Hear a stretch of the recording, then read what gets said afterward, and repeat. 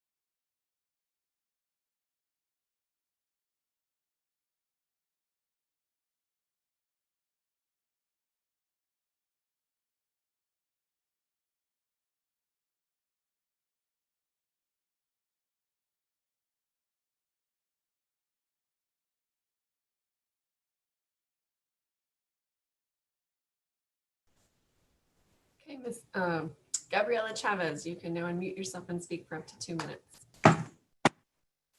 Hi there, City Council. Yes, I am Gabriela Chavez, and I also wanted to speak on We will behalf close of this the 831 meeting Action and Team and Pause the Calls.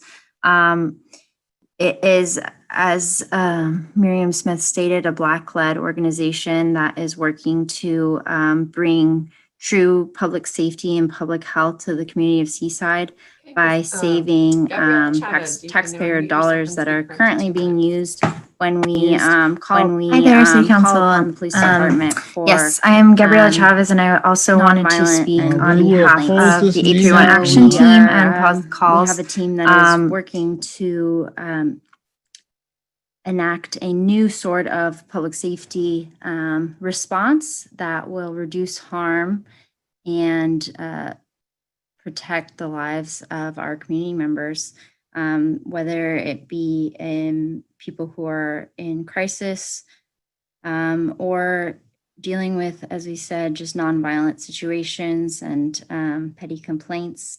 We will have people who are trained in de-escalation and unarmed when addressing these issues. So it's important for the community to know that we're out doing the work, and that we would like everyone to know to think before they call the police for something that is a nonviolent situation. So pause the calls. Thank you. Thank you for your comments. Olive Gibbons, you can now unmute yourself and speak for 2 minutes. Hi, thank you. I would also like to speak up on behalf of Pause the Calls, the Black-led grassroots organization that's built right here in Seaside. And I also would like to explain a little bit about what Pause the Calls means. So we're asking people to pause the calls to the police, because a lot of times when people call the police, it's kind of a reactionary thing that happens. So say you're angry at your neighbor or something, there's a disagreement or a noise complaint, or like they said before me, like petty complaints, nonviolent issues, maybe mental health issues, someone's in crisis, and you'd like to call for help, but the first person that we're told to call is the police. But I like to get people kind of thinking outside the box on that one, and um, try to train yourself. And we're also building this team, the 831 Action Team, to have people who are well trained in de-escalation and mental health crisis, and who can actually go help those situations. Because a lot of times you're told that the police are the solution, but when you think about in your life, what have you been told the police do, and what have they actually done for you or for your family? And especially if you are in a position of privilege, like if you're a white person, if you're male, if you have any of those privileges, think about how the police may affect other people negatively. So I'm just want to speak on behalf of Pause the Calls and the 831 Action Team, and ask that people think very carefully before they call the police, because too many times when the police are called, harm has been done, whether it's just, even if they don't attack someone, even if they're very nice, like that can be a very traumatic event for someone's life. Especially Black and brown people in Seaside have a lot of trauma related to that and do not feel safe around the police. So I would just like people to really get thinking about that. And I fully support the 831 Action Team and Pause the Calls. Thank you.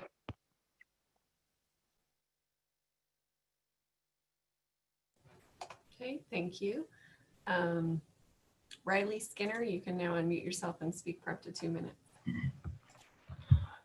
Hi, thank you. Can you all hear me okay? Okay. We can hear you. Thanks so much for having this conversation and considering alternatives to policing.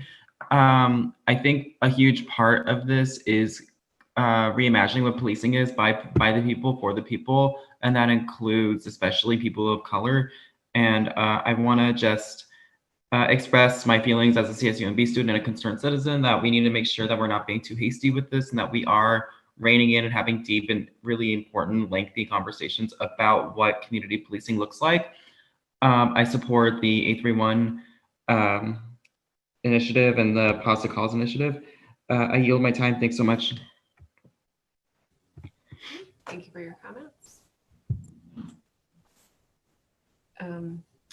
R. Green, I know Miriam, you were using someone else's telephone. So if this is, I'm going to allow you to unmute yourself, and if there's someone else using our green to make public comments. Hi, this is Gertrude. Hi, Leslie. I just want, yeah. Hi, Gertrude. I'm the originator of Pause the Calls. It's from my brilliant mind from when I was an idealistic person. Well, I am still idealistic. I care about practical idealism now. When I was, just an idealistic, really young person, and somebody had called the police on me because they didn't realize I was their neighbor. And it was a very, very traumatic experience. It was an extremely traumatic experience. And I set out to take time to get people to know each other, to get people to care about each other, because when you call the police on someone for something that doesn't really involve you, it's because you're minding other people's business. And sometimes it's good to mind other people's business because that's how you build community and you can help resolve things. But sometimes calling the police,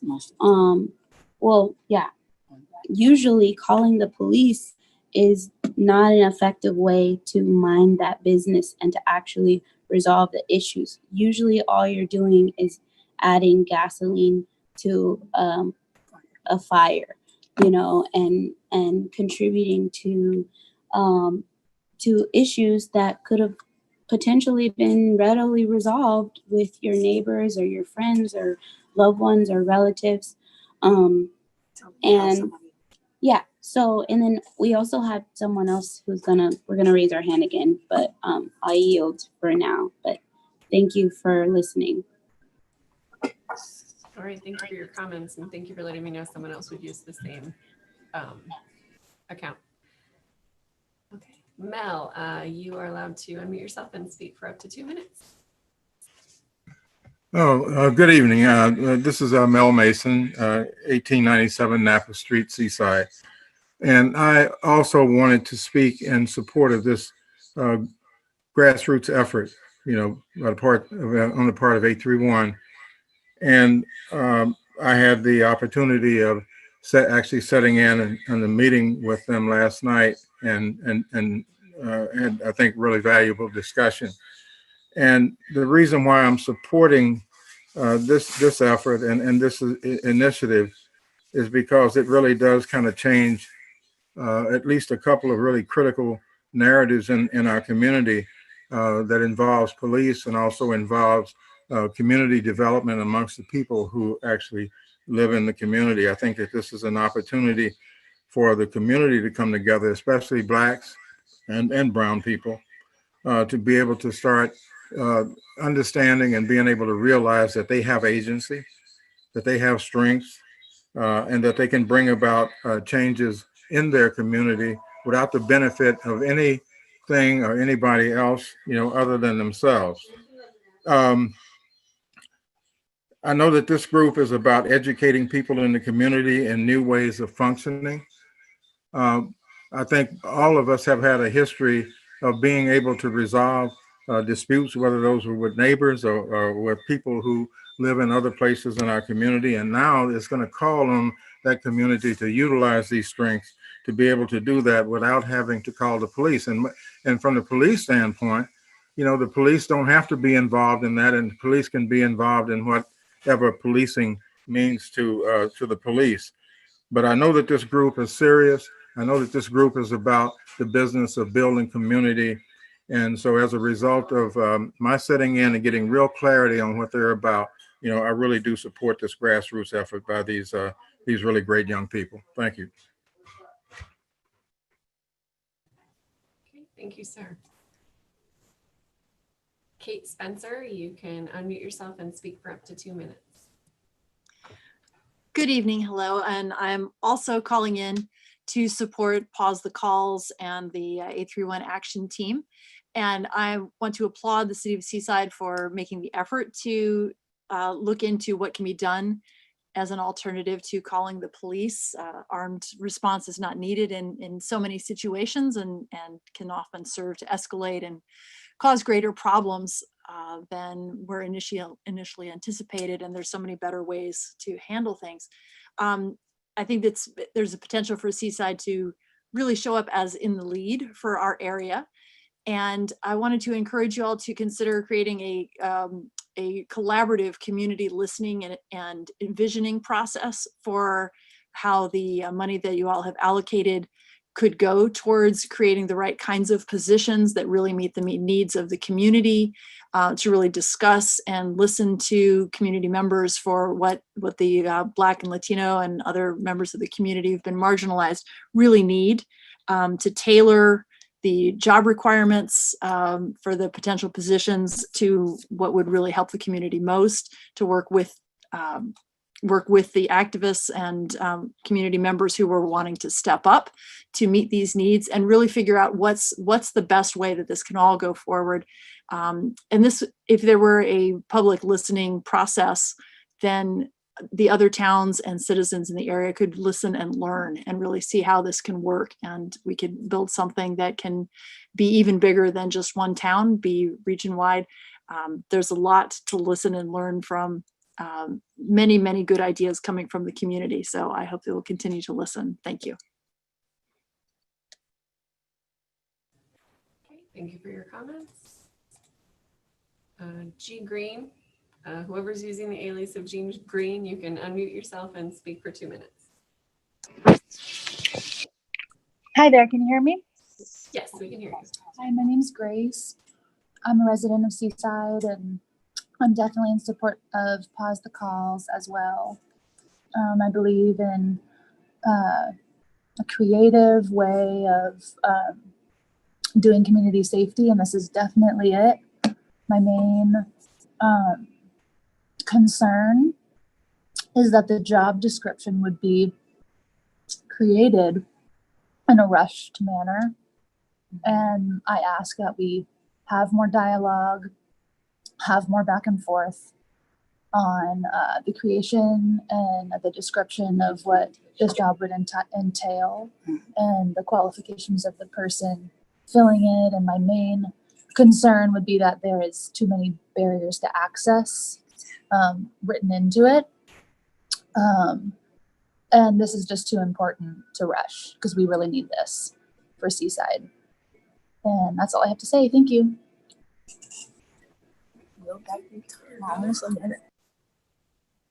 Pastor Britt, you can unmute yourself and speak for up to 2 minutes. Thank you so much to the council.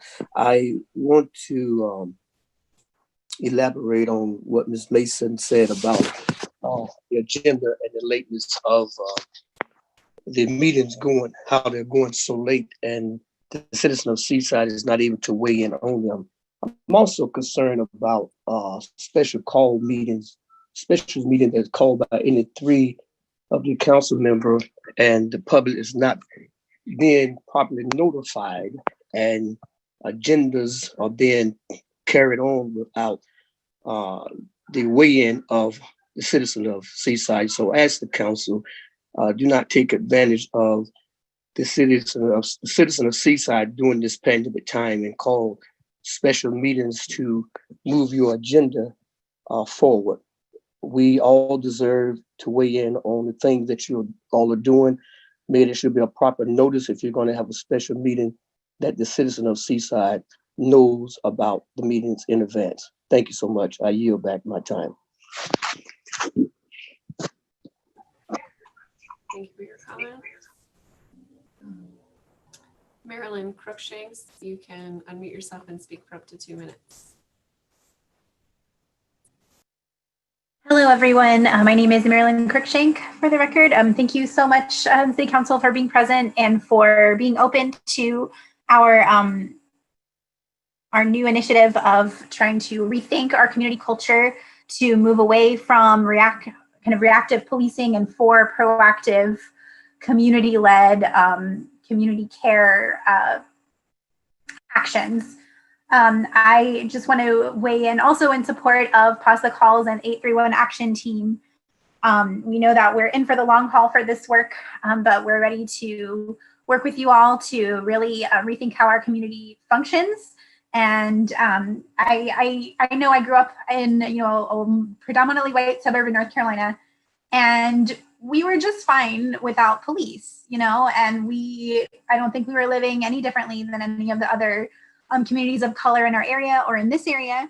And the only difference was that we had money and that we were white. So I just really think that I hope that we can move and then again here in Seaside, I was driving to work and saw a houseless man in the Home Depot parking lot, and it was a really fast thing, but he had a lot of bags around him, and there were 5 police officers around him, and I really don't think that's an equitable use. And I think we've all seen that in Seaside, where something happens and a whole bunch of police officers show up for something that's nonviolent. So I just really hope we can rethink that and just move that back into schools,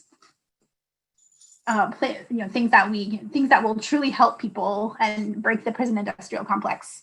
Thank you so much for everything, and I yield my 12 seconds.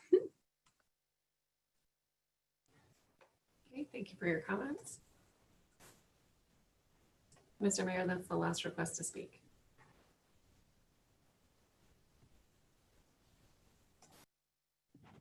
Okay, thank you. Mr. City Manager, do you hear anything that you want to make a comment on? Certainly appreciate the input. And the city is, working through the process of both adding positions that was referenced, I think, a little bit out of sequence, for social workers, so that we can have a response that's beyond having police respond to every incident. And we're going through the process of creating recommendations to present to the council in just several weeks on how to improve community and social services. So there is discussion happening, and there will be more discussion in the future on that topic. And didn't we just you held a listening session a couple of days ago, right? We did. And those that may want to be on a task force, they can get with the city clerk and put in an application to be on the task force for that listening sessions in the future. I don't think any decisions have been made about the recommendations to the council yet about reimagining community safety. Is that correct? That is correct. All right. We will move on. We'll go to public agency communication, item number 6. Madam City Clerk. Yes, sir. We have one public agency communication this evening. Let me do a quick screen share.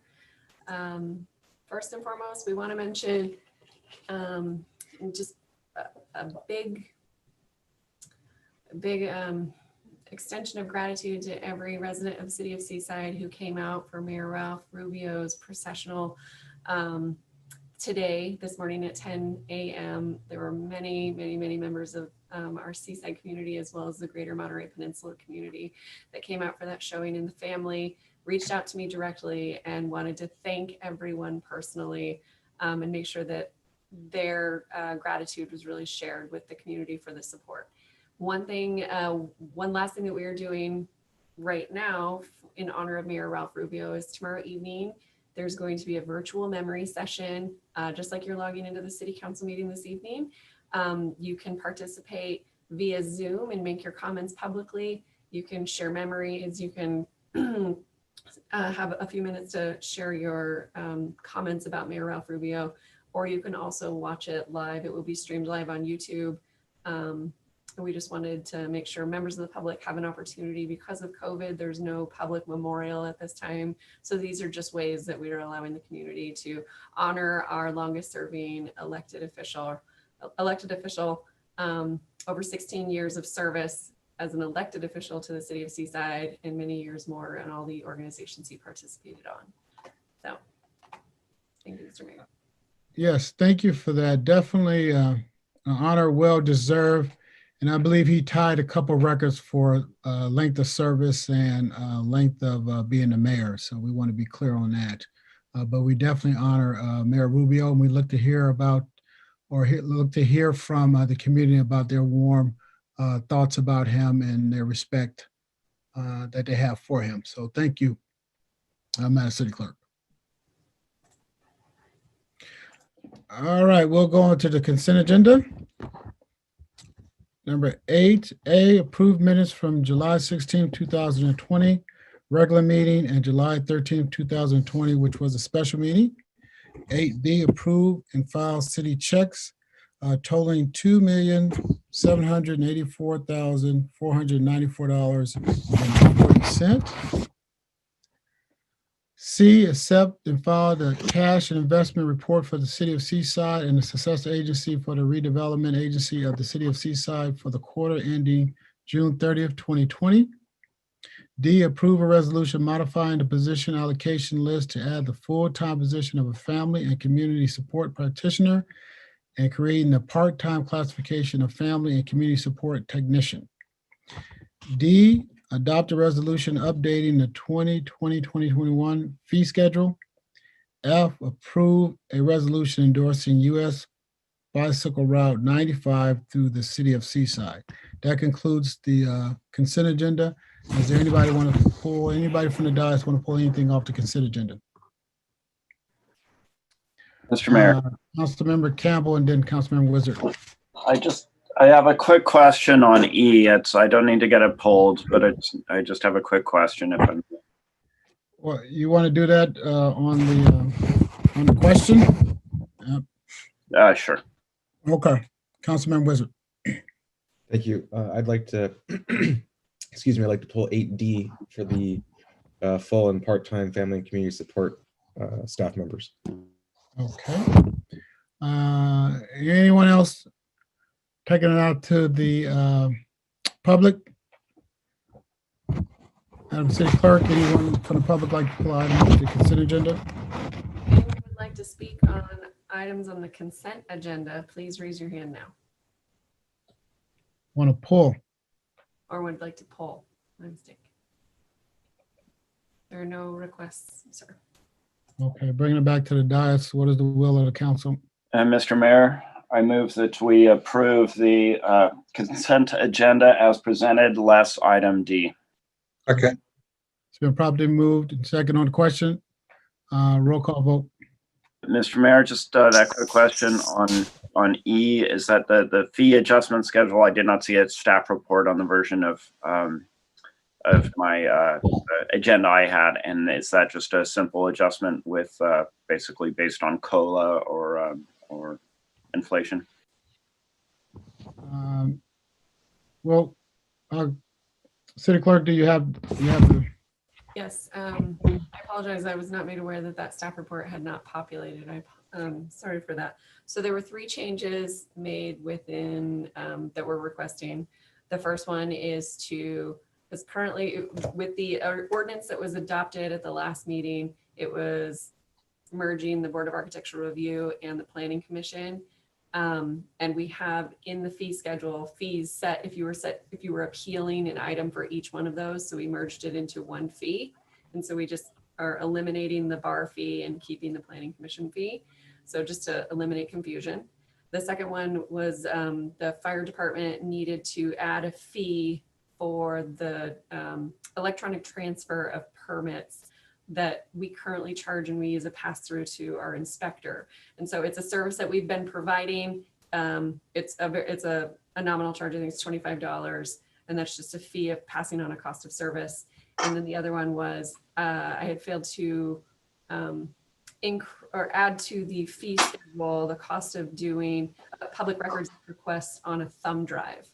So that seems to be the way I've eliminated the giving CDs out, because we don't provide anything on CD anymore, but we do it via thumb drive, and it is a cost to the city. So these are just cost recovery option items. Thank you for clarifying that for me. I appreciate it. Okay, and there was any questions from the public?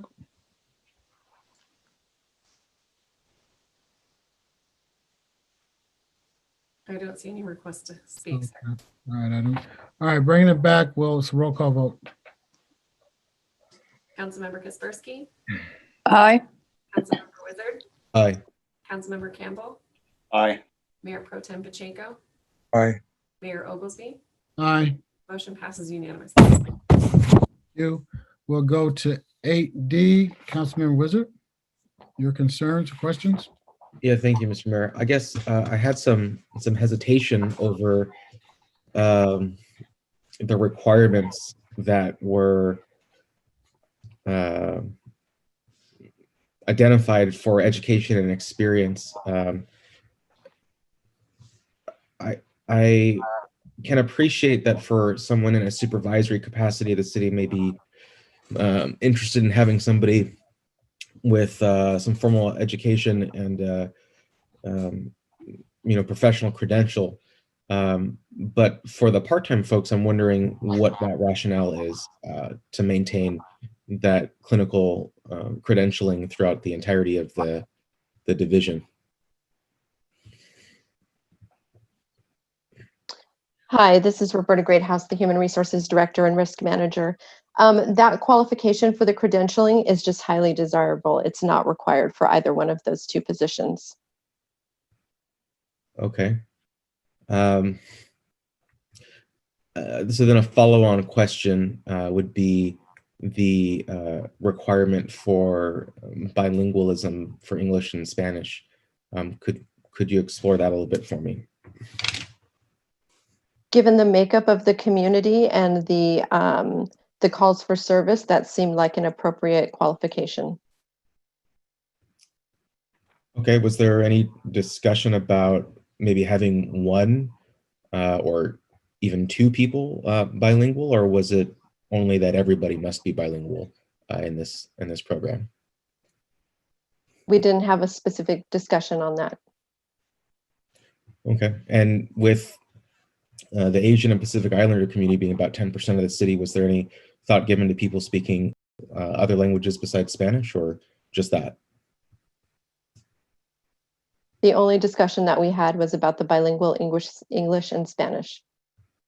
Okay, thank you for talking about that. So just for the actually, the rest that I have, Mr. Mayor, are comments. So I don't know if you'd prefer to go out to the public first, or. Well, if you want to hold your comments, we'll go to see if there's anybody from the council that would like to have. Yes, thank you. Councilmember Campbell. Thank you. I guess Ms. Greathouse, so for clarification, the certification was desirability, or it's highly desirable that they have that certification, but the bilingual is necessary, or is that also just desirable?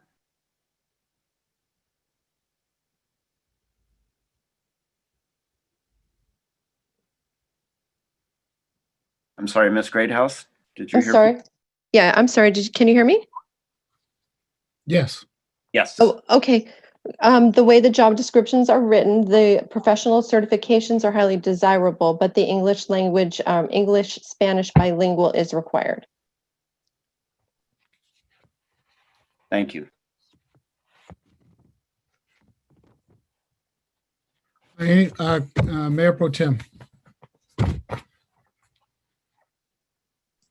Ms. Greathouse, on the qualifications for the hopeful degree association with the jobs, is that because, and I understand this, of the sensitivity of their jobs and their importance of their jobs in working with the police department and dealing with challenging opportunities? Is that the thought process? Or maybe you could talk a little bit about the reasons for that. I'm sorry, Mayor Pro Tem, I missed the very beginning of your question. Were you asking about the education requirements? Yeah, I'm suggesting that the education, is that the educational requirements and probably experience important because of the sensitivity of their jobs and what they will potentially be dealing with in association with the police department. And then if that's not true, maybe why you are recommending the desirable of the education? Sure. So, what I did when I put these job descriptions together is I listened to what I heard the needs were of the community. And then I went out into the, other agencies to find similar positions to see what those agencies were doing and what the job requirements were that kind of lined up with those positions. So that's a typical way that we build job descriptions. But then when you look at requirements as far as education and experience, what you'll see is it's a combination equivalent to.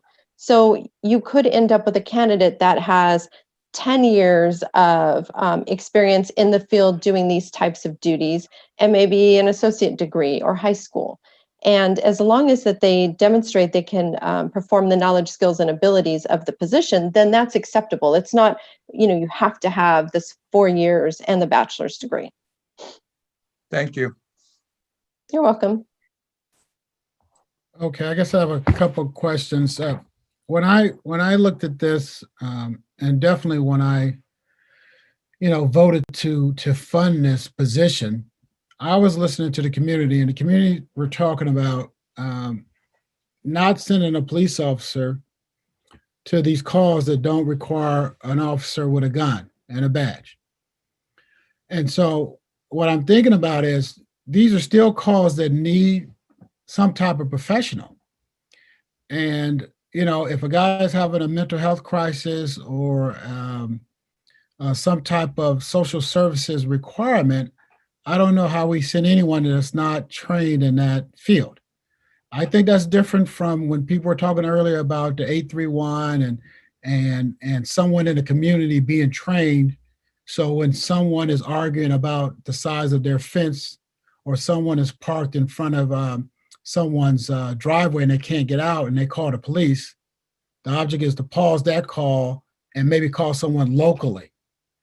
But it's people that need a mental health care professional on the scene, because we've been asking police officers to negotiate that. And so I just want to distinguish between the two before we go too far down the line and we turn these positions into, well, we're just talking about community people taking a couple hours of training.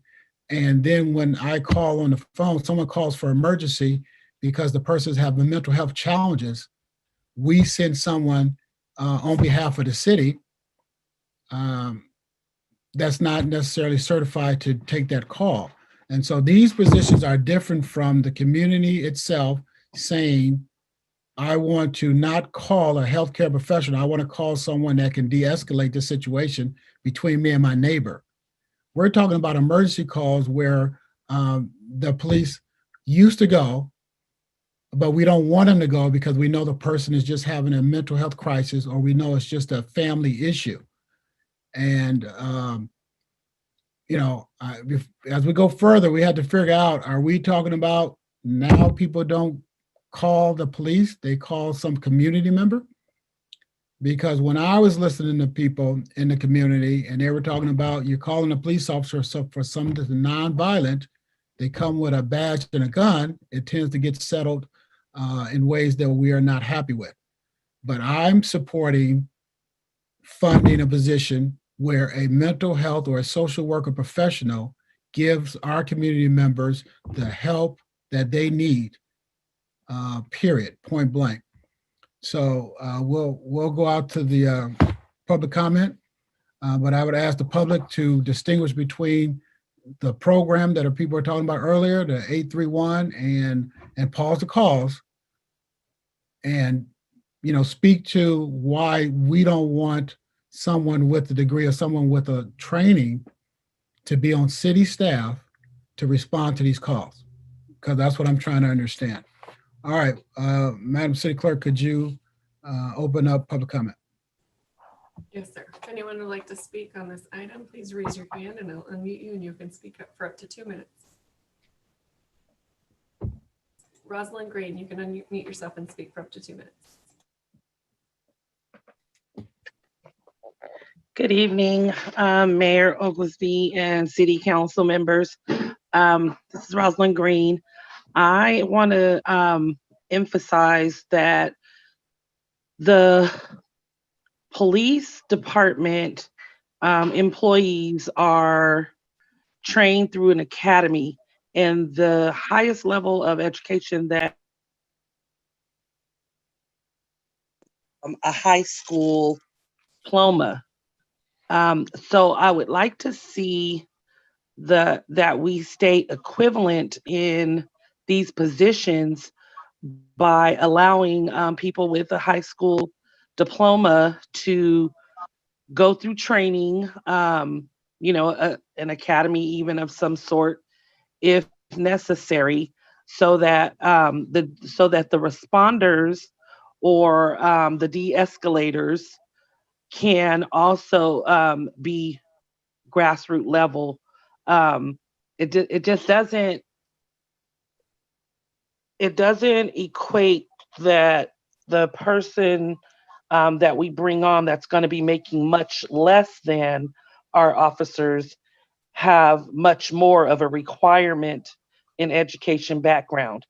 And also in regards to the requirement of Spanish speaking, I do think that we should probably tailor that so that all of the positions are not mandatory Spanish speakers, because that will exclude other people as well. Thank you. Thank you for your comments. Eloise Shim, you can now unmute yourself and speak for up to 2 minutes. Oh, I clicked the wrong one. I apologize. 1 second. Eloise, you can try again. Okay, can you hear me? So I just wanted to know, is this the agenda item that was D? Has it been turned into E? Is it about the position for calling people other than? Yes. Because I did send, okay. I did send in an email to the city clerk about that. And I don't know if it's going to get read, but I guess I'll just make my comment really quickly then. For the record, we did receive your comment and it was emailed to the city council, so they do have it. So instead of me commenting, could you just read it, city clerk? Instead of me talking? It's going to take me some time to pull it up and you only have 1 minute left. So You don't have time to pull it up. Or you do? It will take me longer than the 1 minute that you have. Okay, go for it. Try it. Madam City Clerk, Mr. Mayor, I received 350 public comments I- for this meeting, so it's. I know what, stop, someone stop the time. I know we're doing this virtually, but the last speaker has 2 minutes to speak. We received the emails that were submitted, and so let her have her time to speak. So is she still on the line? Yes, sir, she's still there.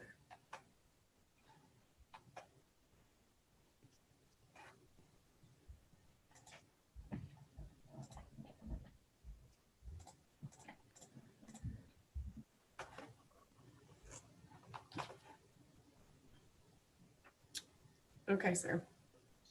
The comment reads, about the proposed position. No, she has her time. She should be speaking to us. Ms. Eloise, did you want to make your comment? Oh, so I get how many minutes now? A minute? Yes, please make your comment. To kind of summarize what I wrote in the thing. Okay, well, what I said was. Miss Eloise, you get 2 whole minutes, please. You get your whole. I get 2 whole minutes from now. Okay, good. I'll try to remember what I wrote. What I basically said was in my email to you all about this issue is that I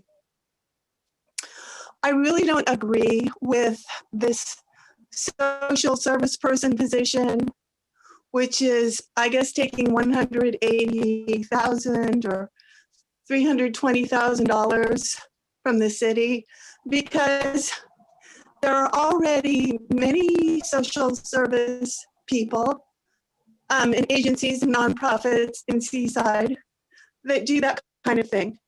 And I do take issue with this idea that, you know, if it's just a mental health issue, or if it's just a, you know, dispute in the home, you know, we're in a time when people are, you know, teen suicide is high because of this COVID, domestic violence is high, and people don't want to wait around for a social worker to come around so they can just kind of lay their head on their shoulder and say, you know, this is wrong.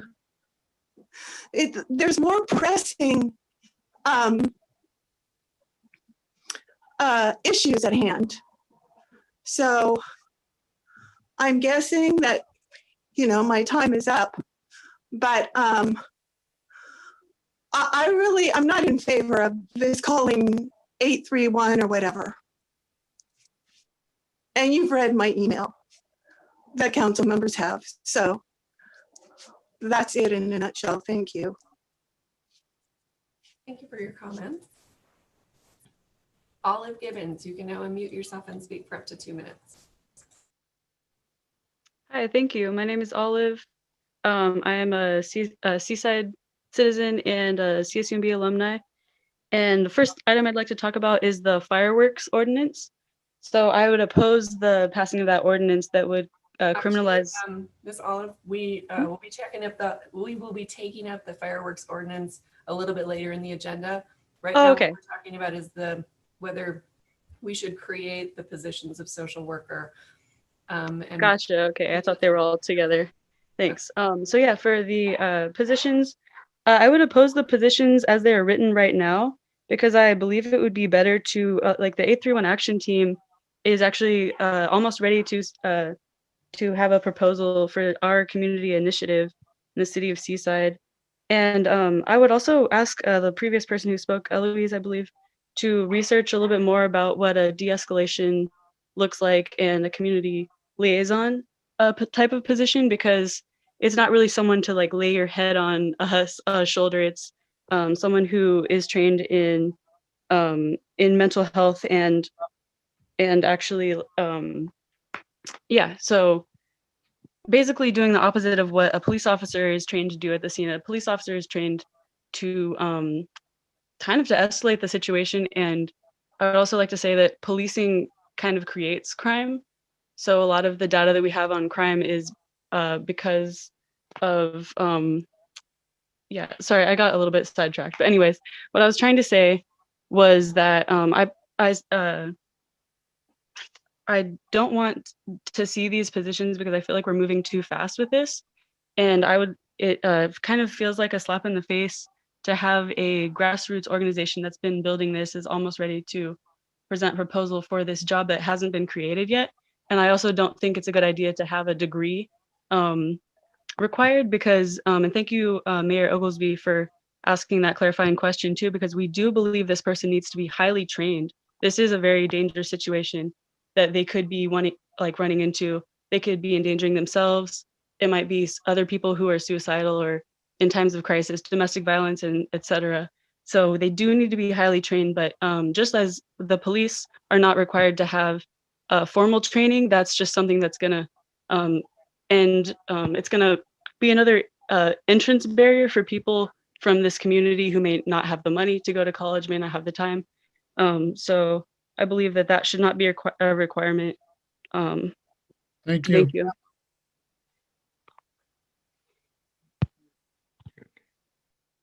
G. Green, I'm not sure if this is you, Ms. Smith, but you can unmute yourself and speak for up to 2 minutes. Hello. This is Gertrude. And this is Gertrude, the founder or one of the founders of Pause the Calls. And the reason, part of why we initiated Pause the Calls is because we care a lot about equity. And we care about equitable representation, and we care about equitable results. And we want to make sure that the people that we have coming out to perform these job functions, because a part of the issue with policing sometimes too is that they're not necessarily community members. They don't really live here. They're not here outside of work sometimes. You know, so there's not an ongoing fostering of community. And what we would love to envision, like, I don't want to just do all of this intellectual labor for y'all, for on the city's behalf, and then y'all do something lazy and just hire somebody and go with the status quo. We don't want it to resemble the community organizations like the woman is saying, well, why don't we just rely on those community organizations that already exist? Well, that's problematic in and of itself. The that industry of privatized, you know, charities, there's a lot of issues there. But we want to make sure that we're not creating barriers to access. We want to make sure that it's equitable, and we want to make sure that the people that are going to be coming out and caring for us are going to be people who are deeply invested in our community and care about our community. And that doesn't mean, and I like what Miss Rosalind Green said about an academy, because it doesn't mean having, you know, a degree. Like, you know, I don't have a degree, and I'm pretty sure I'm smarter than a lot of folks that y'all know. Sorry to sound obnoxious. Oh, and then I also wanted to say, Leslie, if you could speak up a little bit, because I can hear everyone else, but I'm having a hard time hearing what you're saying in the meeting. Okay. Oh, okay. Yes. Thank you for that tip. Madam City Clerk, how many more people do we have? 8 more, sir. Okay, and that's fine. I know more people will get up towards the end. But again, I want to be clear. I don't think the council is excluding the 831 or any other group putting a proposal together. And the city manager could correct me if I'm wrong about the rest of that proceeds of the money. So I just don't want us to be speaking past each other because we don't need to do that. This does not preclude the program that Pause the Calls or 831 is talking about. Am I right, city manager? You're absolutely correct, Mayor. All right, who's next? Mr. Mason, you can unmute yourself and speak for 2 minutes. Yes. Okay. So just so that I'm, you know, Mr. Mayor and members of the council, city manager, city attorney. Yeah, my name is Mel Mason, 1897 Napa Street, Seaside. Just a couple of things. One is,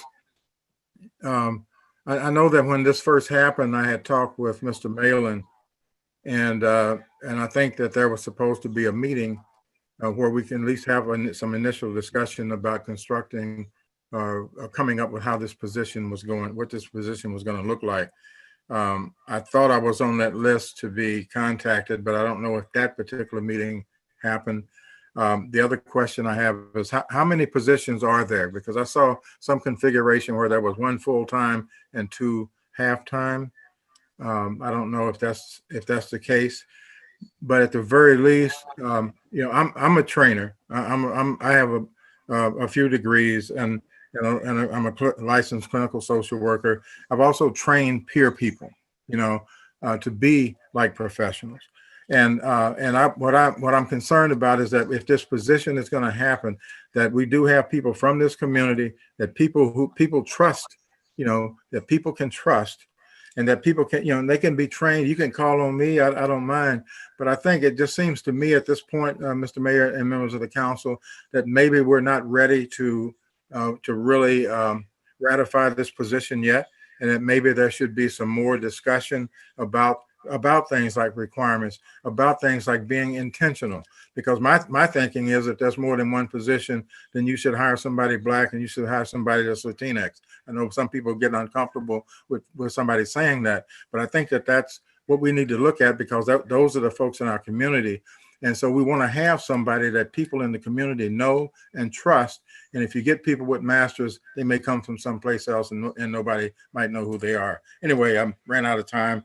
I'm sorry about that, but I just think we should maybe hold up on this position and get some more clarity. Thank you for your comments, sir. Pastor Britt, you can now unmute yourself and speak for 2 minutes. Thank you, Mr. Mayor and Council. Do not back yourself up into a lawsuit. We need professional people.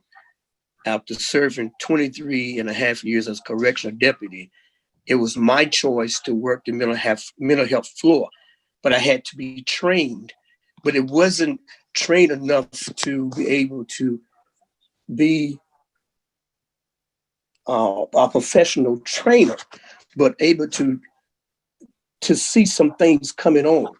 And so I'm saying to this council, yes, they need to be a licensed person, or you will back yourself into a lawsuit by just hiring somebody with a non-education to be out there trying to de-escalate something. And so I'm asking this council to please consider that, that you don't want to back yourself into a lawsuit, because I received 16 or 32 hours of training does not make me a professional in that group, in that category. So I beg you, council, go professional. Make sure they are of this community. I agree with Mr. Mason, that someone knows he's been trained. He's one that can help in the community. But please do not get someone that does not qualify. There's a lot of group would love to say they have a certificate, but are they able to de-escalate a situation, or do they just want to line their pockets? So please, council, Mr. Mayor, go professional. Those people that need mental help need professional people to deal with them. Thank you so much. I yield back my time.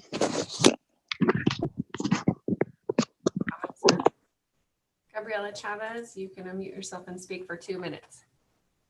Hi there, Council. Yes, this is Gabriela Chavez speaking, and I just wanted to echo what Rosalind Green was saying. Right, we have these people who sometimes to become police officers, and they are put through an academy, and they have a lot of resources put into them, and then they're rewarded with that, with a salary, right? But we're creating something new that, first of all, as she mentioned, these positions will be paid a fraction of what police officers are making. And in order to place these barriers, like a degree does not necessarily teach you the necessary skills. So we are wanting to invest in community members and give them the training and the tools that they need. We're not talking about an 8-hour certificate. We're talking about empowering people to make change in their community and to reduce harm and to deal with these situations that are very, very intense. We recognize that. But, the talk about being afraid of a lawsuit. Well, we've had a lot of really terrible situations right here in Seaside where we've sent, someone in crisis, police officers with guns, and they've actually lost their life. So that's a lawsuit that the Seaside should be gladly avoiding from this point forward. And again, I think that the discussion has shown that maybe this is a little bit hasty, and there's more discussion to be had with the community and with the people who are already doing this work. Mr. Mason is pretty well informed, and he didn't even know about the listening session that took place apparently. So I think this needs to be tabled. Thanks. Thank you for your comments. Anton Hunter, you can unmute yourself and speak for up to 2 minutes. Well, my name is Anton Hunter. I'm the leader of the RLR out here in Colonel Durham, Seaside, Florida area. I do think that this idea is a great one. I honestly feel like we need to empower our community, and I will back Mr. Mason and a lot of the other speakers, and saying that whoever is supposed to be in charge or doing this should be highly educated in their field of employment. My main concern for this endeavor is the safety of a social worker. I do believe that somebody should be there to make sure that the social worker is safe and nothing happens to him or her. I do also believe and agree with that this person should be from our community. I back Mr. Mason in that endeavor when he said that it should be somebody who's well known within our community, somebody that is highly respected and well known. Yeah, because when you're dealing with anybody with mental instability, I believe that violence may occur during that. You know, you have somebody that's irrational, totally just, go off the deep end and violence can occur. So that's my only concern. I believe that, safety is going to be in the utmost priority in this position. I yield the rest of my time. Thank you. Thank you for your comments, sir.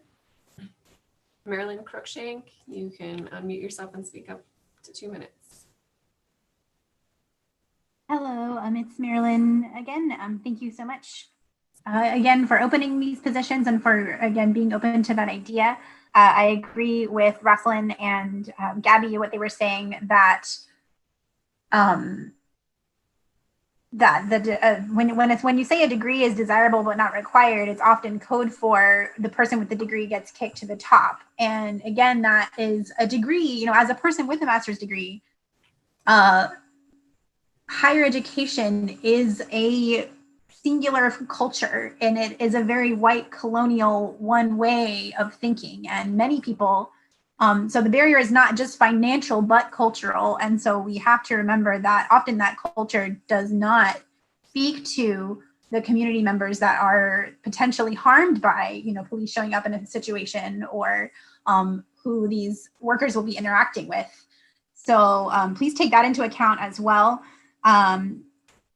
And again, a degree is often it can also be a form of rubber stamping, another way of just getting your 8-hour certificate, but it's just longer and more money. So just take that into account. And again, definitely training the workers is a big thing, but just kind of rethinking how we train them and how we measure that is going to be a big part of this. And I hope that we realize that this is, again, the first step towards building a community that is less criminalizing to the people that most need help. So I think that is all. Thank you so much. And I yield my 18 seconds. Thank you for your comments. Audra Walton, you can unmute yourself and speak for 2 minutes.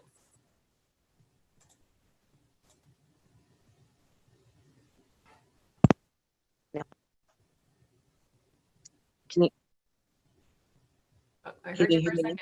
Okay, yeah, we can We're- hear you now. Oh, excellent. Thank you so much for taking my call and having to walk away from my other computer. I'd like to echo Gertrude Smith, Miss Green, Mr. Mason, other speakers this evening. Please do hold off on ratifying this position as proposed. They are exclusionary positions. I have notes, I'm sorry. I'm going to give an echo if I stay in there. They are exclusionary positions. There aren't a whole lot of Black people in the community that, and somebody can correct me if I'm wrong, that hold the degrees or levels of education as written on this proposal, and or not also bilingual in Spanish as well.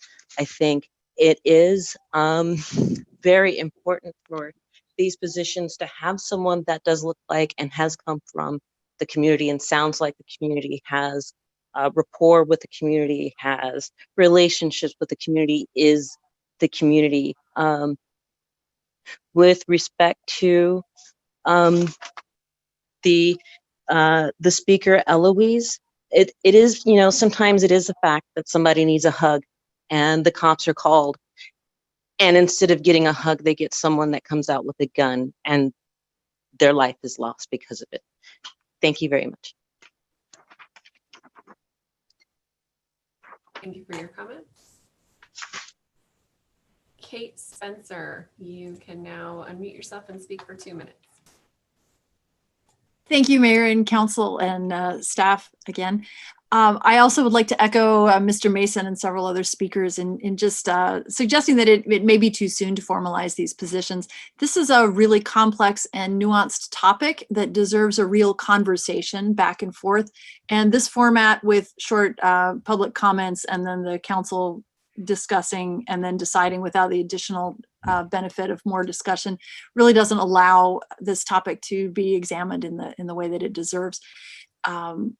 It would be great to have another public roundtable, more publicity, more input, more consulting of experts and perhaps other cities that have done this kind of work. I understand that, some research did go into creating the positions, but I think that we're talking about something that's a larger structure that involves both the city resources and the citizens' resources and re-envisioning what response should look like. And there's more than just 2 levels. It's not just police or social work or police or social work or community member. There's many different kinds of calls that come in. So I would suggest that training can come in many forms. It's not just a master's degree or nothing. It's not 2 hours or 2 years. There's many levels. There's many kinds of training. And I would love to see a discussion that could draw in more of the peninsula and the related areas, surrounding areas, community members and governments to really talk about what can we do community-wide, even beyond Seaside. I live in Pacific Grove, and I would love to see Seaside as a leader drawing the rest of us into this conversation. So I would suggest that this deserves a lot more conversation. Thank you very much. Thank you for your comments. Regina Mason, Ms. Mason, you can unmute yourself for 2 minutes. Thank you very much for allowing me to speak on this very important topic.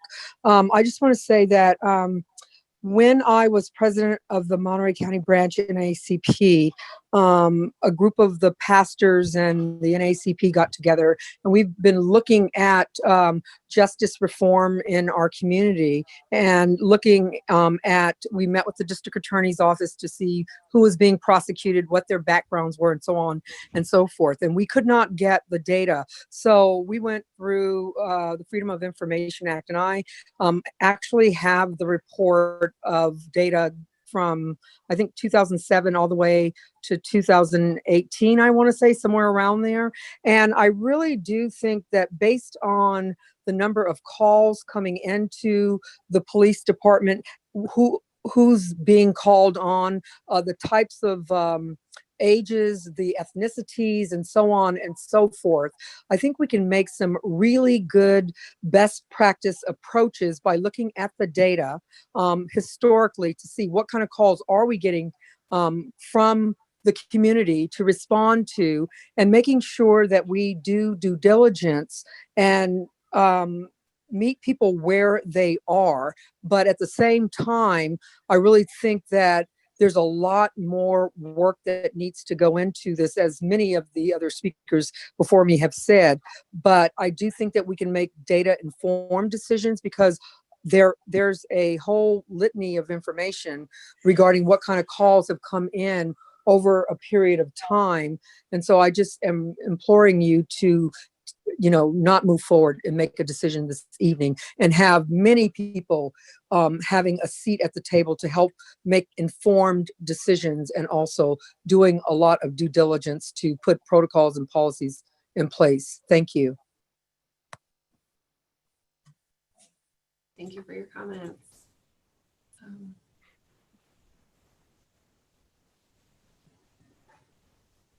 M. Smith, you can unmute yourself and speak for up to 2 minutes.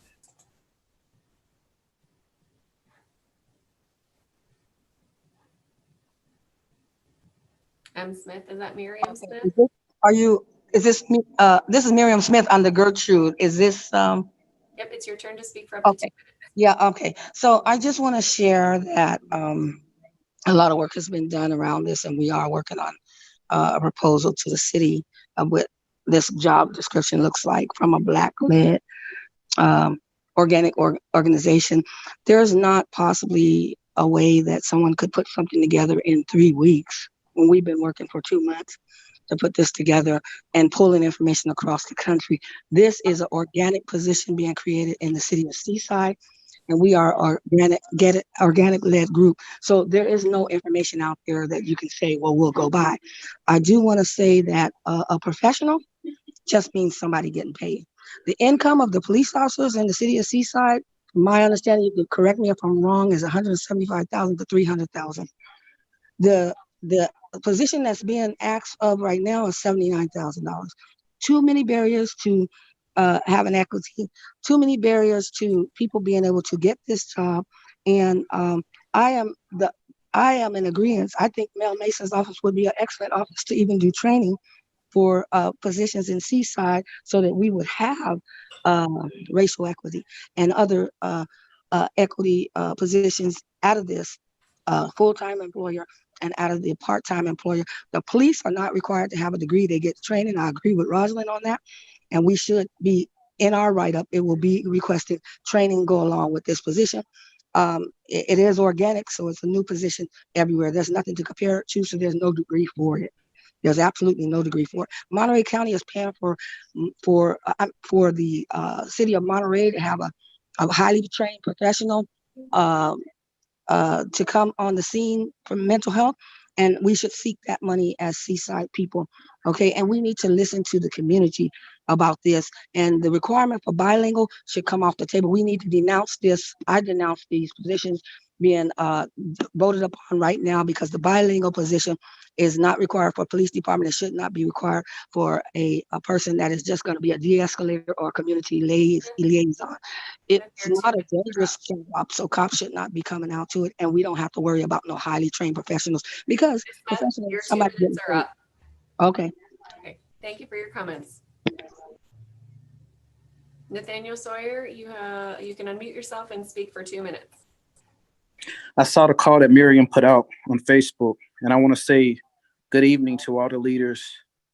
Trust your community members that are from your community. You do not have to have a high level of education to care about your brother or sister. The wisest men and women of color have been those without degrees. I am a product of that. I was the first in my family to graduate high school. Yes, I do have my master's and I speak Spanish, but I am not from the community of Seaside. You want someone who is a brother or sister, a person of color in your community, speaking for your community. And when I say that, I'm not discrediting my brothers and sisters that have their education. But as we know, African Americans, the ones I'm speaking for specifically, have not had the same equity as our Caucasian counterparts. I'll say that again. When I'm saying equity, I mean that we are all standing on the level ground. We've been fighting for equality for a long time, but now it's a revolution and we need to start talking about equity. Start bringing the community leaders and people in Seaside at the table and have these discussions with them. You have law enforcement officers that already know who the community leaders are in Seaside. Work with them. Miss Regina, Mel, Miriam, Rosalind, so many have already spoken. Work with your community leaders that are there. Tanisha Dunn, so many others. That's all I have to say is just listen to your community members. And if there is education that needs to be given, help them receive that. Thank you. Thank you for your comments.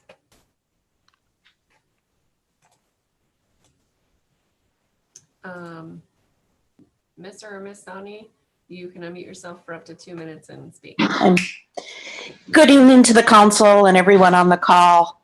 It certainly seems like you've got lots of job descriptions here, and I do encourage that gets drilled down a bit more. Exactly what are we trying to fill for our city, and what has the council appropriated the $180,000 for? I appreciate the calls efforts and some of the things they're trying to do in the community activism. It seems different than what I read in the job descriptions with my HR hat on. I applaud the city and Roberta Greathouse for following, job descriptions and kind of typical roles. I don't think this is the time for Seaside to cut the teeth. We've got issues with COVID going on. We've got people that are being, are unemployed and housing issues and all kinds of things. And certainly this role can potentially help that. I want to end my comment with the fact that we are the home of CSUMB. And as of that, 20% of the graduates are either psychology majors or humanities and humanistic studies. Why are we not for education in some of these positions? And maybe, it's a qualification. It doesn't mean that you have to have it. If the job description is written that way, maybe that needs to be changed, But I also echo the comment about just be careful about getting yourself in lawsuits over job descriptions and how things are written. It's a very careful balance that needs to be had here. Thank you and good luck. Thank you for your comments. Mr. Mayor, that's the last request to speak. Okay. Well, thank you. Bringing it back to the dais. Start off. Again, I'm not sure where the disconnect happened.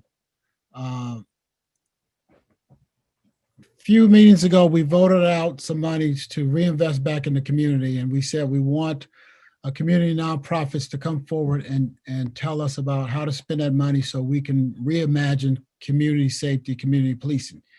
That is still going on. The city manager just talked about how he's impaneling a task force to listen to those recommendations, and nonprofits and new organic entities are more than welcome to present their proposal on how to implement that. But we're talking about 2 to 3 positions in the city that can respond to calls. And for me, when I was, I think all of us, if we go back and we see the death and destruction by police officers responding to calls that they're not, qualified or certified or skill set to deal with, I listened to the community, and the community said, well, why are we sending police officers for a person dealing with mental health? Why are we sending police officers dealing with situations that are non-life-threatening, non-violent, not a crime? I don't know how we jump from not sending that police officer without a degree in mental health, without a degree in social work. We send someone without a degree in mental health, without a degree in social work. I don't know how you make that jump for these calls. And that's what I want the community to speak to is when a person calls and they say, my uncle is having a mental health challenge. He's not a danger to himself. He doesn't have a butter knife. He's not going to kill anybody. So why are we sending a police officer with a gun? How do we not send a qualified, certified mental health professional to talk him through his issue? When you get a call and it's, an argument, family dispute, and no one is talking about hurting each other, but they just can't calm each other down, and we say, why are we sending a police officer to this situation? Now, I'm not talking about domestic violence because we know that's one of the most dangerous calls a police officer go on. And so we wouldn't want to send someone by themselves. But we're talking about calls where a person in the community is saying, I need someone to get in between the situation. I need someone else because I can't do it. I'm trying to figure out, how does the city send someone that is not well trained in that specialty? I believe that's totally different from implementing a grassroots organic program where we encourage citizens to call for a local de-escalator or someone around the streets that's been trained, that may have went to academy, to talk about, do we really have to be upset about someone parking in front of your parking space or in front of your driveway? Or it's something where a police officer doesn't have to go. But my understanding this is my understanding. I support these positions because I call for these positions because if we're not going to send a police officer with a gun we have to send a professional because the person is calling for that level of help. You know, we give example about, well, you know, someone said earlier, it's more than a handful of calls for a police officer and it ends up in someone being killed. I understand it's like 2 or 3 in our past, and we want to prevent those. And so when we talk about putting this off for a while, what happens when we get the call tonight? What will happen when we get the call 2 weeks from now? And the only person that can be sent is that police officer with a gun. And so it's one thing to say, let's put this off until we figure everything out. This is not the complete reimagining here. These are just 2 positions, 2 to 3 positions. And so I want to hear more about, you know, the 831, the pause for calls, and the program they're going to present. But I want to be clear, I'm not precluding that program for being instituted. If there's a way where the community can call a special number, and because it's nonviolent, it's non-criminal, we're not required to send a police officer. Well, then if there's people in the community that people trust, they've been trained, they can de-escalate, they can talk through these situations, well, by all means, send them. But I would like someone to tell me about the person when a family member says, my family member is having a nervous breakdown, is having a mental health challenge. How do we as a city send someone that is not trained in that? And you can say, well, they are trained. Well, are they trained in suicide prevention? Are they trained in mental health services? Are they trained in domestic violence? Again, if it's not violent. Are they trained in social worker? So to say we're going to send someone to the academy and they get all the training, that is fine. I understand that. Okay. So okay, that's the first thing. I'm gonna ask the chief. Chief, you there? You heard this. Chief, are you there? I give you time to come up to the mic. I'm here. Sorry. Okay, no, that's fine. That's fine. No, I just want to ask you a couple questions about. To me, it makes sense that we don't call the police officer for the nonviolent, incidents without a crime where we don't need to actually enforce a criminal violation. But as it relates to the calls you guys get, how would it work where if someone has a mental health challenge, they call 911, and I think you were trying to, Councilmember Kaspersky was trying to get you to elicit how, or is there an additional number that can call except 911? How are we working on that, Chief? So I think, if I'm not mistaken, Chief Dempsey got information back from the county, and that is, we would be able to have a protocol in place where if they called the Seaside Police Department and it was an issue that had to do with a mental health crisis, they could send that call specifically to a team that we identified to go handle that situation. Now, with respect to who responds, I can tell you best practice is typically it's a collaborative response. Typically, police officers go to ensure that the scene is safe, and then the professional who has experience in whether it be domestic violence or mental health, then they take over and police clear the scene once things are okay. Now, if there is no concern for safety, then they might respond, but typically they respond with a law enforcement presence. Okay. All right. I would just 1 or 2 more questions. I would just say, for me, these positions are not the complete rethinking of the community safety aspect that the community is asking us to do. So to say we need to regroup or slow down, I'm just uncomfortable because I think the city manager, his plan was to have that task force up and running, and then impanel it, hear recommendations, and then come back with recommendations for the council. And I believe I was the only member of the council that said your time frame of of December was too long. no one else said speed up. No one else said, hey, that's too long from now.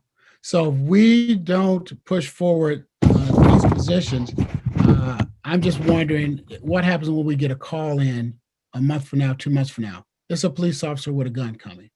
And so for me, I would like someone to be trained to answer those calls.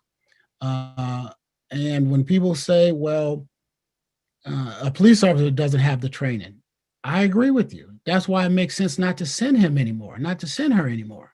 But I don't know how we skip over not having the training for a suicidal person. That's different from a fender bender. That's different from what I heard people say. We don't need to send a police officer for small, petty issues. Someone else also said when sometimes it may be a person on the street and all they may need is a hug. That's right. We don't need to send a police officer. And I'm not sure we need to send that mental health worker. Maybe that is those people in the community. I'm almost finished, and I'll just add, I think a couple of people said that when these people are in the community, not just these, I guess what I'm saying is for the 831 or Pulse Calls or any other nonprofit that want to implement something in this community from the money we put in the budget to push back resources in the community. I guess I'm asking myself is, are they saying it's only going to be 3 people to do that work? Because if they're only talking about 3 people to do that work, then maybe we are talking about the same thing with these positions. But if they're talking about more people in the community responding to some of these calls, then I see it as a different entity. And I don't see them as competition. I just see the city has to protect itself, protect the taxpayers by having some of these people need to be certified, because some of these things you need to be certified to talk about. But that doesn't preclude anybody going to, we still have a training program. We can still have other people. Only issue I think we did pull out was I think it did say mandatory bilingual. And of course, that would leave out certain people that may be more than qualified to go there. So I support that being taken out. And I look forward to implementing some type of academy. But those proposal has to come before the group, the task force, and then it's going to be presented to the council. But for me, these positions are not in competition with the other items that people, particularly the public, were advocating for. All right, so who else have any comments? Okay, well, I know Councilman Wizard was there, so then we go to Councilman Campbell and then Mayor Pro Tem Jacob.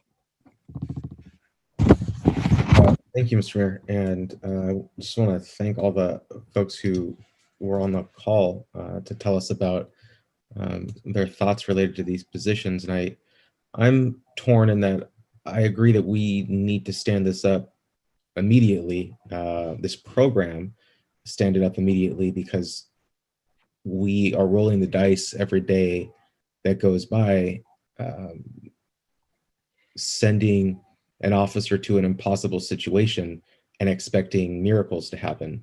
An officer's not a credentialed or experienced social worker or therapist, and asking them to de-escalate a situation in which they don't have the adequate training will likely lead to an outcome that we don't want, which is sort of the impetus for this whole conversation. So, I think it's very important that we implement a program as soon as possible. That being said, I think that the people who shared with us this evening make some really valid and important points that ought to be considered. And I'm not sure, Mr. City Manager, if it was part of your thought process, or if you made any, excuse me, if you did any outreach to folks that maybe offered some different perspectives. But I don't know if it makes sense to have like one sort of supervisor, like this practitioner that you've got, and then several part-time people working underneath that person, sort of like how a paramedic in an ambulance has medical direction from the area medical director and can do certain things beyond their scope in extraordinary circumstances with permission, but generally has a more narrow scope than a more higher credentialed medical professional. It's sort of that same model. I don't know if that's something that we can look at, or if that you've already, I mean, feel free to jump in if you did consider that or heard other information that would maybe say that's not a good plan or not a good way to go. Well, the essence of this is we're doing something new in Seaside, things that have been done in some other progressive places. And this is the start of that. It's not the end of it. What we talked about was, let's have city staff available as much as possible, which is why we ended up with a full-time person and 2 part-time people to cover as much of the day as we could. And it's important, and just from a practical standpoint, that these are job descriptions, and Councilmember Wizard, as you described it, sending someone to do something impossible and expecting a miracle.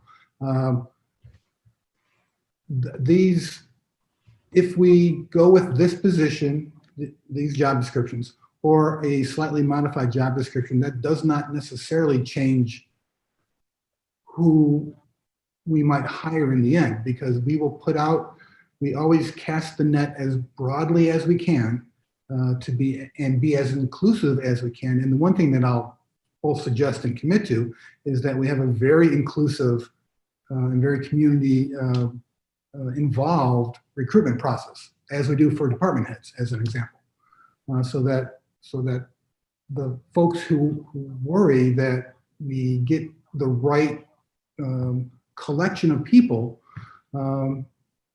is heard, and just to be blunt about it, that's our concern as well at staff, that this is a collection of people. And again, it might start with these 3 and it might grow to more. This is just the $180,000 of the $500,000 that the council has committed to this endeavor. Okay, I guess just to follow up, I have no knowledge of this proposal from the 831 action team that identified themselves earlier this evening.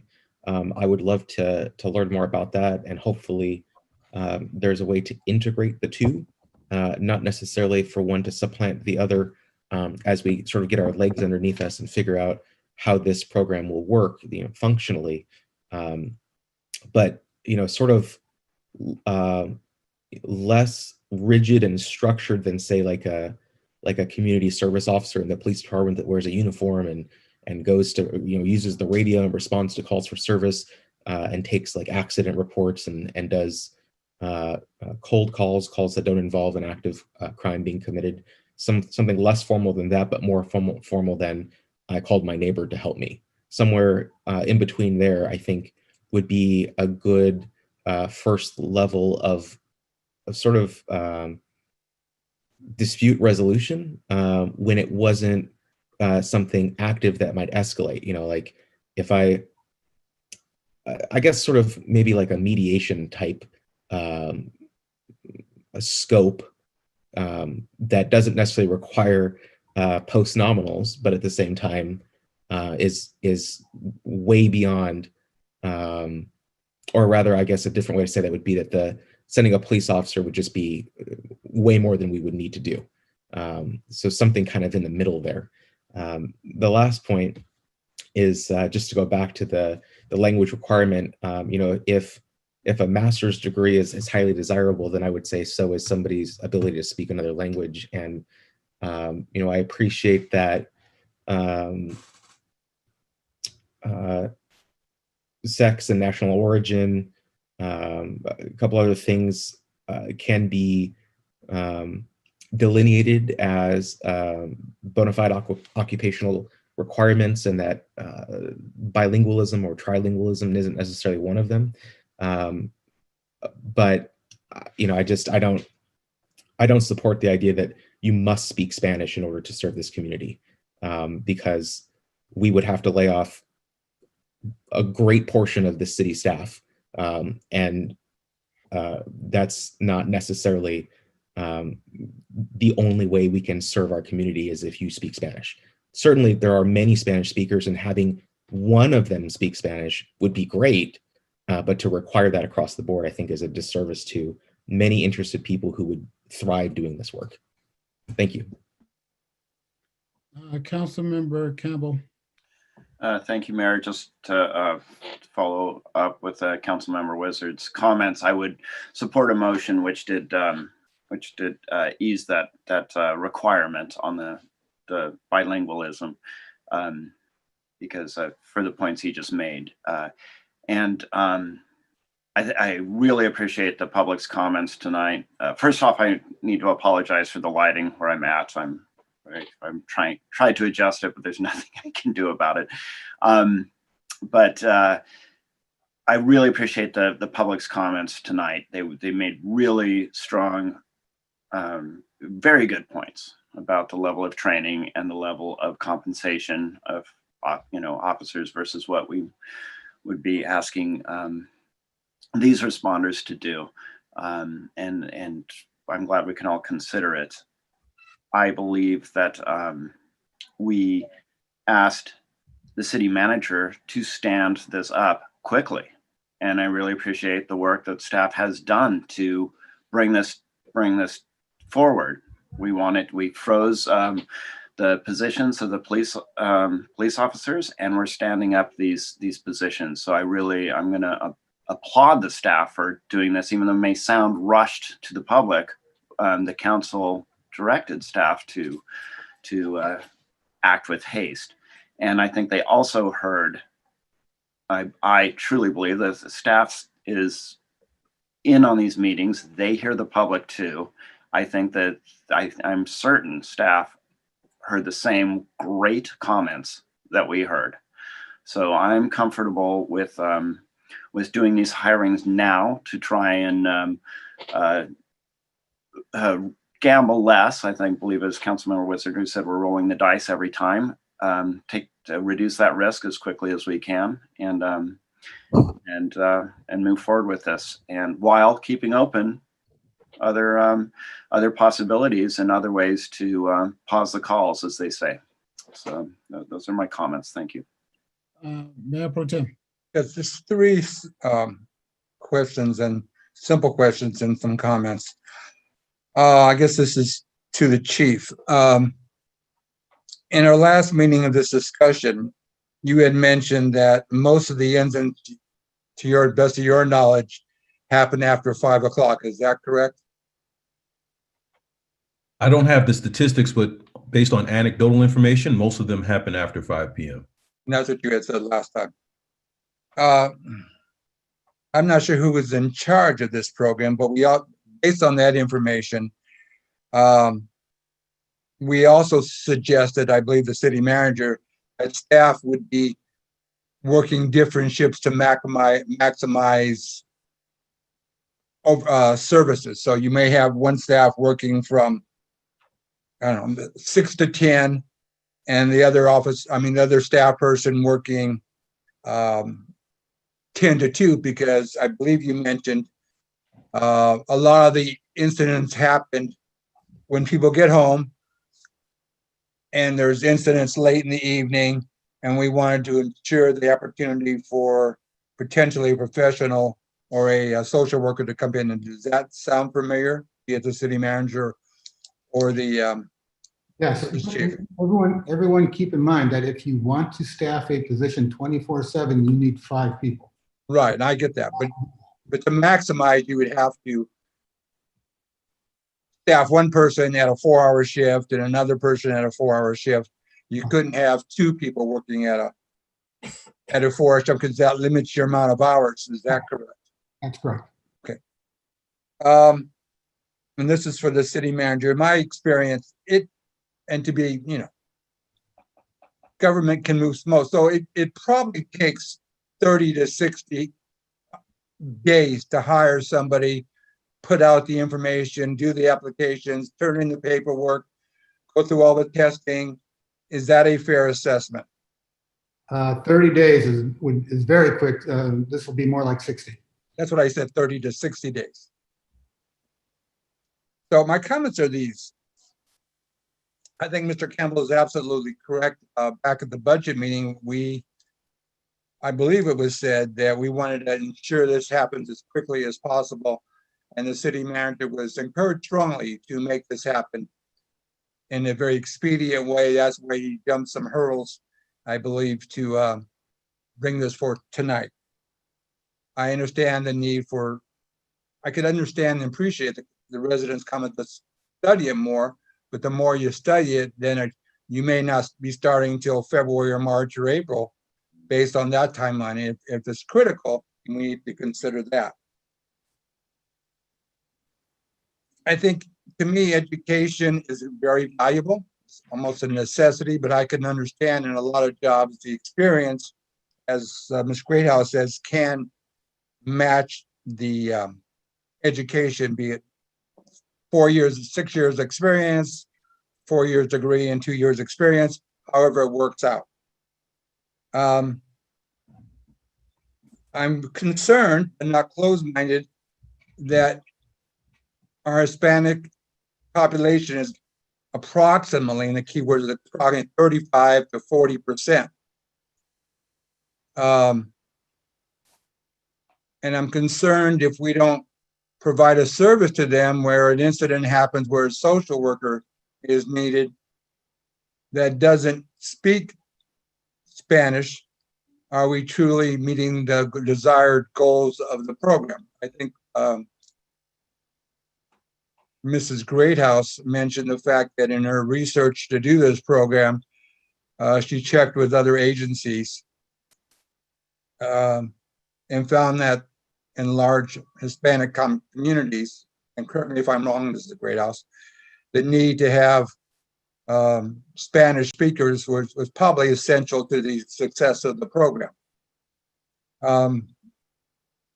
So I hope the council at least think about that. And again, I'm open to maybe 2 out of the 3, whatever it be, but 35% Hispanic, I think that needs to be considered. And lastly, I think it's important that we all, and I expect we all agree, and the residents agree, Seaside deserves the very best.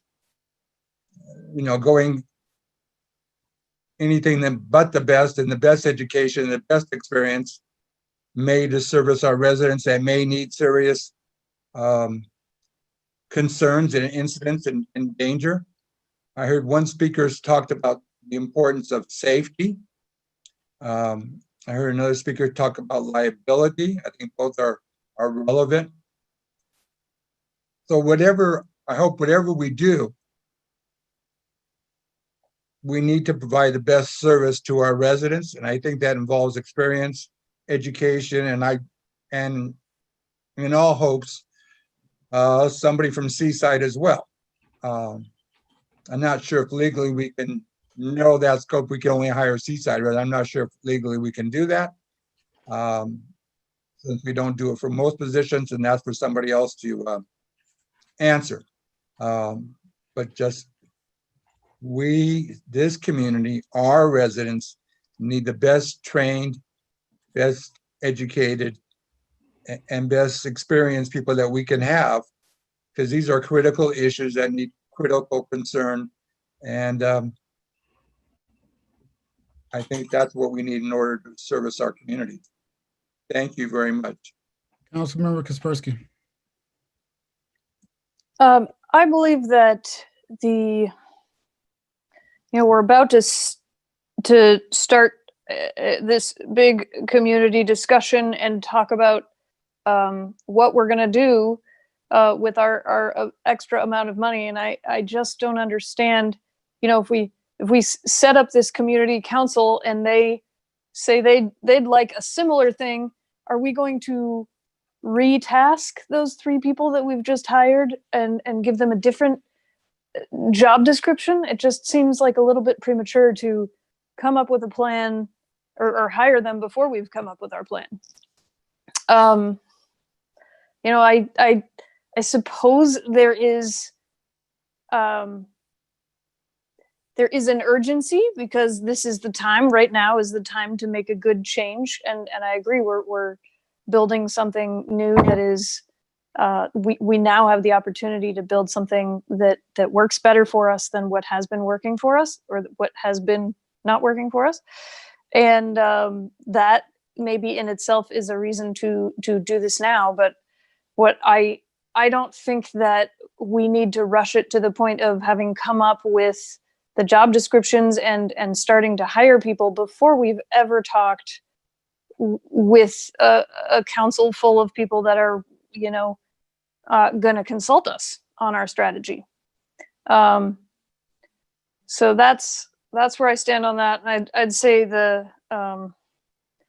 I actually think that our population is more like 50% Hispanic, and I've heard almost no representation here tonight. And you know, often I would encourage more public comment that is representative of our population, but it is what it is. And I have to say, not having heard from them tonight, I still feel like, wow, that's a large portion of our population, and it wouldn't hurt for a person that we hire to speak Spanish.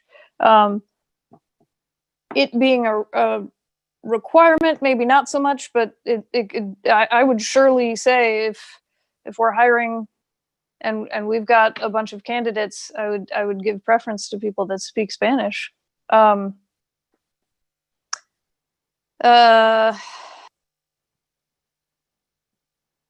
Yeah, I would entertain a vote tonight, but I struggle with making that decision at this moment. It just doesn't seem like this is the timeline that we're working on. We're throwing this in before we've got any thought put together at all yet. And I think there might be a lot of community members who have more cost-effective ways, who have opinions on groups we can work with that might change the job description of these people. It's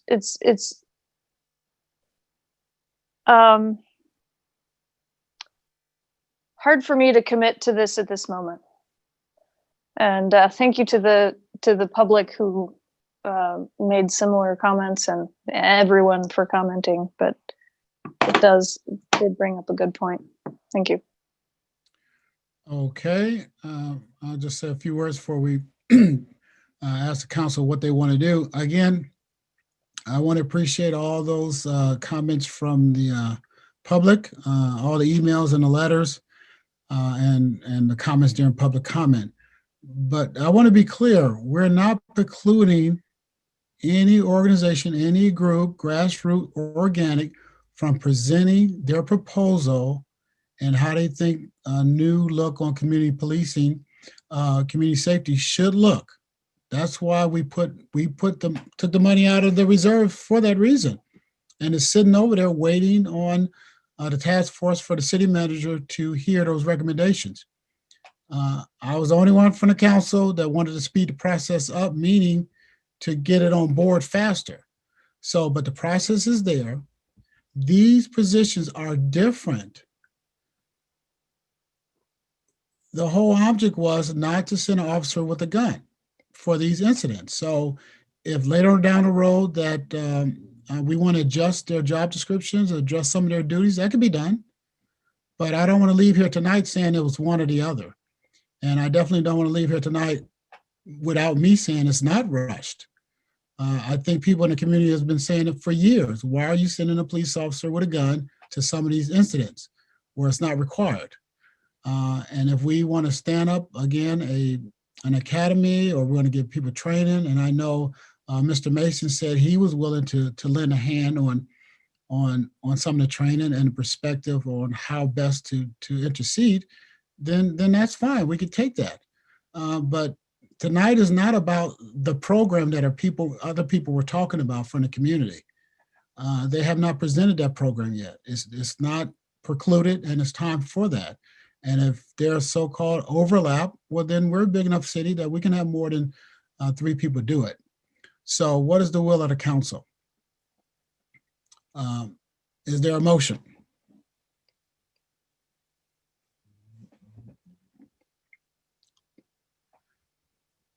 Just for discussion, I can make a motion. I don't have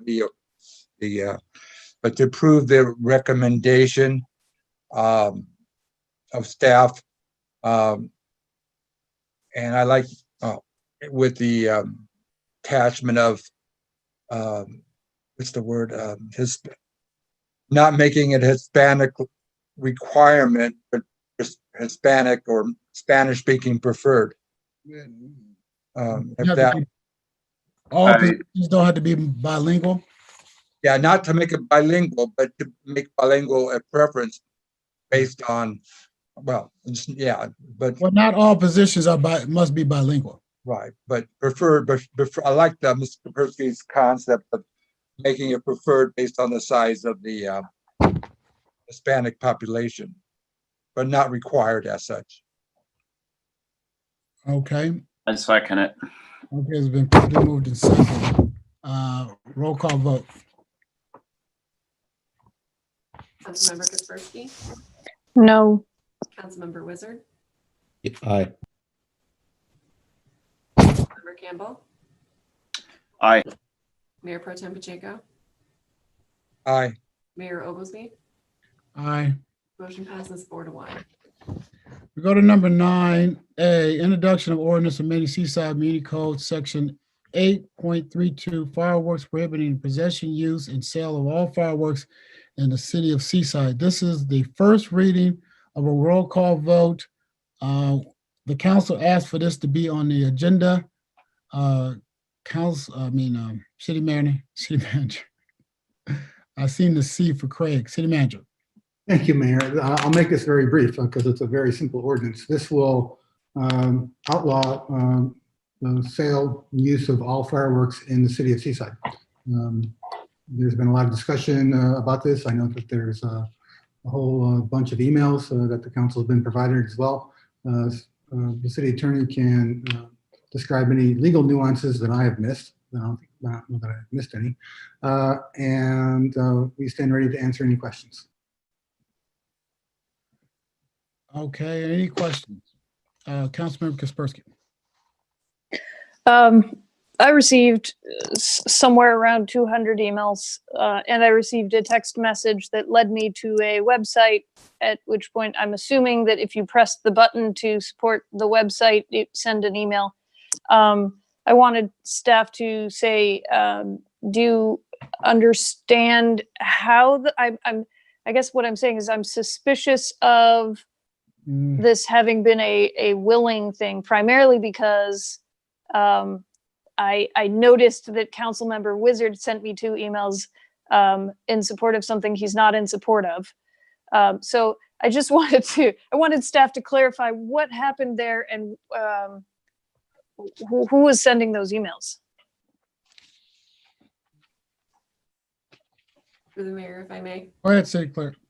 So I was also made aware of this because I received a minimum of 2 emails for every email that you received. I was on the list twice. I did get calls from members of the public who had expressed concern about this. They had clicked on it. They wanted to verify whether they had received an email, that I had received an email or not.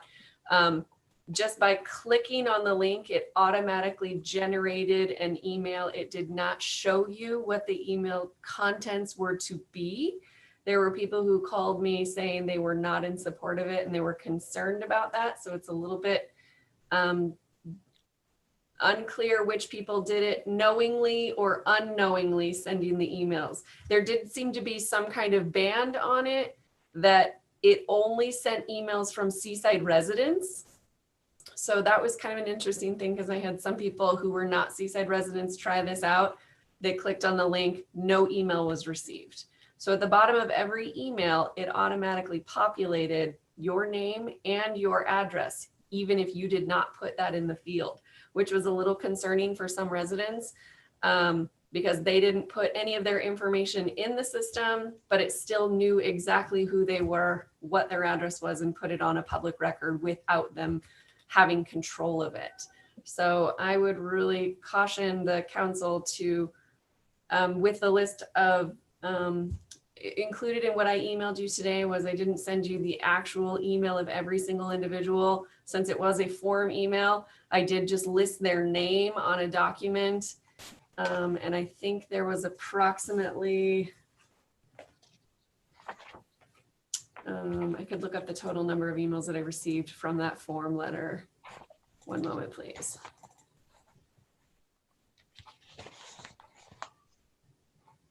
There were 169 unique names of emails. Some people had actually sent me up to 6 or up to 8 emails from the same address. I received 4 of them from Councilmember Wizard himself.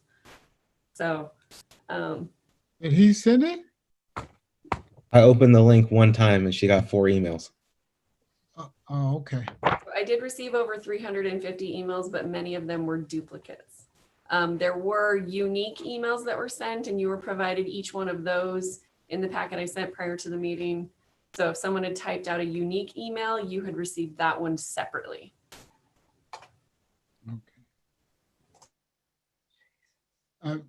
Was that answer your question? I guess I have a question. Okay, Councilmember Campbell. Go ahead, Councilmember. Thank you, Mary. I imagine you have a hard time seeing me. At least I can barely see myself in this thing. So just a quick question. I was disturbed enough by some of the names I saw on those emails that I did follow up with one person in particular, and just to confirm that they intended to send that email, and they said they did not. And I'm certain that's probably the case with Councilmember Wizard as well. I would, since it's part of the topic tonight, I would ask perhaps the city attorney should look into this, whether there was something not quite right about this, because I feel like I do not know where the information and the data came from, but whether voter rolls were used or something to attribute, basically to try and influence the council and our decision-making process in a less than legitimate way. It's very, very concerning to me. But to move on from that, the city attorney, please, on the ordinance, I noticed there were certain things that were struck out, such as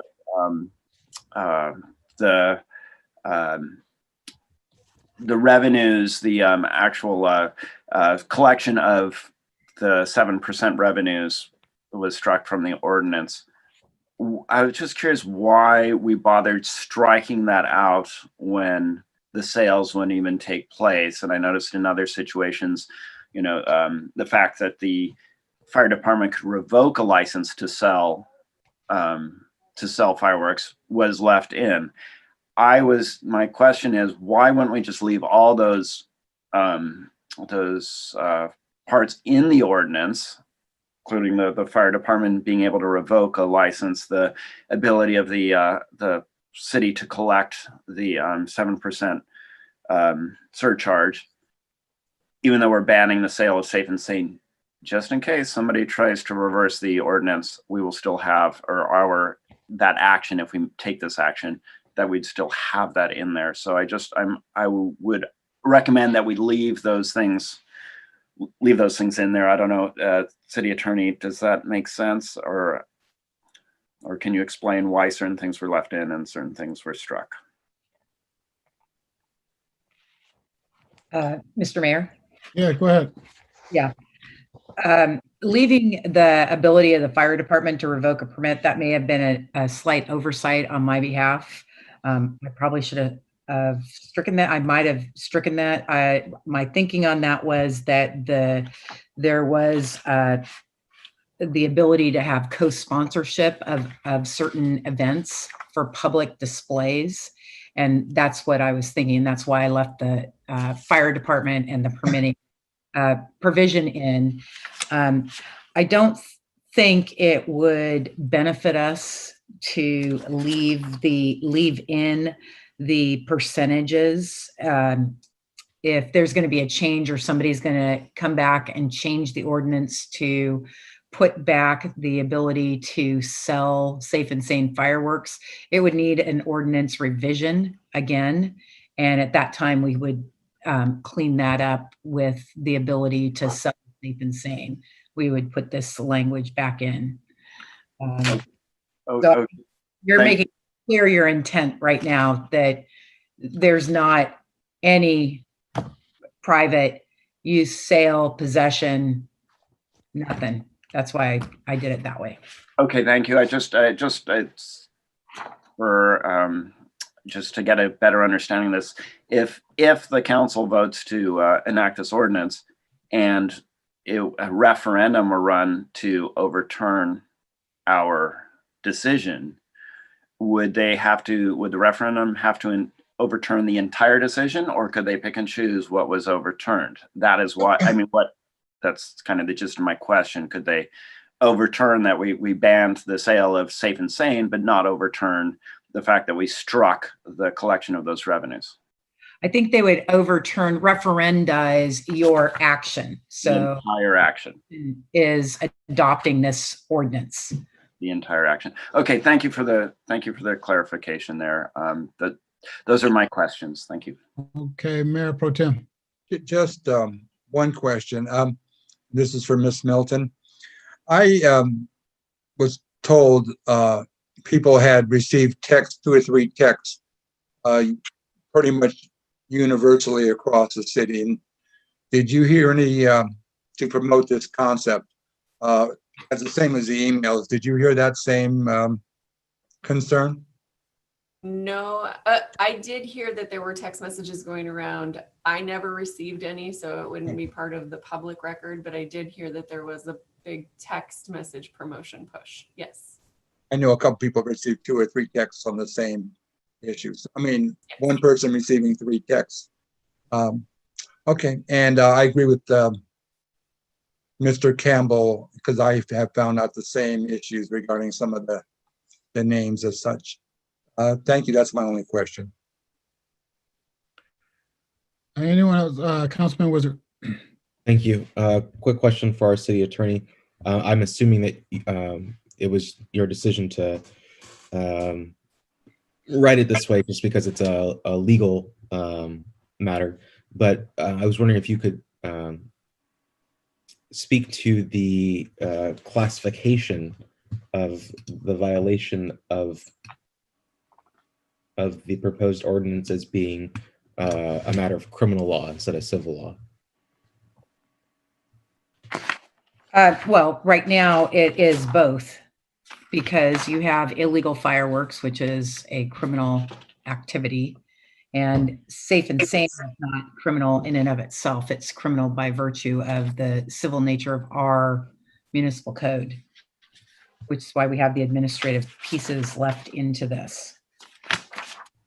Yeah, I guess so. The impetus for my question is that I'm generally opposed to the idea of criminalizing many things, but particularly nonviolent, non-sexual activities probably are not served by time in jail as punishment. And so the nature of this being proposed to be a misdemeanor, which is a jailable offense, is something that caught my attention. Councilmember Wizard, I would also note that that language is also carried over from the prior version of this ordinance. That is in our existing ordinance. It's framed, so I didn't make more changes than I thought were necessary. So that's why it's left in there. Thank you very much. Anyone else? Okay, we taking it out to the public. Public comment is now open, Madam City Clerk. If you'd like to make public comments on this item, please raise your hand now. Ms. Miriam Smith, you can unmute yourself and speak for up to 2 minutes. Hi, sorry, she was needing to step away for a minute, but she'll be back soon. Oh, she's back now. My turn. Okay. Well, So I just want to say that I raised 9 kids in Seaside. This is Miriam said. And I have 16 grandkids. And I was raised in Seaside all my life. So I have never seen a day in Seaside where we couldn't do fireworks. And I never want to see a day in Seaside where they can't do fireworks. I'm not interested. I'm too old. But young people enjoy it. And it may annoy some people a couple of weeks before the fireworks happen or a couple of weeks after the fireworks happen. I would like to say a few days or so, a week or so before and a week after. It seems like Seaside has become only concerned about fireworks. It seems like the topic and a lot of wasted time around fireworks. And I think that it makes me think that there are too many old people making decisions for young people, and they are the future of tomorrow. And we need to rethink about that. Yes, it gets on our nerves to hear noise. I can't stand for my grandkids to make noise around me. It irritates me. But are we in a community by ourselves? Is this a bedroom community? Do we want to keep it that way? Or do we want this community to be a destination, a place for people to come to, tours, or whatever? Are we trying to satisfy the old folks? What is going on here? Please tell me. I'm old now, don't get me wrong. And it does bother me to hear noise, don't get me wrong. But we got a whole lot of young people now. We got to make decisions, and they need to be at the table of decision making when you come to doing stuff like this. And you know they're not going to speak up. So you're going to make a ruling tonight and destroy the young people and mess them up and then try to criminalize them tomorrow. No, thank you. I don't think so. Thank you for your comment. Jen Gunter, you can now unmute yourself and speak for 2 minutes. Hi guys, good evening. I would just like to say once again that really taking the legal fireworks away is going to heighten our illegal firework problem. That money is going to go and be spent somewhere. The reality is that people will just go up the road, and I know that that's not okay. I'm totally not okay with breaking the law, but putting people in that position, I really think that that's going to compromise things for us as a city. There's so much being taken away right now.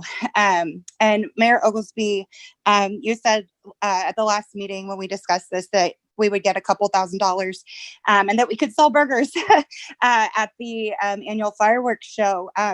But this year, I'm the kids and youth pastor at Monterey Bay Christian Center. And our profit, our take home was over $35,000 this year. And I ask respectfully and jokingly, but also seriously, how many burgers we have to sell to make that kind of money. And I just don't think that that's realistic as a nonprofit, really with a heart to help this community and help people with their livelihood. And I would ask this question as well. Mr. Pacheco, you said that you talked to many people who had a problem with the illegals, and I have a hard time with the illegal fireworks. I have a small dog. I myself, I get really jumpy. But have you talked to anybody who has had their lives impacted because of the nonprofits that are able to fund their entire year from their fireworks booth? And there weren't many, from my understanding. I don't know how many fires that were started. It's not necessarily a safety issue at this point. Honestly, our people need a reason to celebrate, and we need to give that to them. And we had so many people tell us, this is our first year buying fireworks in so long. We just, we've been cooped up. We need a reason to celebrate. So please think of the people that this affects in the long term, and the lives and the livelihood that is taken away from people. Thank you. Thank you for your comments. Azai Agario, you can unmute yourself and speak for 2 minutes. Good evening. Thank you for allowing me to speak. My name is Seaside Ogario. I'm the youth pastor of Iglesia Vida Camino Verdad in Seaside. I had the privilege to help out in the booths this year with Monterey Bay Christian Center. And I want to start off by saying your fight is not against the law-abiding citizens and organizations that pour back into the community. It's against the illegal fireworks, those that make your house tremble. If you're really upset about illegal fireworks, increase the fines. $2,500 is a joke for the people who spent more money purchasing those illegal fireworks. Think about something that will really make them think about setting those illegal fireworks off. Make them think twice about them purchasing illegal fireworks. This money that goes back into the community from the nonprofits and the taxes that the city collects, it's a good thing for the city. It's the sale of safe and sane fireworks that does more good than harm. Respectfully, Mr. Pacheco, your comment about giving the $4,000 and dividing it up to the nonprofits, it's kind of a joke and an insult because we've done car washes, sales, food sales, many things to raise money, and 4,000 is not anything that we could use. Again, think about this. I urge you not to pursue this ordinance. Think about all the good that is being done through the nonprofits. Your fight is against the illegal fireworks. If you want a city that's quiet, you should probably think about moving to Carmel Valley. They're really quiet and would probably find a lot of friends your age. Thank you. Okay, thank you for your comments. Becky Cook, you can now unmute yourself and speak for up to 2 minutes. It's actually Jimmy Cook, and I also work with the youth at Monterey Bay Christian Center in regards to banning the safe and sane fireworks. I don't understand the logic behind this. I'm still hearing fireworks go off. I heard some last night, and we haven't had a fireworks stand for over a month. I'm not sure if you heard me last time, but even sparklers are illegal in California. We do have morning glories, but sparklers are illegal because they're not safe and sane. I have a feeling that the people who are unhappy with the mortars and firecrackers probably think we sell them at the stands, because we have people every year asked to buy mortars and other illegal fireworks. They probably don't realize the difference between the illegal fireworks and the safe and sane fireworks.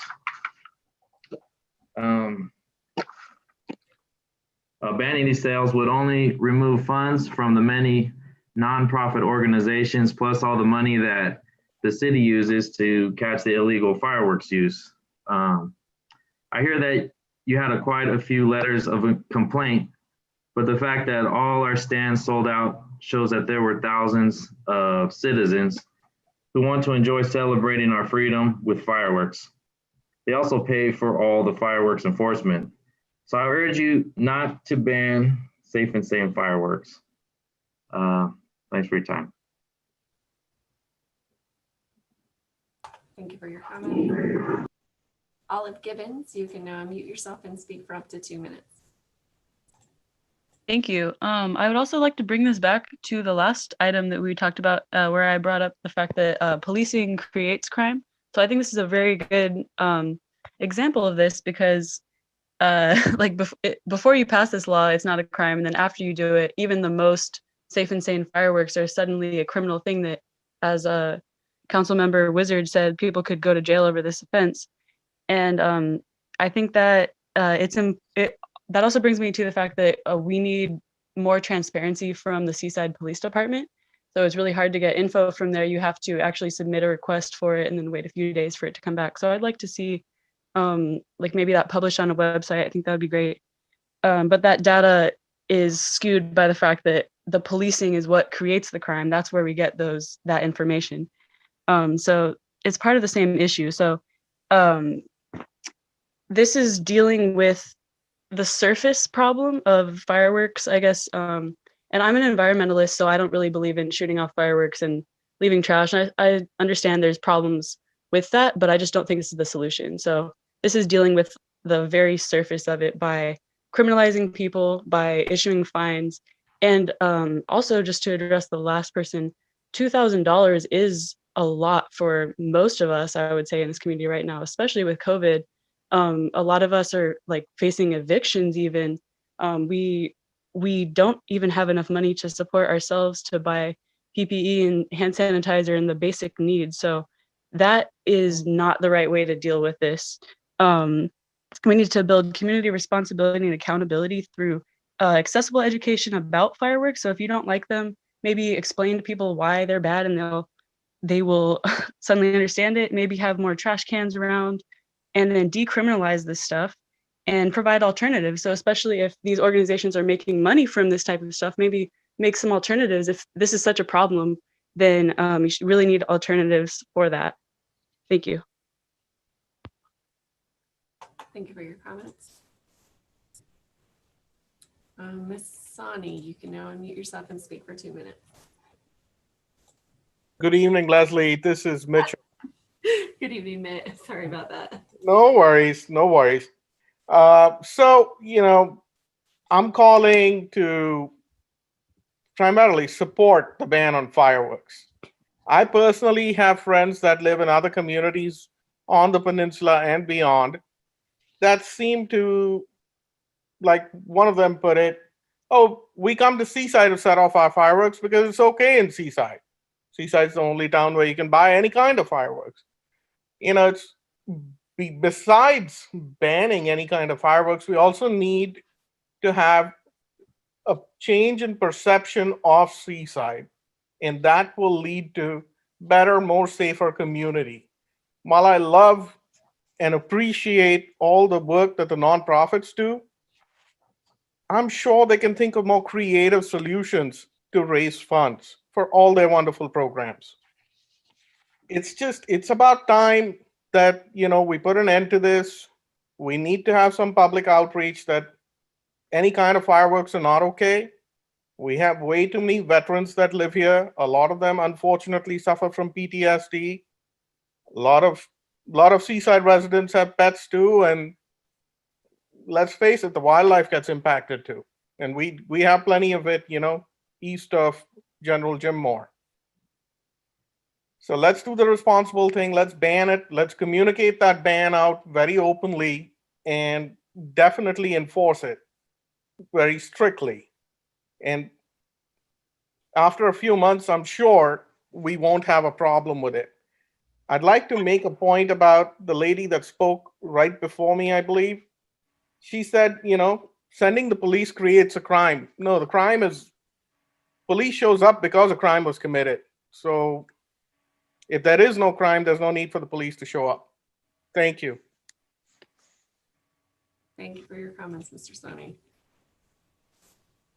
Mr. Mel Mason, you can now unmute yourself and speak for 2 minutes. Yeah, thank you. It's Mel Mason again. And with the exception of the gentleman that just spoke, I agree with everyone else that spoke before me.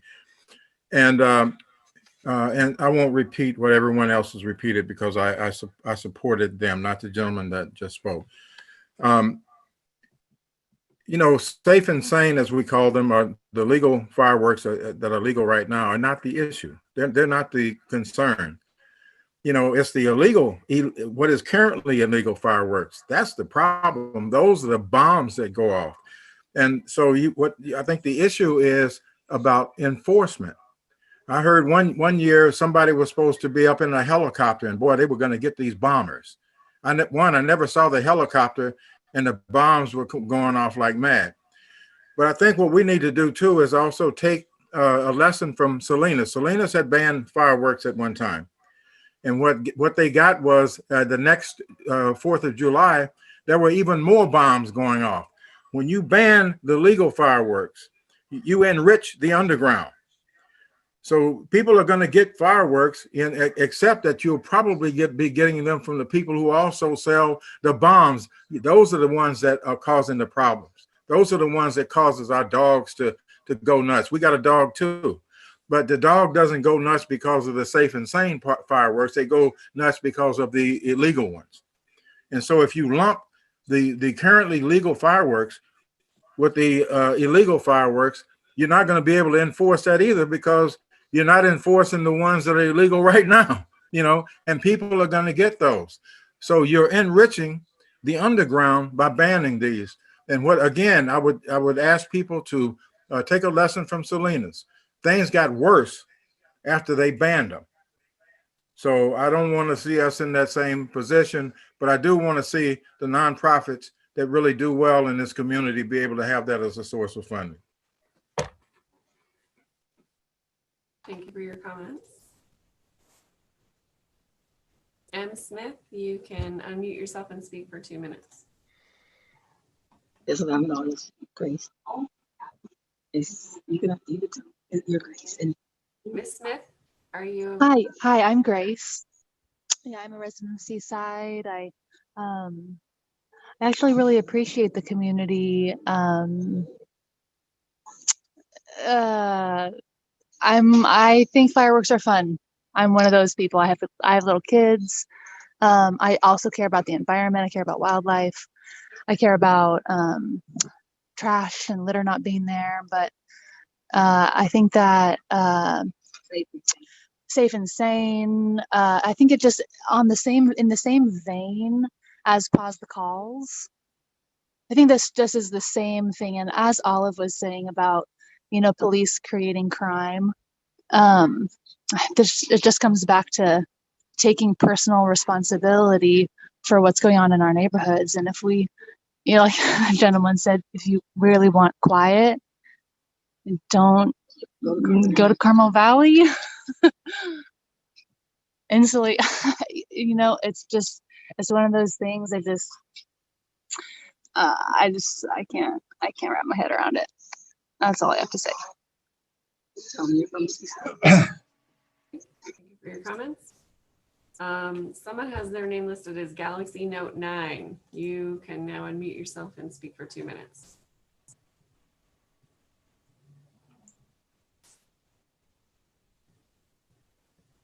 Hi, I'm sorry. I'm Diana Alvarez Ward. I'm the American Legion Auxiliary President of Unit 591 here in Seaside. We sell fireworks every year. We have been. And a few years past, city banned Piccolo Pete's and Whistling Phantoms, and we abide by what the city ordinance asked us not to do. And if people out there are going to allow us to sell fireworks in order to help our community, which is our veterans, our seniors, our children, that's the reason why we actually sell fireworks. It takes 6 days to make the amount of money that would take us 3 years to try to make by selling hamburgers or hot dogs, or car washes or flea markets, which we can't do without getting another permit. We can't use the water because of water shortages. We've tried making dinners, and in general, we still want to support our community. And I'm not talking just our veterans, but everyone out there. We help support Seaside High. We help support the elementary schools here in town. We don't go outside of this area except to our Palo Alto hospital and help service the veterans that are disabled that can't service themselves. And without the funds that we collect in a 7-day period, are we all expected to go to the city and ask them for money? Hey, I need $5,000 to help support a community or to help support a veteran that needs a place to stay for a week. I'm more than likely sure that that's not going to happen. I just want people to know that the city has made money off our 7% in the years past, and I appreciate it if you would take this into consideration. Thank you. Thank you for your comments. Pastor Lusk, you can now unmute yourself and speak for 2 minutes. Hello, City Council, Mayor. Just my comments hopefully will be brief.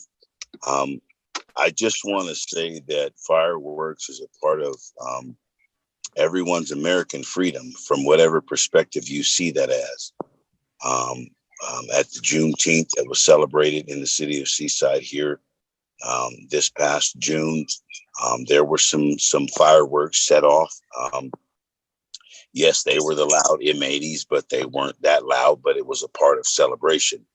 Illegal and legal fireworks from a multiple of ways allow people to celebrate what they need to celebrate. Now, illegal fireworks are wrong. I agree wholeheartedly in a way with Mr. Mason that You can't stop illegal fireworks, but you shouldn't stop those individuals and of us that would like to celebrate.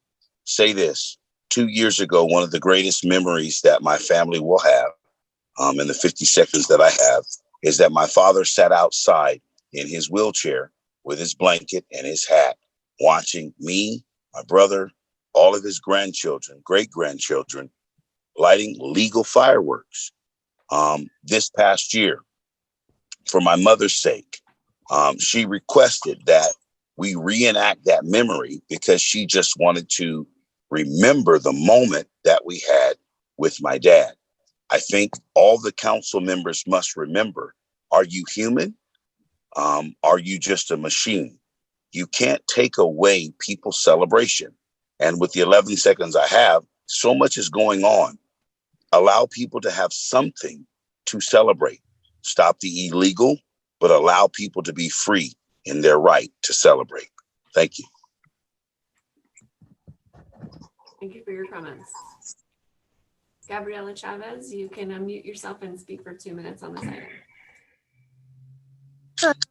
This is Gabriela Chavez, and I just also wanted to voice my support for safe and sane fireworks. You know, this is two separate issues, and I understand that as council members, you want to take action, and you've had a lot of complaints about the illegal fireworks, but banning safe and sane doesn't actually solve that problem. You know, I'm not a Seaside resident. I live on Casanova Avenue, but we're all really part of the same neighborhood. I heard the same fireworks go off the other night when we were on another council meeting talking about this issue. And just to echo what everyone's saying, that, you know, this is something that actually brings funds into nonprofits. You know, it benefits the community, and won't banning safe and sane will not in any way keep people from buying illegal fireworks. And it's not just Seaside. I mean, I've been in Monterey and Pacific Grove, and people were setting off illegal fireworks there too. It happens around that time, and it's an issue that each city has to deal with. But this is just kind of like a Band-Aid that doesn't actually get to the root of the problem. So I don't think this is the right way. And to echo what Mel Mason said, all of those funds that now are being funneled into, you know, Bible studies or the other nonprofit groups will just be put into, like he said, the underground, the other sellers of fireworks, and we're just diverting needed funds away from the community. So thank you. Thank you for your comments. Tommy Barker, you can unmute yourself and speak for 2 minutes. Good evening. My name is Tommy Barker. I'm a resident of Seaside, and I would like to just comment on my support for safe and sane. The illegal fireworks we all know are illegal. They're easy to identify. Young children, seeing that joy in their eye is, as a parent, it's a big deal to me. You know, for my nephews, nieces, cousins, all them, my own memories as a child, and everyone in my family, it's a big deal. And, you know, everyone on my street enjoy them. I have veterans on my street, and they enjoy the safe and sane. I have dog lovers on my street, and they enjoy the safe and sane. So to say veterans don't like it or old people don't like it, that's not necessarily true. Some may not, some do. I would ask you to think heavily for the young in our community, for the dollars that go into the nonprofits for our community, and really think of the future for them and their future. So I really would hope that we let safe and sane stay and have some good enjoyment for the young and the old and everyone in between, all the same. Thank you for the time. Much appreciated, folks. Thank you much. Thank you for your comments. Rosalind Green, you can unmute yourself and speak for up to 2 minutes. Thank you, Leslie. I just want to say that over the 50 years of my life, I've enjoyed fireworks. In my youthful younger days, the now illegals were legal. We were able to go on the beach. We'd go back to the beach the next day and find unpopped firecrackers. Um, the sparklers were legal then. And so I say all that to say that I have watched this holidays activities diminish over the years, and we have taken away and taken away and taken away. Now that I am more seasoned, I see that it is profitable for the nonprofits. It is fun for families. And I just don't agree with taking away the safe and sane fireworks as a measure of preventing the illegal fireworks that start long before the 4th of July and they go long after the 4th of July. I know that we have a system now with the droids that are giving out tickets. I was present last year at the Blue Ribbon meeting, and I know that that's working. So I think that we have to continue to look at what works and instead of looking for ways to take away things that bring joy and unity into our community. Thank you. Thank you for your comments. Regina Mason, Ms. Mason, you can unmute yourself and speak for 2 minutes. Thank you, Leslie. Yeah, I don't know where this is coming from in terms of banning safe and sane fireworks. It just seems to me that all of a sudden this got placed on last city council's agenda for discussion, and now all of a sudden it's like ban safe and sane. It doesn't make sense to me. It's almost as if you want to take away our right to have fun on the 4th of July. Last night, there were bombs going off in the community. So the underground fireworks are the problem, but I don't think it's really a good idea to ban safe and sane fireworks. And I also think that as a council, and each council member, to your constituents, when you start hearing people, the constituents in the community complaining about the fireworks, then to, really educate them about the difference between safe and sane fireworks versus illegal fireworks. It's not the safe and sane that people are complaining about. I have a dog. I love pets, and my dog gets really agitated and barks throughout the night when these bombs keep going off. I do not like it, not one bit. So I'd like for you to amend your ordinance and put on the table the underground fireworks and not the safe and sane fireworks. I just think that you're shooting the community in the foot when it comes to our joy, our children, our grandchildren, enjoying freedom of having a wonderful time with family. And we're going through a lot right now in our country with the pandemic and everything that's happening with poverty. And this is one time out of the year. So I really appeal to you to reconsider. Thank you. Thank you for your comments. Vanessa Robinson, you can unmute yourself and speak for up to 2 minutes.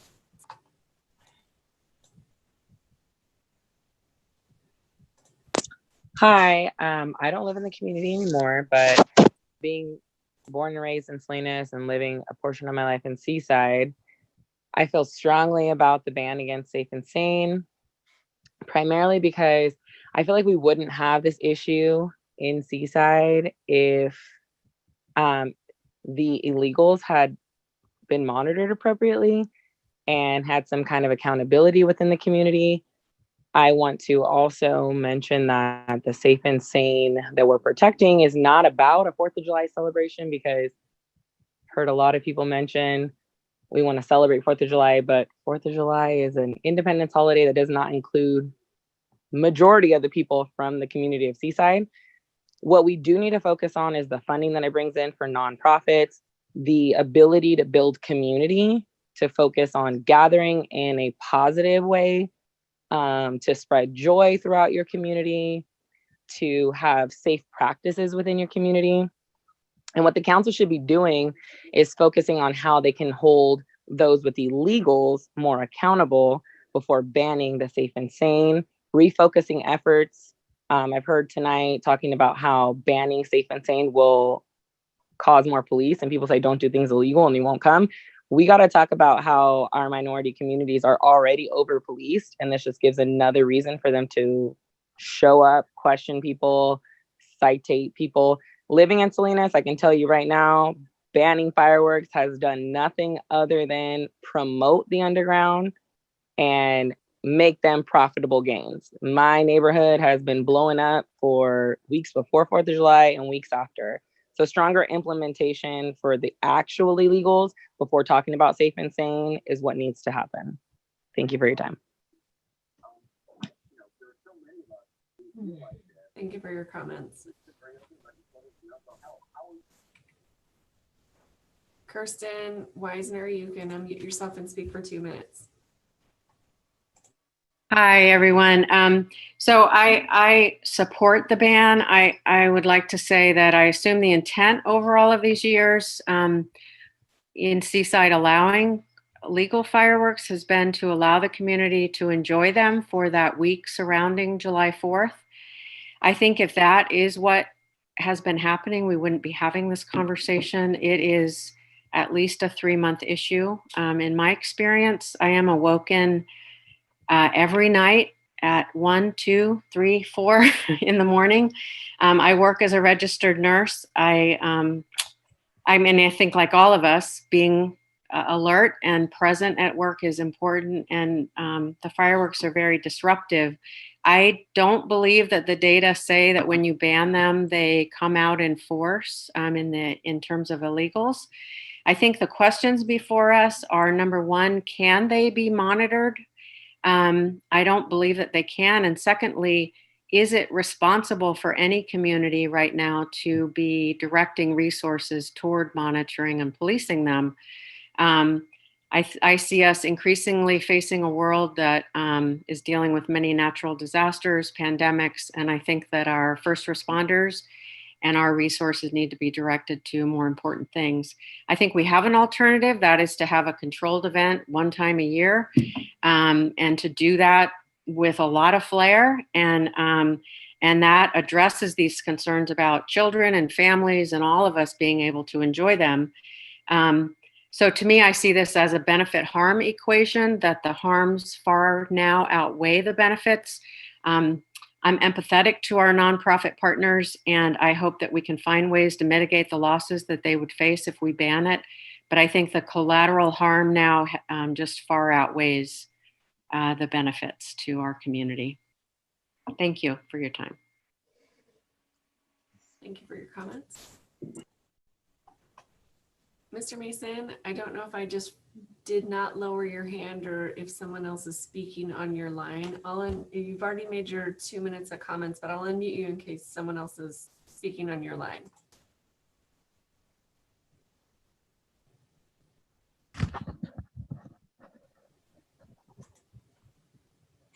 Okay, must have been a mistake. The individual titled Kristen and Jude, you can unmute yourself and speak for 2 minutes. Yes, hi. Thank you. I just want to speak also in favor of the ban. I love fireworks too. The issue is that, and I agree, if they were at one time during the year, that would be fine. I live in Seaside and I hear them all hours of the night. It's been going on for months. It affects my family, our ability to get the rest we need. I know that they also affect pets and wildlife and people with post-traumatic stress disorder and so forth. And I believe that that having legal ones makes room for illegal ones. I think someone mentioned they know that the community Seaside allows fireworks, so they'll go there. I think it's hard for the police probably to distinguish between the legal ones and the illegal ones. If nothing else, they're trying to field calls from people complaining about them, and they don't know, what what kind they are. And I think that people who are using the illegal ones probably hide behind the legal ones. And I don't really want to see our city resources being spent policing that. So I love fireworks too. I hate to not have them, but I think if we have one event, then that's a good fun time. We get to celebrate our independence, celebrate our freedom, have the fireworks, and then we can get the rest and care that we need for the rest of the year. Thank you. Thank you for your comments. Mr. Mayor, that's the last request to speak. Okay, thank you. Public comment is now closed. A lot of comments, and we definitely heard what they had to say. Is there, this is the first reading. Any comments before we move forward? Okay, Councilmember Campbell. Thank you, Mayor. Thank you for seeing me. I suppose I have two questions. If Chief Pridgeon is available, I was just wondering if he could respond to the concept, whether he has any sort of statistical knowledge of that. But I believe it's a valid point that when you drive things underground, you might actually create more crime. Do you suspect that might be the case? Is that something? I don't mean to put you on the spot without the data, but is it a reasonable concern that if we actually ban Safe and Sane, we will create more of a desire for people to use illegal? I mean, the big fireworks, the mortars, and what we consider illegal now. What I can tell you is, excuse me, I don't know that will be the case, but in my experience, banning fireworks, Safe and Sane, does not stop the use of illegal fireworks. And in talking with my colleagues across the peninsula who have banned them in the past, they have not had success with curbing illegal fireworks. And again, across the country, I think this year was quite challenging for many departments because of a number of reasons. But in my experience, banning the sale of Safe and Sane will not stop illegal fireworks. Okay, thank you. Since you're still, since you brought that up, I wasn't going to. So, for example, the other peninsula cities such as Pacific Grove and Monterey, who do not allow Safe and Sane fireworks, do they have the same sort of problems with illegal fireworks? So Pacific Grove has had problems with illegal fireworks. I don't think to the extent that Seaside has. Monterey has, and Carmel has. So not to the extent, but these cities also have bans on the sale of fireworks, and they still have challenges with illegal fireworks. Okay. All right. Thank you, Chief. For the city attorney, just a couple of quick questions. Could you clarify that this is it's the first reading, so we actually need to vote on this ordinance twice before it is enacted? That's correct. So if a majority of us vote to enact this in favor of this ordinance tonight, but then at the second reading, that isn't the case. Majority do not support the ordinance, it would fail. In other words, we have the ability to change our positions. That's correct. I just want to clarify that. Thank you. And then this might be, I think this is to you, city attorney or city manager, but to be clear, even though we're banning all Safe and Sane and of course the illegals, current illegals will be illegal, we are not banning a city-sponsored event. That's correct too. Okay.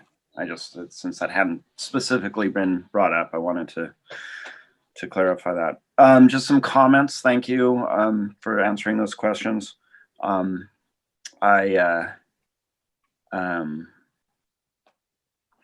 Mr. Pacheco and I have spent years dealing with this issue. This is not the first time we've heard that the problem isn't safe and sane. The problem is illegal fireworks. It is certainly, there's more illegal fireworks in Seaside than other communities on the peninsula. And I have gotten so many complaints and personally been so irritated by the illegal fireworks that I feel desperate times, create the need for desperate measures. I'm not naive. I don't think banning safe and sane fireworks is going to stop illegal fireworks. I would never make that. But I do believe it could make it easier to enforce the fireworks ordinance, and it might gradually over the years change the culture of the city, and the city will find it, our residents will find it less acceptable to celebrate in such a way that that bothers other people at every hour of the night. So I don't take this lightly. I kind of, when it comes to fireworks, I'm agnostic. As a kid, I loved it. As an adult, not so much. I've had too many animals who stress out, and when I hear those bombs go off, I hear the wildlife react. I am just not a fan of the current situation at all, and we've made many efforts to try and curb it. And last year, this last 4th of July, plus 3 weeks on either side was one of the worst. So I'm on one sense glad this is before us, so the residents can know we've been taking this seriously for years, but nothing has been effective enough, and we're ready to take a step that may seem extreme, but I can't not do anything. When you keep doing the same thing year after year, and you have expecting different results, we all know the definition of that, and we're not succeeding. We've made many efforts. We raised the fines, we've done public outreach, we've done everything that I can think of to try and limit illegal fireworks. And I know we had many public comments tonight, and if we had more ideas, I'm open to hear them. So anyway, I'm leaning towards supporting this ordinance. I'm going to listen to the rest of the council, but the reason why I asked the question about the second reading and the second vote is, unless more than these 2 or 3 people come to this council, make public comment and say you need to ban this, I might change my vote next time this comes before us, because if a majority of people seem to be okay with safe and sane, it's going to go to an election, and our efforts are going to be overturned. So I hope to hear the passion at our council meetings that I get in the emails. I know that probably a lot of those people are asleep. It's nearly 10 o'clock already, and they're enjoying their night without the fireworks going off. But that's where I'm coming from right now. So it's a difficult topic, and thanks for all the public comment. Anyone else? Councilmember Kaspersky. Thank you. I think it's maybe I wasn't quite ready to give my public comment. I don't believe in approaching a problem like this. We already are seeing that we are not able to enforce the current ordinances. I don't know why we think that making an even stricter law is going to make it even better to enforce. You know, that to me doesn't solve the issue. And for one thing, I would say it's not really an issue. I think the culture in Seaside is fine, and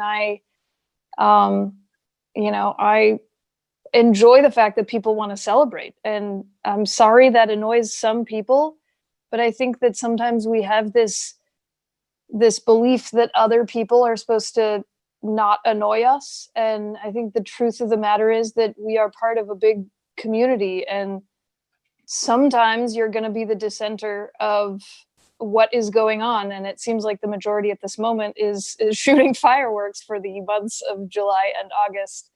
And you know, I agree that the ones that are shooting up into the sky are illegal, and I am in no way a proponent of doing illegal things. But if we are going to say that we are cracking down on that, then let's actually, you know, provide an enforceable action, not make this sweeping motion of turning everything into an illegal thing, removing all of the fun for everyone because some things are not fun for some people. Thank you. Anyone else? Mayor Pro Tem. Just let me make sure here. Yeah, just a couple of simple questions, I believe. This is to the city attorney. I believe, and correct me if I'm wrong, we've lowered the fine to $1,000 because we had to as it relates to the law. Is that a correct statement? That is a correct statement. So the 25 or charging 5 or 10,000, we can't do $1,000, something that we are required to do because some of the suggestions were to increase the fee. Is that correct?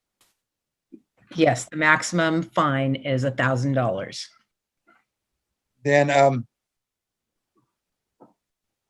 Mr. Wizard, Councilman Wizard made a point, I believe. And then I have a question. How many people, I know the fine was $2,500 and $1,000 in the past prior to that. Do you know if we've put anybody, for lack of a better term, behind bars to serve time? Do you know of anything of that nature? I am unaware that we have either criminally prosecuted anybody for or any of the fines. No, we have not put anybody in jail for, as far as I know. And then just if that possibility is there, and it probably can't be, can that be somehow an opportunity to put them in jail? Can we somehow do something with that? I'm just asking. Well, I would not recommend that. The illegal fireworks are punishable under state law, and that is a misdemeanor. And those cases are not kept within city prosecution. Those get turned over to the district attorney, and they are prosecuted through the criminal justice system. Thank you. So my comments are a little lengthy, but it's important, I hope. One, I grew up with safe and sane fireworks, and we keep it secret, probably a few illegal fireworks. My son grew up in Seaside the same way, with safe and sane and probably 1 or 2 illegals as well.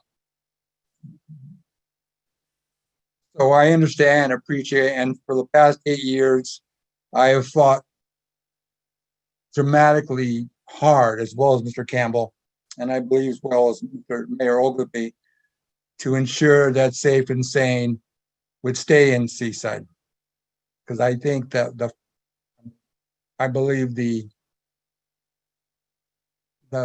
raising of the funds, the celebrations was important. But every year we get more and more complaints. I'm concerned about the loss of funds for our youth activities is a serious concern.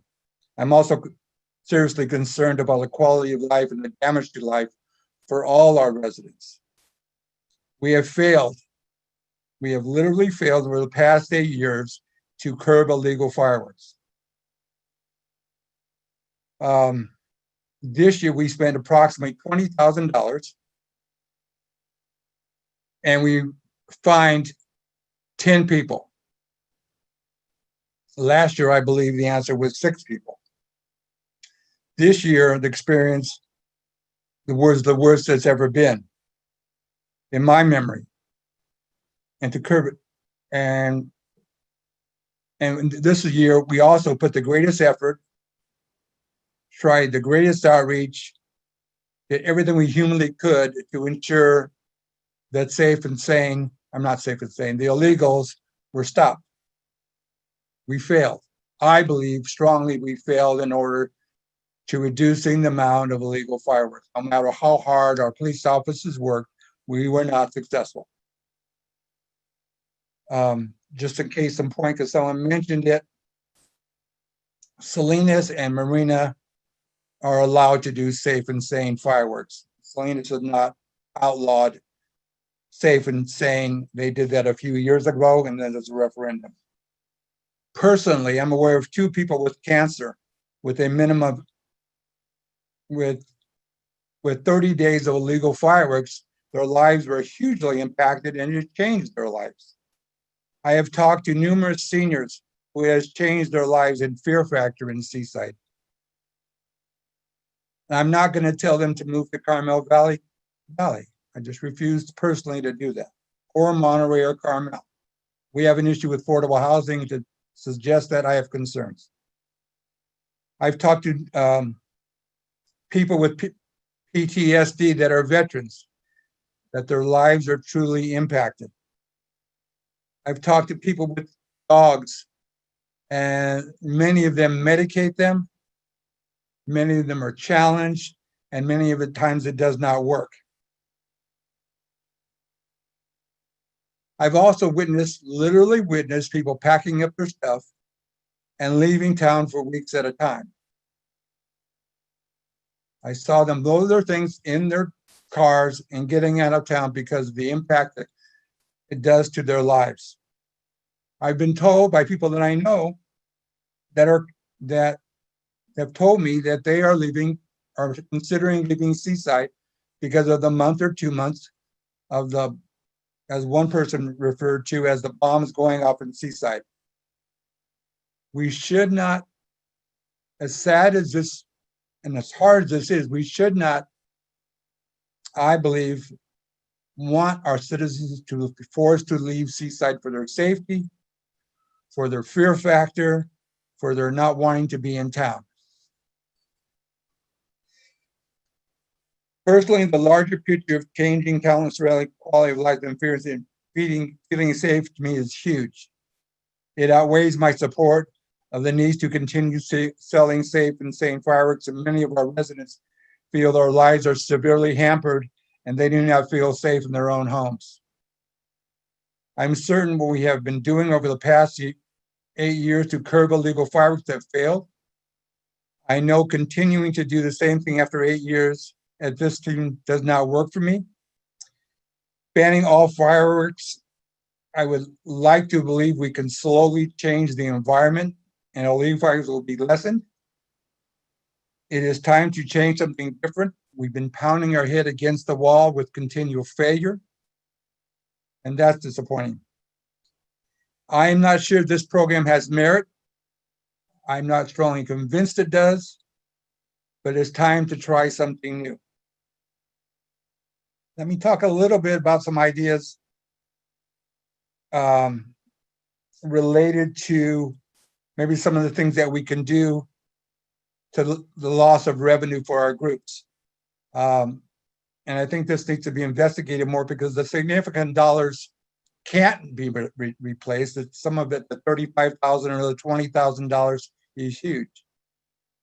So I'm going to throw out 4 ideas and then I'll conclude it. One is we can waive, and I know 4 or 5 of these groups, so I'm not picking on all the groups, but maybe some of them could be used. Waive the fee for the Seaside Dolphins for use of the swim center for 3 years. We do the same thing for youth baseball. We do the same thing for youth football. And as an example, allow American Legion to use Oldemeyer Center for free for their events and breakfasts. Their facility will be remodeled in the years ahead, and this could be a positive opportunity for them for some fundraising. charge $10 for parking for the fireworks event, so the city can have a fireworks event and many people can raise money through that process. I know there is a concern about charging money for an event. I know it is also time that we have the best event on the peninsula. And I also know that cities charge for parking for less quality events. Allow groups to use the Oldenmeyer Center that have fireworks in the past to use the facility for free for fundraising or reduced rates, plus participate in community events for free. I know from experience that some of us are going to try and find reasons why we cannot do these or any of the above suggestions. But I also know we need to find new ways and new ideas to assist in providing funds for our youth programs. They are essential to the community. I will support the ordinance. I believe we cannot nor should not believe we are doing is working, and the negative into our Seaside resident lives, Seaside lives does not matter. All our Seaside lives matter. All our Seaside lives have an impact. And by making people or encouraging people to leave our communities for periods of time is not satisfactory after year.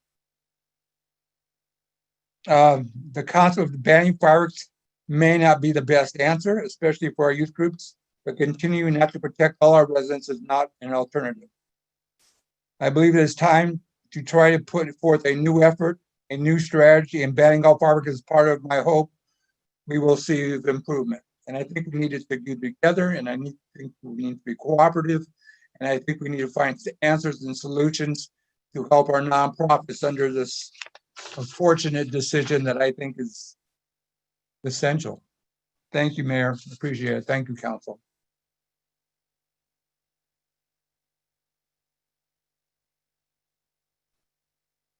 I thought I asked for everybody. Councilmember Wizard.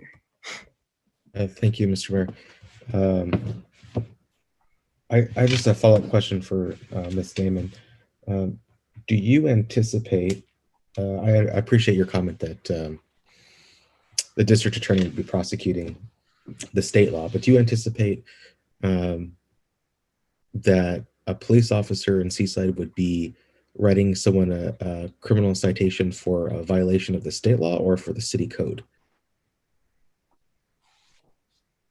Well, I think that depends, and maybe the chief would be better positioned to advise. I know that of those 10, those are all civil violations of our municipal code. So they're municipal code violations versus illegal citations. But I do know that there have been in the past years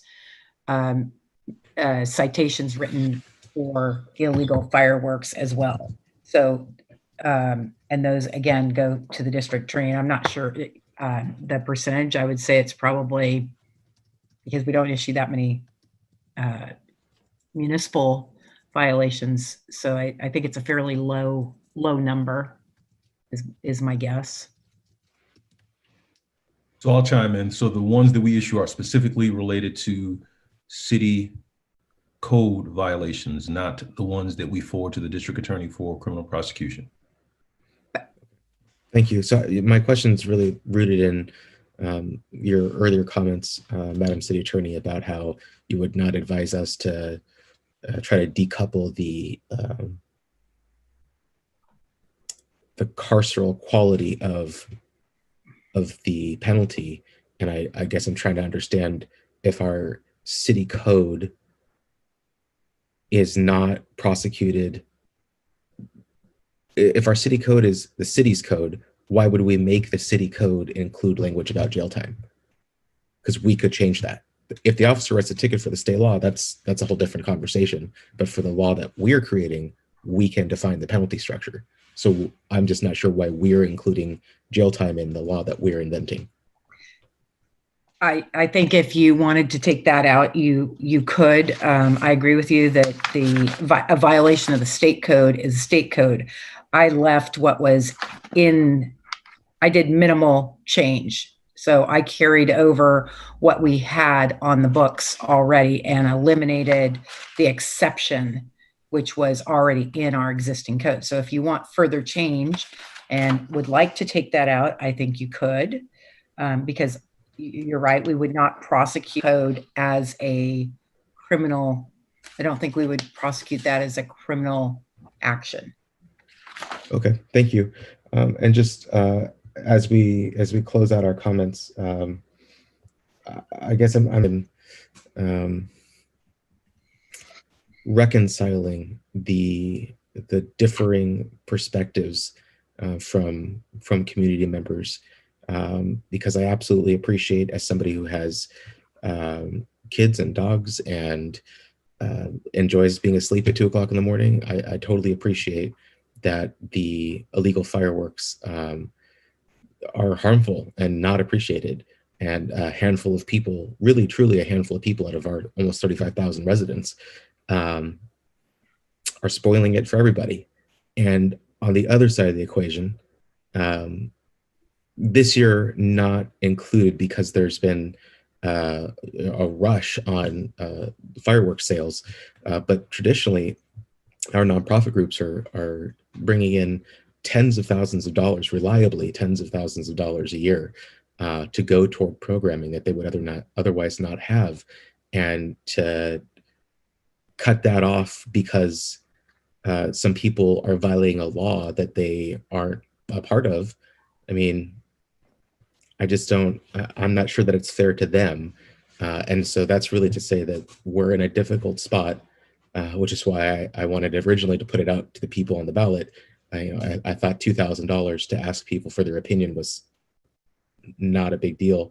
But here we are, we find ourselves with this question. And hours before we would need to get a hastily worded and submitted ballot measure to the county registrar. So that's not going to happen. I'm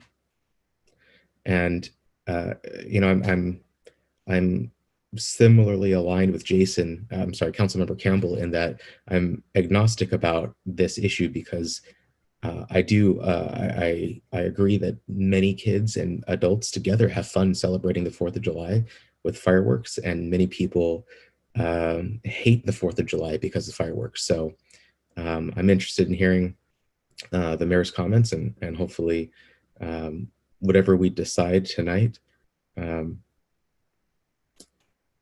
that we are able to try something one way or the other and hopefully bring some relief to the people who are seeking it.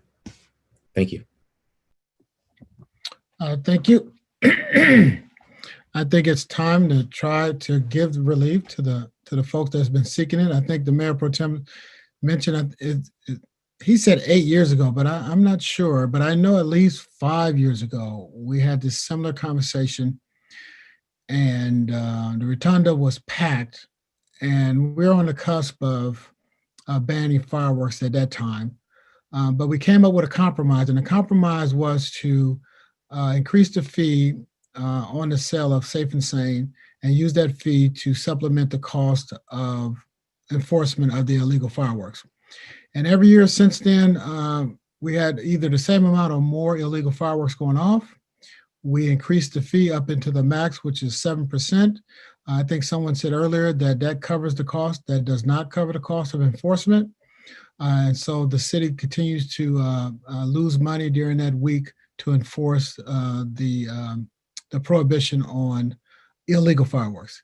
I supported that concept years ago because I believe in the 4th of July, and I won't get into when everybody was emancipated and when everybody should be enjoying the 4th of July. That's not the issue. The issue is I support Safe and Sane. I support fireworks. I support the city-sponsored fireworks show. But the illegal firework have been hiding behind the Safe and Sane. And there's no way that we can get in between that as long as we have Safe and Sane out there. To me, it's unfortunate that the illegal fireworks, people that choose to use them are hiding behind the Safe and Sane. And it's unfortunate in this, I guess, county, and the chief can correct me, in this state, that you have to actually see the person set off the illegal fireworks to have the officer be able to write the infraction. The infraction we raised to as much as possible, I think $2,500. And then when someone gets the infraction, it's hard for us to enforce it because the person doesn't have $2,500 and we don't want them to lose,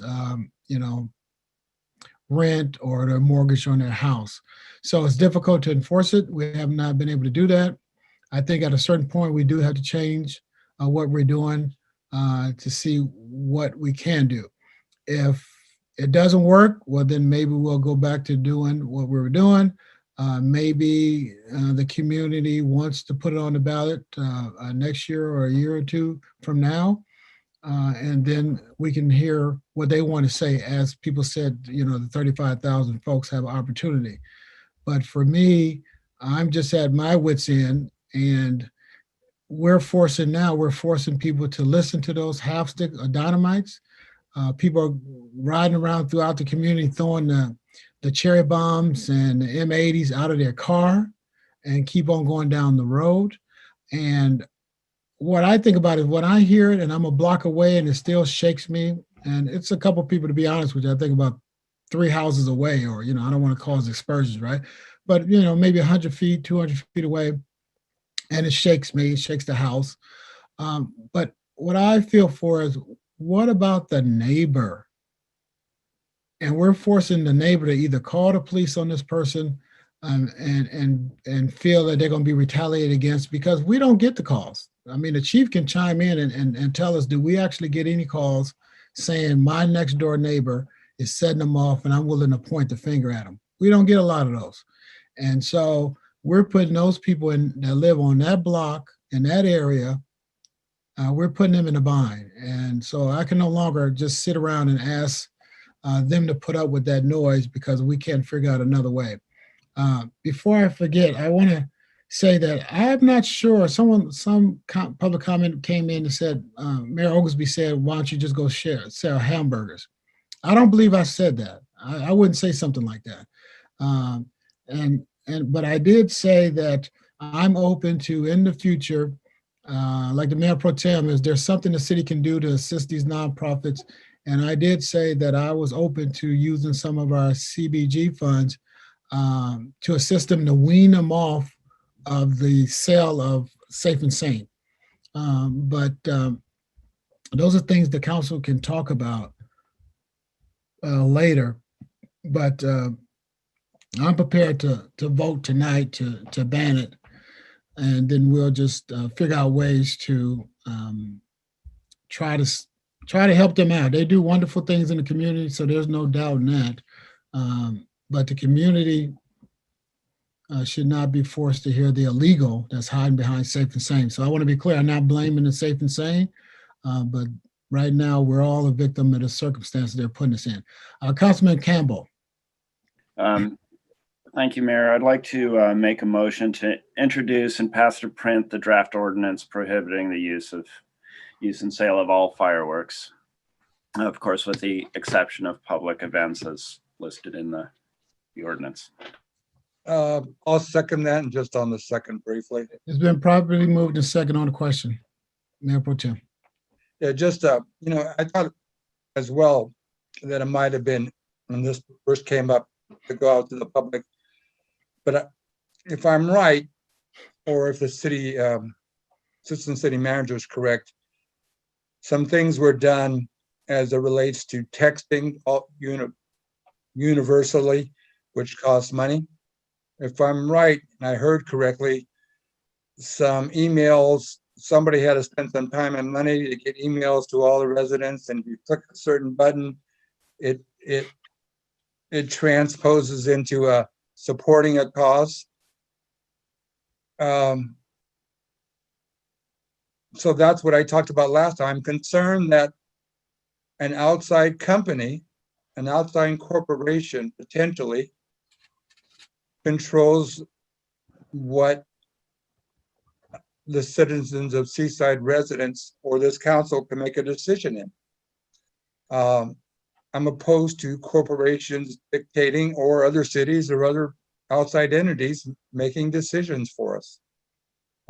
We were empowered to make tough decisions, and this is, for me, a very tough one. Yeah, on the question. So that's about it. Thank you.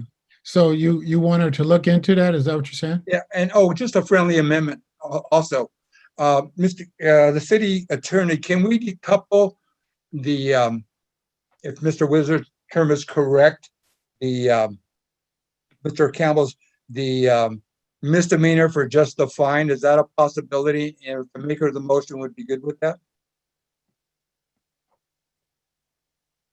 You're muted. Yes, I would be fine with eliminating the reference to jail time for our civil code. Yes. Thank Right. you. So my recommendation to the council then is under 8.32.190 administrative fines and penalties that we strike A. And actually, I would just leave it intentionally omitted would be inserted there, and we would take out the any violation of the chapter is a misdemeanor and leave the, I think we can leave the rest of it and strike the last part on C on the criminally prosecute a violation of this chapter. And what is the fine then? The fine is still no more than a maximum of $1,000. All right, make it a motion. You're okay with that? Yes, I think our intention is clear here. Thank you. All right, roll call vote. Councilmember Kaspersky, No. Councilmember Wizard, No. Councilmember Campbell, Aye. Mayor Pro Tem Pacheco, Aye. Mayor Oglesby. Aye. Motion passes 3-2. Okay. All right. So let's go to 9B. Introduce the ordinance amending Seaside Mini Code Chapter 2.14 Boards of Commission establishing a Community Police and Advisory Committee. First reading, roll call vote. Mr. City Manager. Thank you, Mayor. As the council will recall, we had some discussion of creating a community police advisory committee.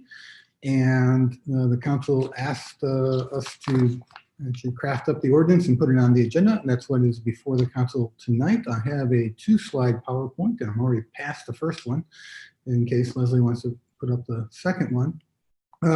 Essentially, it's an 11-member panel. There are 2 members of the panel who are between the ages of 16 and 18. They serve 2-year terms. The one change that is highlighted in red from when the council reviewed this the last time is that 1 member is appointed really by council members. And then the rest of the other 6 are nominated by the mayor and the council.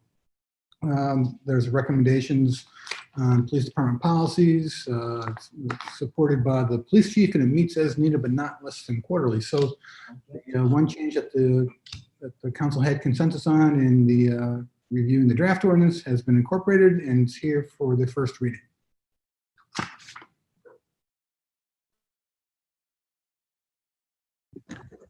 Yeah, excuse me. Okay, any questions from the council? Councilman Wizard. Thank you, Mr. Mayor. Maybe a question for our assistant city manager or our city manager. And I understand that we're each supposed to appoint somebody and we're going to do the normal process for the balance with the nominations and the vote. But for instance, let's say there's 3 people that are like for sure on this committee. Can 2 of them have a meeting, or is it a quorum of the 11? Can 2 out of 3 members have a meeting, or must 6 or more have a meeting? I don't think you can. Go ahead. I don't think you can have an official meeting. 2 people can talk to each other. But if there's only 3 people who are appointed, a majority would be 2. I don't know how we're going to get to just 3 people being appointed. Is why I'm confused. How the direction we've gotten before regarding a quorum, even though you may have an 11-member committee at times, as an example, on our Community Development Advisory Committee, there were resignations. And so a quorum is considered half of your appointed members, your currently appointed members. So if there is a committee of 3 appointed, 2 would be a quorum. Yes. Not half, 51 plus, half plus one. So it must be the majority of the group. The majority of the group. Okay, thank you. And then um, maybe I missed it. It's a pretty succinct resolution and section of ordinance. But will the group, like the other boards and commissions, develop their own work plan, or is it going to be more prescriptive to follow, like, go chapter by chapter through the police policy manual, or how does that work for this group? I believe that they will, like other commissions and committees, develop their own work plan and take on topics that meet their interest. Okay.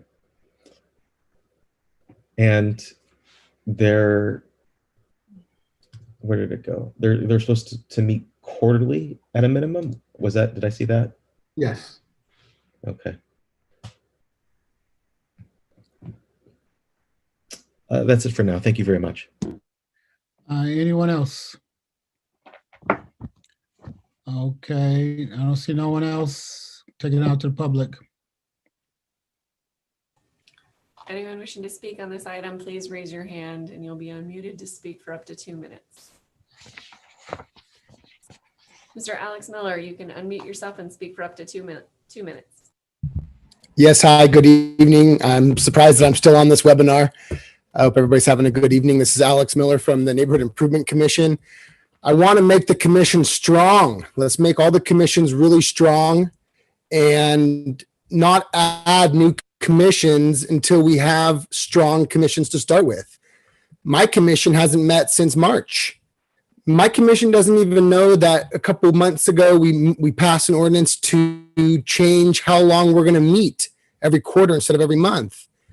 These are things that we need to be stronger in our communication, stronger in our commissioners, and recognize that our commissions need a lot of help and a lot of work. And if we just keep on adding commissions, we're taking away quality from a commission that was established December 3rd, 1981. Next year, we'll be celebrating our 30-year anniversary. And we want to be the strongest we can be. We've worked on policing issues. We started the Neighborhood Watch. We've done things that this commission is going to do. But we need the city to help us out and let us meet. Let us meet on Zoom. Let us work towards our basketball court. Let us work towards the projects that we're trying to work for. But instead, we're just kind of half-assing it. We're half-assing my commission. And I think what's going to happen is we're half-assing this commission as well. So I think we should make our commission stronger. And by doing that is having better communication with the chairs and with all of our commissioners. Thank you for your time. Thank you for your comments. Mr. Mayor, that's the only request to speak. Okay, bringing it back to the council. Are there any other? Councilmember Campbell. Thank you, Mayor.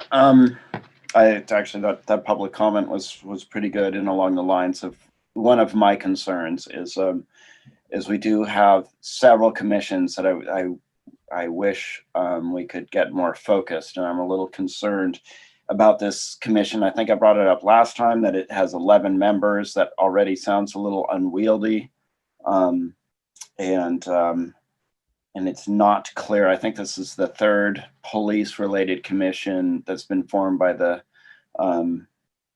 council that I'm aware of since my history of paying attention to Seaside specific politics. So I'm a little concerned that this committee is going to be unwieldy and a distraction. But I would like public input on these things. I have a couple issues with the organization and the appointments. I made this clear last time. This is not an issue of any specific mayor. It's an issue of how much the mayoral position holds sway over the forming of these commissions. And I did try and get appointments by, 2 appointments by each council member last time and 3 by the mayor, something that would be fairly equitable, but acknowledging the mayor would have a little more, just a little more sway. That was not accepted by the council. And we ended up settling on 1 appointment for each council member, and the rest being appointed by the mayor, as well as the appointment of the chair and the vice chair being done by the mayor with our approval. And we know that that's a difficult thing as a council to overcome or to change if that's the case. And then in this ordinance, it says, even though we might have that 1 individual appointment, when the term expires, it is up to the mayor whether he can renew that appointment or not, which again withdraws the ability, the influence of an individual council member. For example, if later next year I make an appointment, I don't run, or I'm unelected in 2 years, if the mayor, whoever that might be, likes the appointment I made, may then redo it, and the new council member doesn't actually have the choice to reappoint the person they prefer. So I don't like how that was written into this resolution. So overall, I just see too many problems with this commission. It's late. I don't want to try and make motions that are kind of complex for this time of night, I guess. So I don't see myself supporting this as being presented. Thank you. Thank you, and I think that's fine. I think it's late because we all talked into the wee hours again. This is I think the 3rd time this has come before us. We put it off before, and I would just add that if you read the document itself, it says any vacancies will be filled as the same matters from the get-go. So that means if a council person nominated someone and that person resigns, then it goes back to that council seat. Councilmember Kaspersky, let's keep it short. I mean, Councilmember Campbell made a point about it being late. So if we Just point of privilege, that is not what I read, and I will review the document. But thank you. Go ahead, Councilmember Kaspersky. Don't worry about me taking it short. The question is this the committee that is supposed to be advising us on how to spend our $320,000? No. So this is a separate group, and what are they tasked with exactly? What it says in the ordinance, this is a commission that I was trying to form for the last, I guess, 18 months. And we never got around to it because we were doing other stuff. So on the heels of the George Floyd, what I call murder, the community wanted us to weigh in and review some of our community policing standards. And if you go and look up the President Obama's 21st Century Commission on Policing, it says we should have a committee like this. So that's where it comes from. And I would just, I'm not sure Councilmember Campbell meant when he said this is the 3rd commission that the city has on policing. I don't think that's true, but that's where this board comes from. And it's up to the council to say whether they want one or not. Okay, so I'll just make some comments here quickly. That what Mr. Miller said there in his public comment is a very true statement. I have been on the planning commission. I think we can do better communicating with our committees as it stands. And I understand staff is busy, and that is just how it is in this city. We're a fast moving city. But to spread the tasks over more and more people in the public, and then to expect some good work to come out of that, is a really tough proposition. I'm not opposed to making a commission like this. It's just, who's going to be in charge of it? What are they going to be doing? It's a wide amount of work for sort of an undefined job, and it doesn't feel like we have the support system to really allow this thing to be a quality group that does quality work. So I don't know, until we have a little bit more definition, I'm inclined as well not to support the creation of another commission. Anyone else? Councilmember Jacob, Mayor Pro Tem. Just, my only thought is this: we spent a half hour to an hour at the last meeting compromising with not everybody agreement, it appears. I think 4 seem to be confirmed. An idea away from the initial idea. This seemed to be a compromise concept that was brought forward. It was not the original plan. It was a compromise plan. I'm fine with this if it moves forward. If it wants to be retweaked, we can look at that. But just understand that we spent half hour to 40 minutes, hour last time, working out something that we all thought we could live with, or the large majority thought we could. So just be aware of that. That's why we have meetings to compromise, to work together. So whatever we all work together, I think that's an important review. At least in my mind, the compromise was there, and I thought we were moving ahead, but maybe I'm wrong. Thank you. No, the compromise was there. Councilmember Campbell and others changed it to allow each council member to appoint a member to this. And the only reason why I came here tonight is 3 people voted for it. So I'm not sure what changed in the last 2 to 3 weeks. But I'm gonna stand with the community, and either we have this type of commission and looking out for the community members, or we're saying all of a sudden it's not important because our NIC or other commissions are not meeting. This has nothing to do with them. Councilmember Campbell, and then we'll do what the council wants. Okay, thank you, Mayor. I didn't mean to.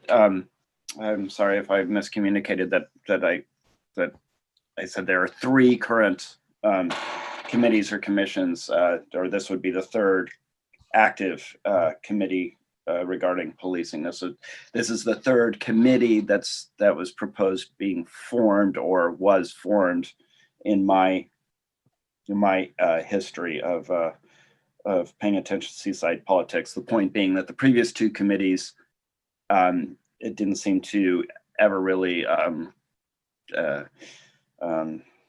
coalesce and actually and last. But as far as the appointments of 2.19.020 composition in terms of office says any vacancy on the commission is filled in the same manner as the original appointment. But the very next paragraph under terms of office says all appointments shall serve for 2-year terms. Terms are renewable at the discretion of the mayor with the approval of the city council. So it takes that ability to appoint away from the council member if the mayor, not any specific mayor, but if the mayor renews that appointment. So I just want to, I did have it clear there just to be certain. And that is why I'm changing my mind on this. It was a weak compromise for me in the first place. And yes, I'm comfortable with letting this, putting this to bed for now. Thank you. Well, we could change that if that gets your vote tonight, but I don't think that's really what the issue is. So, I mean, you got, if all of a sudden, because, it's me, all of a sudden the mayor can't appoint, then we should just talk about all the other boards and commissions. So this is the standard language. And I want to be clear to the people that are listening to this tonight. The appointment language is the standard language. We made a compromise to allow each council member the ability to appoint someone to this board. No other commission you guys do that for. And so, you know, council member Wizard. Thank you, Mr. Mayor. I don't have a strong knowledge of the inner workings of each of our commissions. So if you'd permit me just a very brief question to our city clerk, who is much more knowledgeable than I on that, and just Ms. Milton, do we have any other committees or commissions or boards that you're aware of where the chairperson and vice chairperson are appointed by the mayor? No, sir, we do not. Okay, that's what I thought, but I wasn't certain, so I just didn't want to make any assumptions. And I guess on that point, I would say that we had many hours of debate here at this council, and a split vote, 3-2, and we don't need to relive all of those things, but there is a difference of opinion on how we respond and hear the community, and I don't think that this is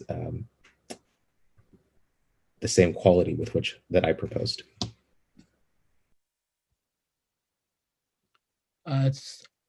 We went to public comment. We're back. Call for the vote. Roll call vote. Councilmember Kaspersky, No. Councilmember Wizard, No. Councilmember Campbell, Sorry, it's getting late. I didn't hear the motion, but no. Mayor Pro Tem Pacheco, Yes.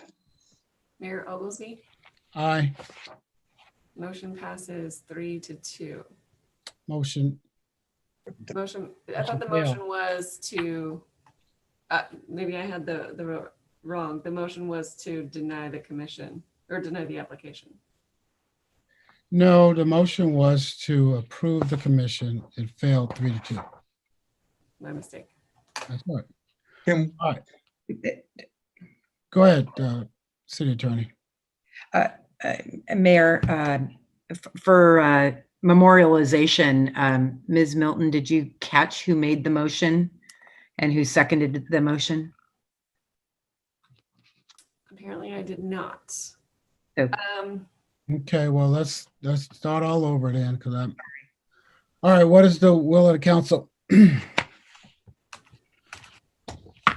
I move approval of the commission, which is item 9B.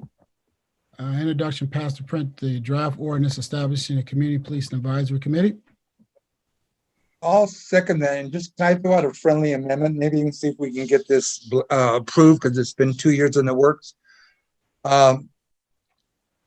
In relationship, and I'm going to try to pinpoint people, in relationship to Mr. Campbell's concept of, I can't be specific, Mr. Campbell, when a person leaves, that person can, the council person's seat can refill that position as one potential friendly amendment.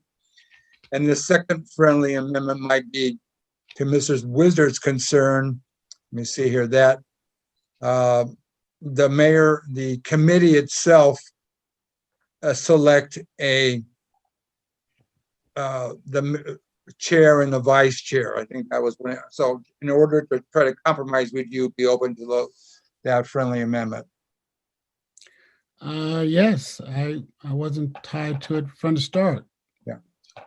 So all right, so it's been probably moved that we pass to print the draft establishing community police and advisory committee with the changed language to allow the consistency of the council members continuing to fill that position if it turns vacant, even if a council member is not in that seat. And then secondly, that the committee itself name their chair and vice chair. All right, that's the motion. Then probably moved in second. Roll call vote. Councilmember Kaspersky, No. Councilmember Wizard, No. Councilmember Campbell, No. Mayor Pro Tem Pacheco, Yes. Mayor Oglesby. Aye. Motion fails 3-2. Okay. Make sure that's in the minute, the motion adopting the compromise. All right, so where are we at now? We're at 10A. It's 10:45. What is the will of the, well, we need the motion to continue the meeting. Is there a motion to continue the meeting? I'll make a motion to continue the meeting.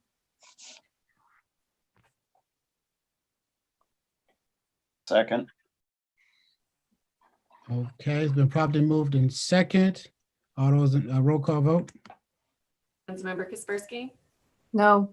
Councilmember Wizard, Aye. Councilmember Campbell, Aye. Mayor Pro Tem Pacheco, Yes. Mayor Oglesby. Aye. Motion passes 4-1. I said, oh, I want no. Motion passes 3-2. Yeah, because what I'm gonna do is, I think the council, as long as we continue to talk and then we talk past 10:30, we're always getting accused of going into late night. So I appreciate you guys passing it so we can finish this, but I'm gonna start being consistent about 10:30. All right, so 10A, consider a business loan program to assist Seaside businesses in recovering from COVID-19 emergency. Mr. City Manager. Thank you, Mayor. If our Assistant City Manager can pop up the PowerPoint, that'd be great. I'll get started. The council will recall that we budgeted $200,000 for a loan program to help our businesses recover from, get through and recover from the challenges of the current pandemic. I have just 4 more slides to go through. We tried to figure this at the staff level. We tried to make it A, easy to get funds, B, easy to administer, because we don't want the loan to be more expensive, the loan administration to be more expensive than the loan. We want to help as many people as we can, and we want to help with leveraging partners. The next slide, please. The slides are a little bit different from my slides, by the way. The loans will be somewhere between $2,500 and $5,000. They would be no interest or payments required until after the emergency. There'd be a 3-year repayment, 3-year interest, and it'd be a revolving program. And we'd have a C-Jobs review prior to the issuance of funds. Next slide. The eligibility is you would have had to have been in business before January 31st. You had to have positive cash flow in the last year, a Seaside business license. The primary business would be in Seaside's city limits. We would ask you to partner and use CSUMB's technical assistance program, and you could apply for additional grants through the Community Foundation. Last slide on this presentation. We've already noted that there are limited staff resources. The presentation, the version I have, I is on the city manager, and I have to be fiscally conservative, said that I would expect, I would not be surprised by a 50% plus default rate. These are challenging times for small businesses, and as we try to help them, I'm not here to tell you that we're going to be successful more often than not. So the council should be aware of that as we go into it, and that the loans would be quite unlikely to be collected because, in part, again, the amount of staff time and resources dedicated to repaying loans of $2,500 to $5,000 will soon exceed the amount of the actual loan.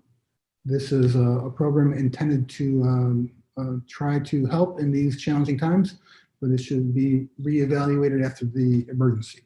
That's the presentation, and I am prepared to answer any questions.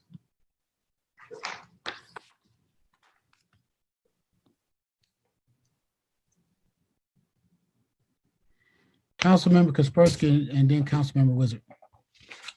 Thank you, Mr. Mayor. I have some hesitations about this, and I'm just curious. I think I would be interested in a sort of an update of our city finances based on what's going on with COVID. Of all the entities that are suffering in COVID, I think cities and counties are pretty high on that list. So it is an interesting proposition to use money we don't have at this point, money we're pulling out of reserves to give small loans. But if you tell me that, maybe we have some money left over because we're making some savings somewhere and that's, that's something I'd be willing to consider. So there's that. And then the other thing I'm wondering is,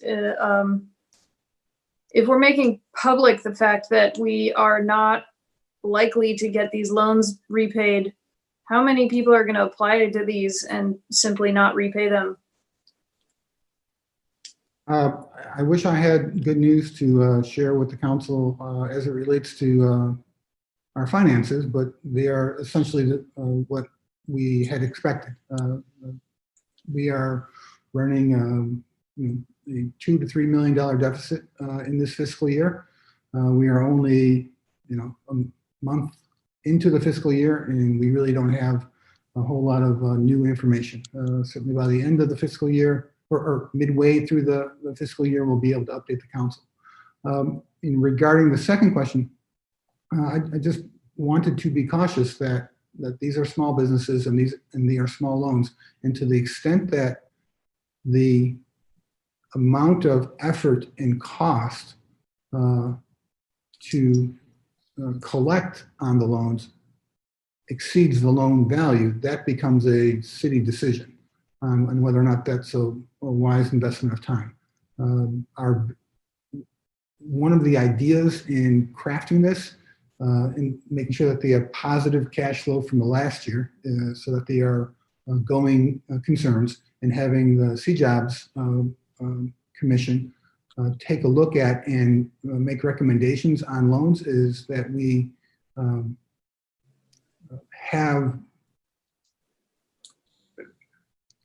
that we're here to support businesses in challenging times, and using other business entities to review the loan applications, I think would be advantageous. I don't expect that people will make loan applications knowing that they will default. Okay. Simply because I don't know the answer to this, what is sort of an average amount of rent for a small place on Broadway?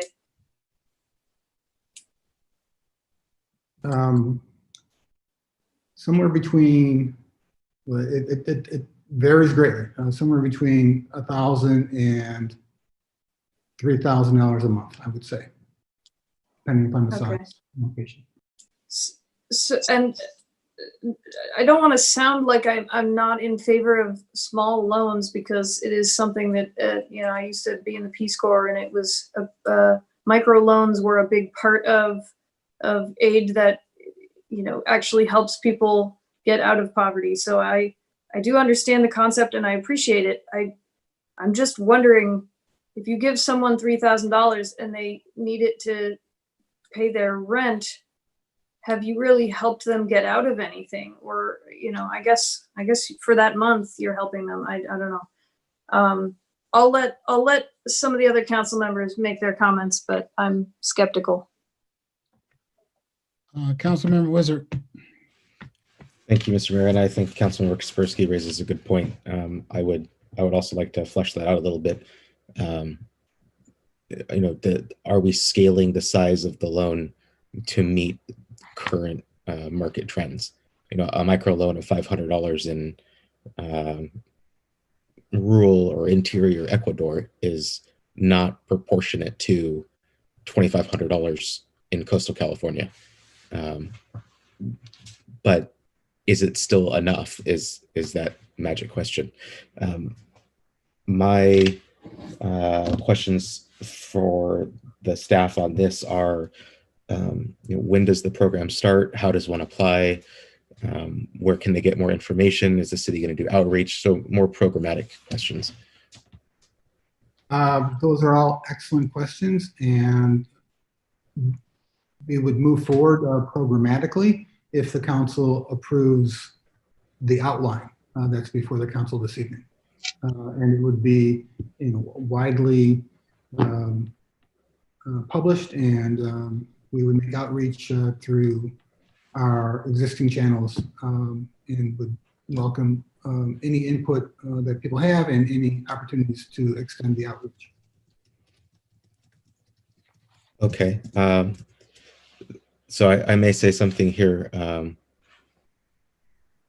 Oh, looks like our finance director has left. It won't be a surprise to him because he's not on the call anymore, but we've got $500,000 encumbered to finance ADUs, and we haven't begun that finance program yet.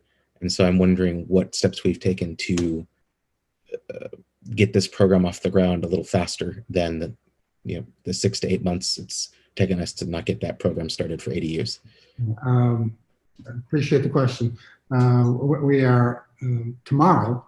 We will be on our fourth recruitment, finishing our fourth recruitment for housing program manager. We have 2 excellent candidates, and I'm told I can't make a bad decision, which is it's perfect for me. So that's a challenge. We won't have that challenge in this program. Our staff will be able to manage this program. So should I take that to mean then that we'll be lending the money? Or are we going to make a deposit into an escrow account somewhere, and some commercial lender will be doing that on our behalf? We're going to keep it simple. We will make the loan. Okay. Okay. I appreciate that you're waiting to invest more staff time and resources into the programmatic side of things until you have clarity about whether or not we're going to pursue this. Assuming we do, for the sake of conversation, what would your timeline be like before you think the first loan would go out the door? A month, 3 months, 20 days? Not more than 45 days. Okay. And I guess the last thing would be, I don't know who on the call. I mean, I see Ms. Stearns is still on the call. I don't know if she'd be prepared to offer an opinion about whether the current loan projection or loan size is right-sized for our small businesses here in Seaside.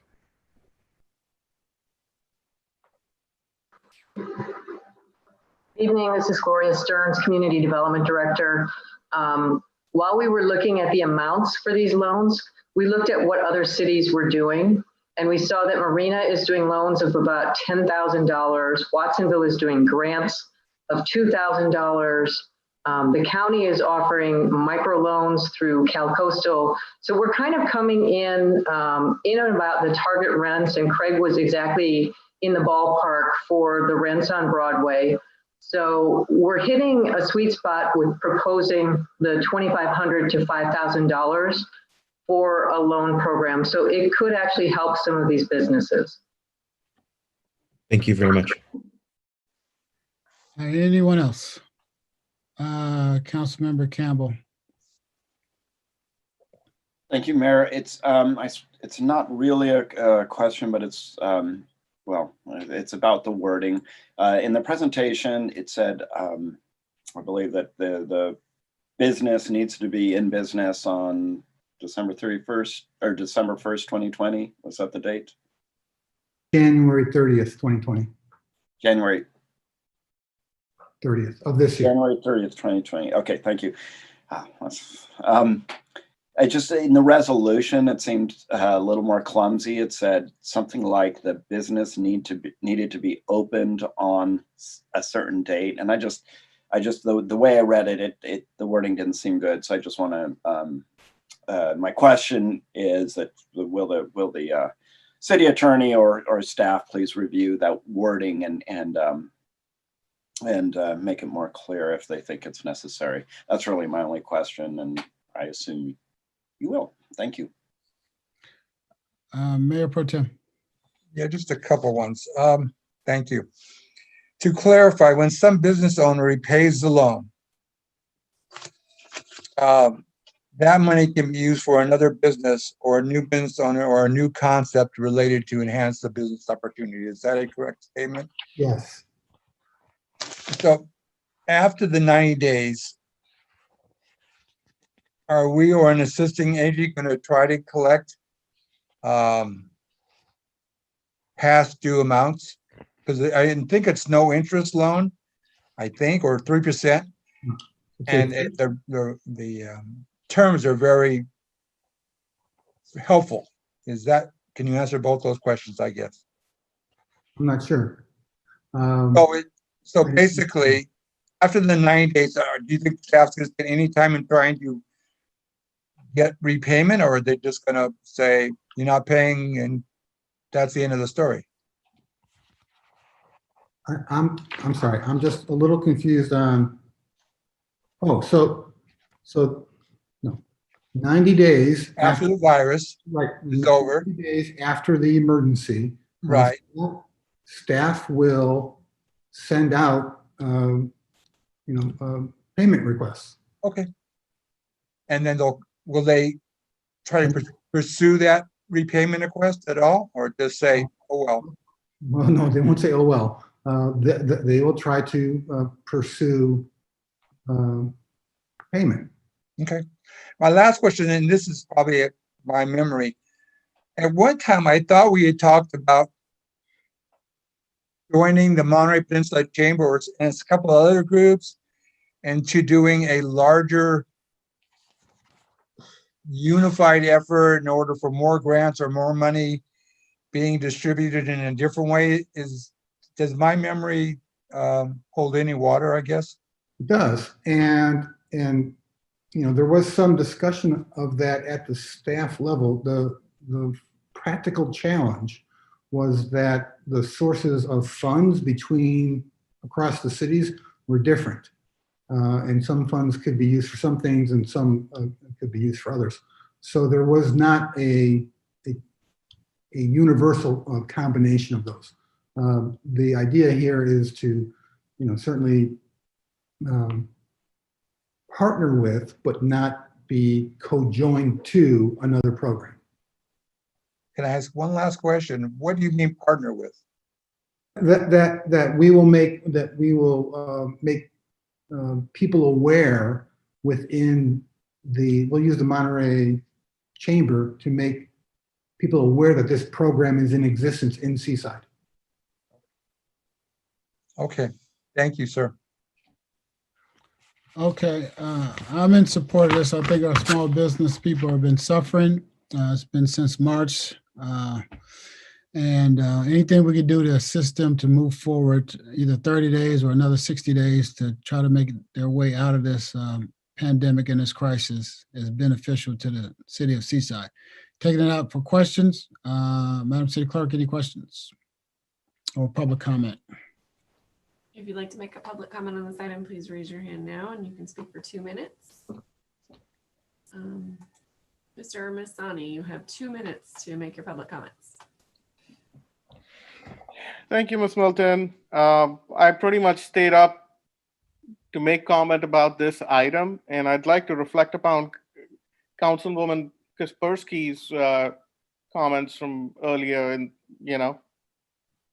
basically, my suggestion would be, instead of loaning businesses $3,000 and $5,000, which probably pays for 1 month or maybe even half a month for one employee at minimum wage, my suggestion would be we get our local businesses expert help to apply for the various federal programs, the PPP program, for example, which the businesses actually don't have to repay 80% of it or 75% of it if they keep the employees engaged.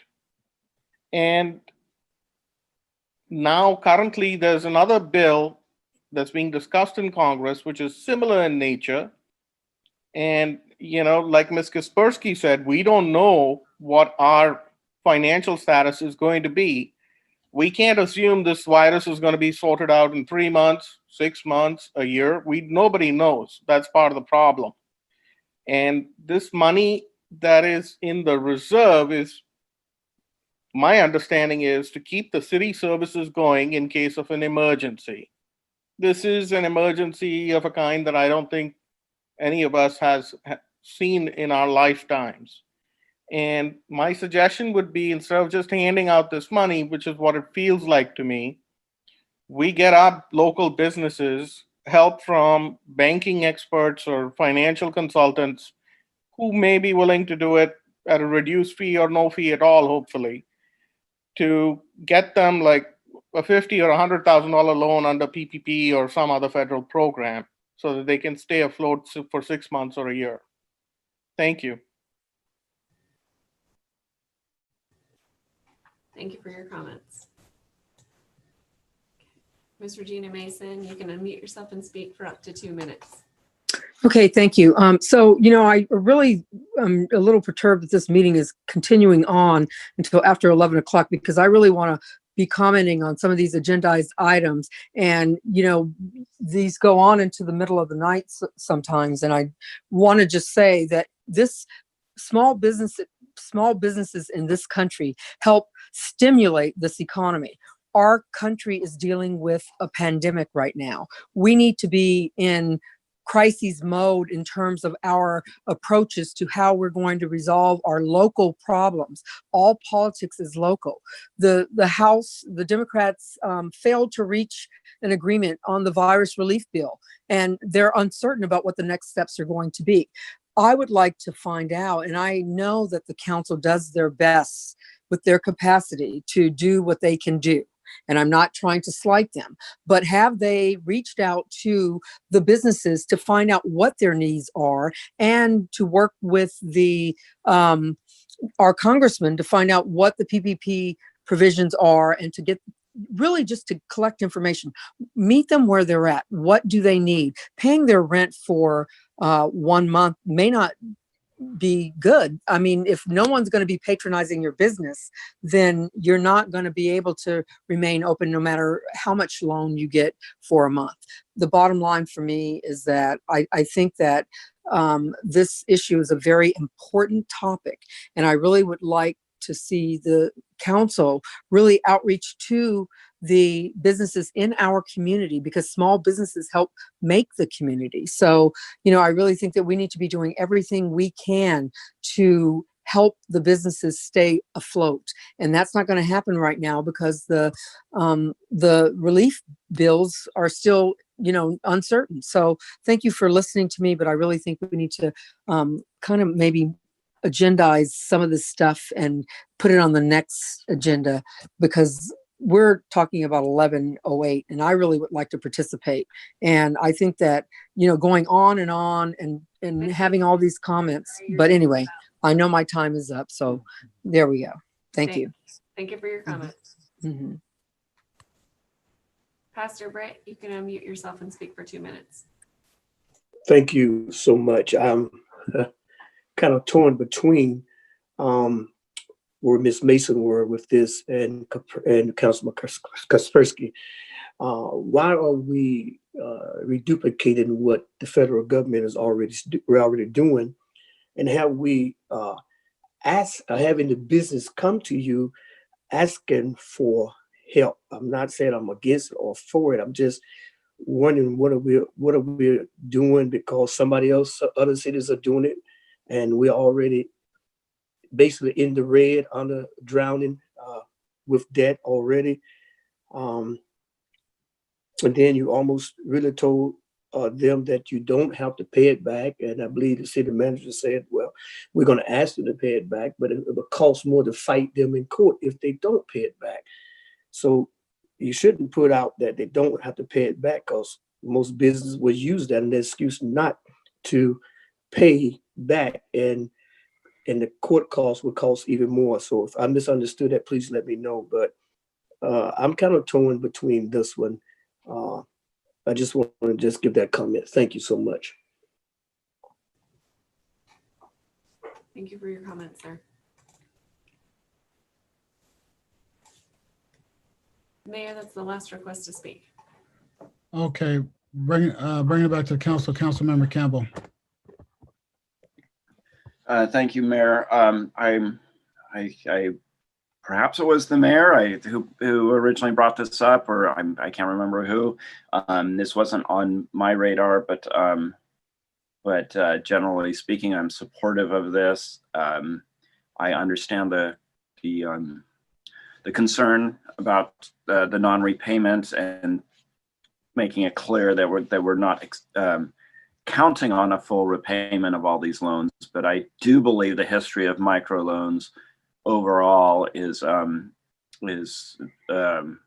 people really do make an effort and find the ability to repay these loans.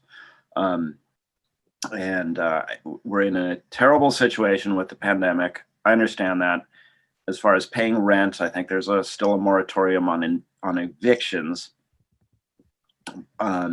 So these monies might not necessarily go straight to rent. Eventually they might. But I think it's a 200, if the city manager could correct me, I think it's a $200,000 program that we're looking at. Correct. Yeah. I'm just going to say, in the grand scheme of things, of what we're facing, $200,000 to throw out. I know we may be in a lifeboat right now, but if we throw out a life preserver out to a few of our businesses, I'm okay with that. If we're trying to save as much of our city as we can in a very difficult time, I support this. Yes, there's other programs out there, PPP, but it should be no surprise. But to be forgiven for those loans, to get have that loan get turned into a grant, the application process is something like 11 pages. To get that loan forgiven, it's more complicated than getting the loan in the first place. Those big government bailouts are not exactly set up for the little guy, and I think it's right now the little guy in Seaside we are trying to help. So I see myself supporting this. Thank you. Anyone else? Okay, no one else. I'll take Through the mayor, one question. Yeah, I just see your. I don't see your. Okay, go ahead, Councilman Jacob. One question and one statement. The money can be used for promotion and staffing or increasing their facade.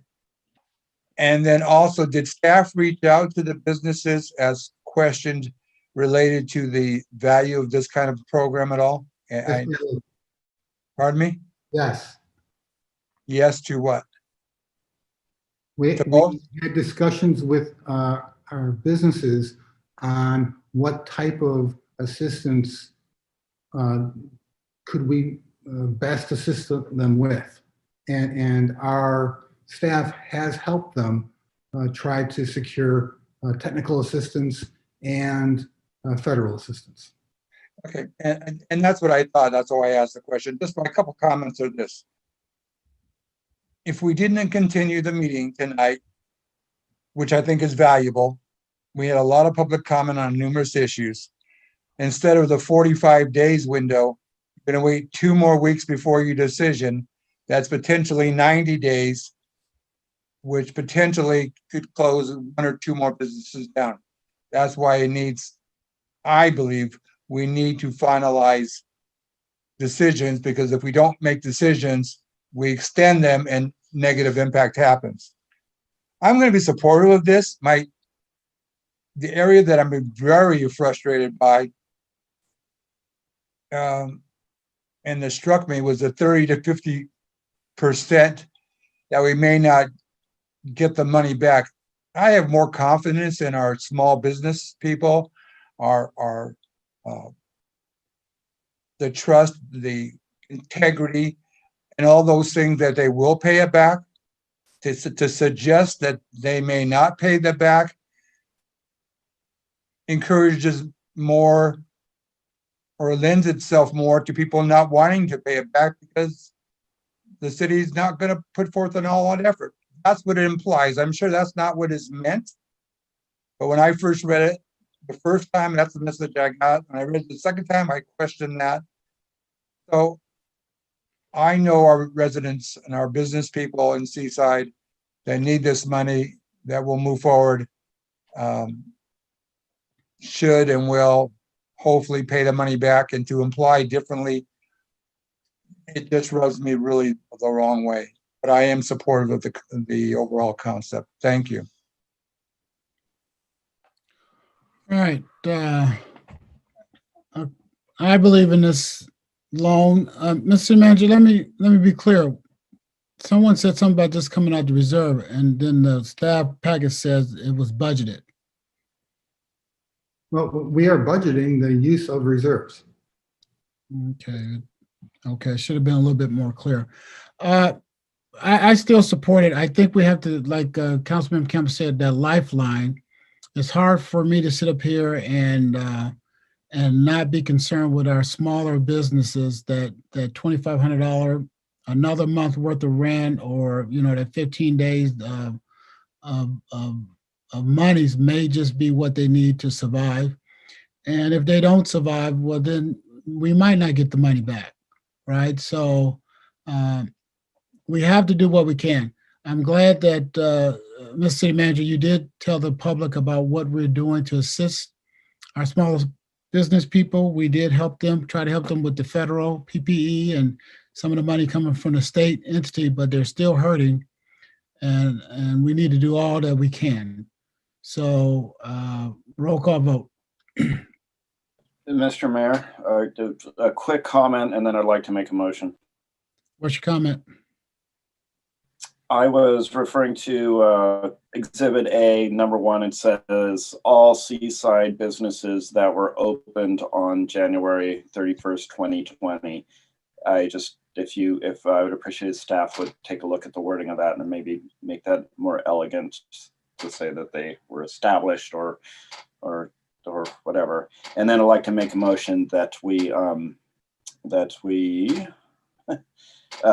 authorize the creation of a revolving microloan program to assist Seaside businesses in recovering from the COVID-19 emergency. I'll second that. Well, it's been probably moved in second. All those in be a roll call vote? Councilmember Kaspersky? Aye. Councilmember Wizard? Aye. Councilmember Campbell? Aye. Mayor Pro Tem Pacheco? Yes. Mayor Oglesby? Aye. Motion passes unanimously. Item 10B, consider approval application for Project Home Key. Okay, last presentation of the evening, the longest presentation of the evening. So if Leslie can pop up the slide, that'd be great. The state has a program called Home Key. And why don't we just go right to the next slide 2. And it's a $600 million program. There's $21.8 million available on the Central Coast. And the essence of the program is really to change hotels that cities, counties, nonprofits purchase hotels and turn them into single room occupancy housing for homeless individuals. And this is a program that's worked in other places, and has this ridiculously short priority application date of next Thursday. Next slide, please. The idea of turning motels into housing may work well in other places. Can we get the next slide, Leslie? But I'm not sure that it's going to work all that well here, because we have this timeline, this acquisition timeline. So I'm just going to check in on Leslie. And we would be taking a financial asset and turning it into something that's no longer an asset. We have to figure out, the siting and operation of it, and is putting homeless people in what is designed to be transitory in nature, a motel, is that really a long-term solution? Is that really a home? So I'm not recommending that we do that here in Seaside. If we could go to the next 2 slides. There we go, not recommended. There are other options. The program allows you to purchase houses or apartments and turn them into housing for homeless individuals. That again, that may work in other places. It won't work well here, given that our housing is both extraordinarily expensive and extraordinarily scarce. If we turn houses into something, if we're not adding housing, we're taking housing away. You could adaptively reuse buildings. The timeline to do that really doesn't work. If you weren't already working on this in advance of the program, it's probably too expensive. You absolutely can purchase RVs or trailers, but again, you have this sort of transitory challenge, and they have to have a 55-year lifespan. So those options don't work very well. The next slide. So there's an idea to use this program to purchase some small prefabricated cottages, and keeping in mind that we're serving people who have 0 income up to 30% of area median income. So if you're one person, that's just a little over $20,000. If you're a family of 4, that's a little over $29,000. So that's the financial range of people we can help. They have to be homeless or at risk of homeless, and there's very detailed state and federal definitions for that. And we can use the state money to provide interim supportive housing or permanent supportive housing. And we can lease, we or any applicant can lease the dwelling, whatever the dwelling is, whether it's a motel room or a RV or a prefab cottage, to the individuals at not more than 30% of their income, keeping in mind that their income is very low to begin with. So let's go to the next slide. So all those other options probably don't work very well in Seaside. The small cottage idea has been thought about by staff for affordable housing purposes for the past couple of years. So I think it's doable, but it's pretty difficult. The difficulties include, we have to figure out what sites there are. I'm going to get to a couple conceptual sites in a little bit. We have to acquire the prefabricated dwellings, keeping in mind in a COVID situation, the factories that used to be producing these at higher rates are now producing them at lower rates. So getting product by the end of the year, you have to spend the money by the end of the year, is its own challenge. If you can do that, install these by the end of the year, make final payments by the end of the year, you have 90 days to occupy them.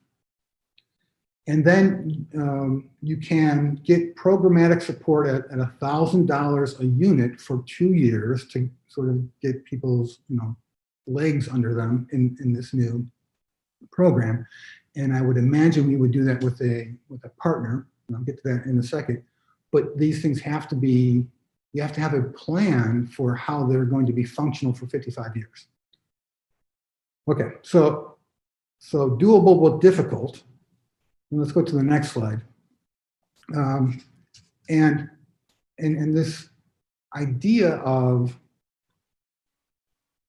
anything really other than changing hotels into single room occupancy dwellings is kind of a square peg in a round hole.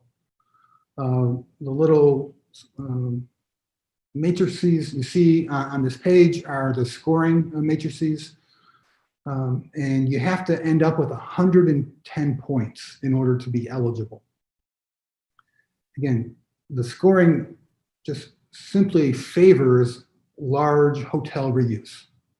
And there are points that unless Seaside is taking one of our large hotels out of financial production and turning it into single room occupancy hotels, there are points we can't ever touch on these matrices.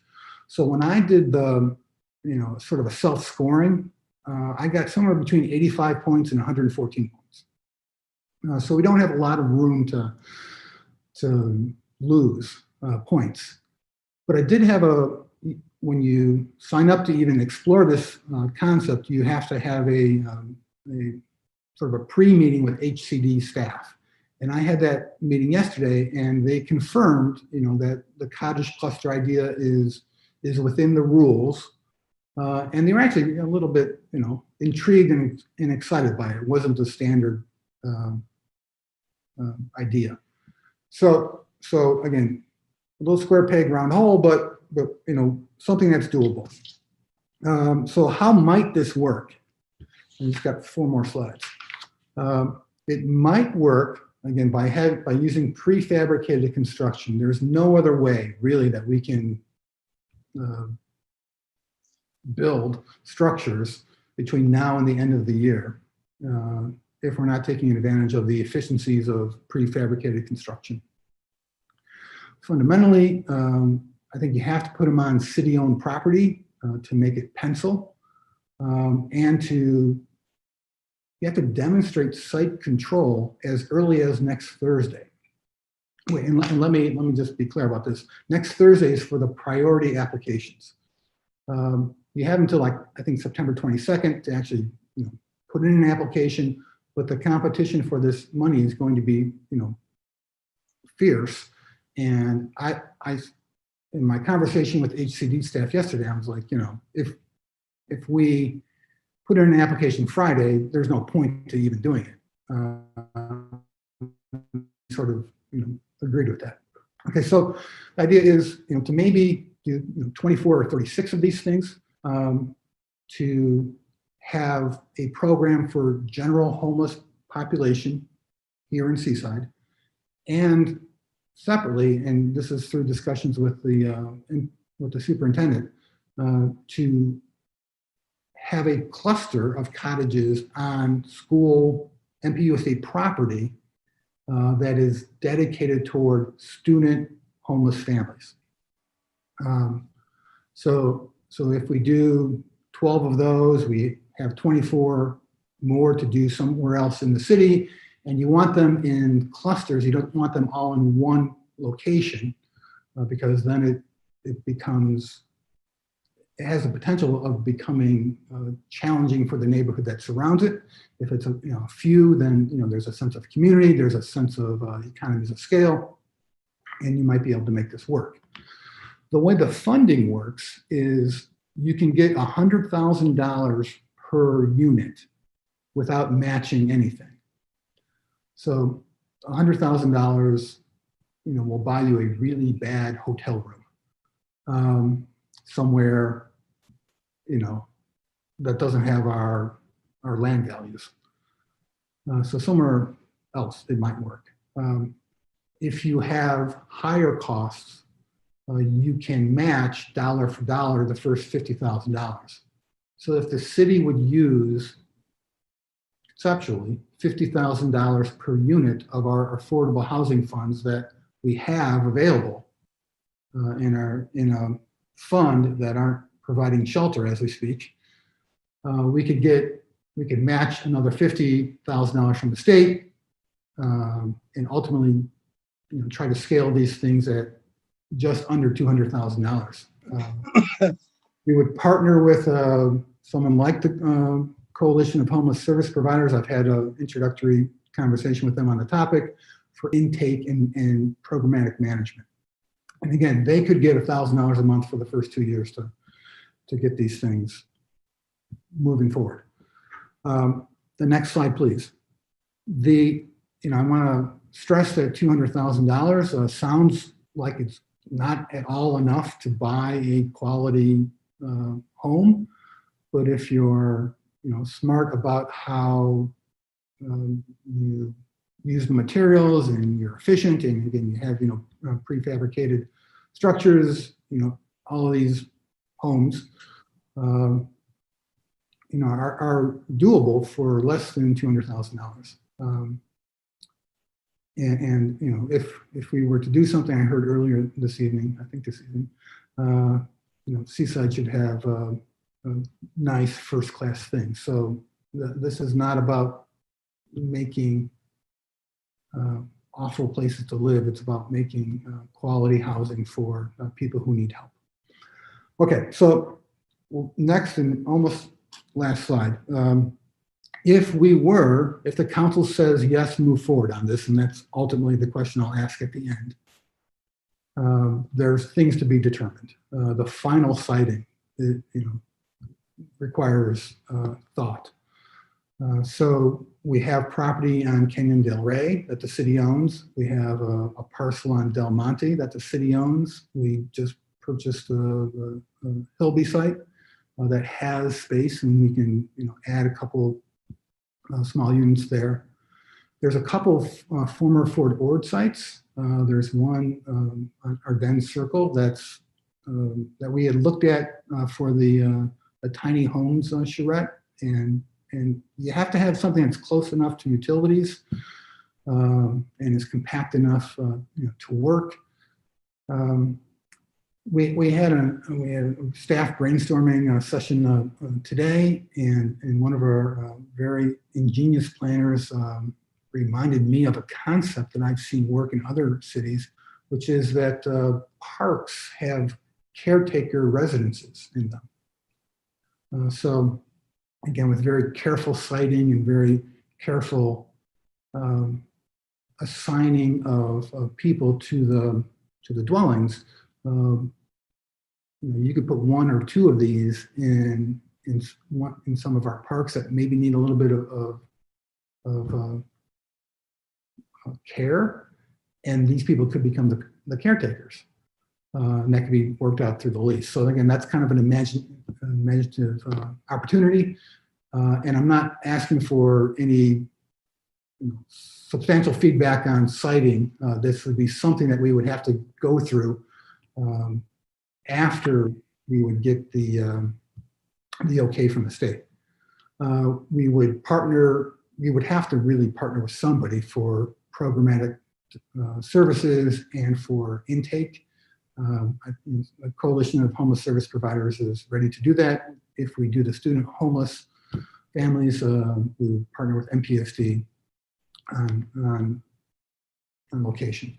The cottage selection will be its own challenge. Again, I mentioned earlier that I'm interviewing 2 finalists for housing program manager tomorrow.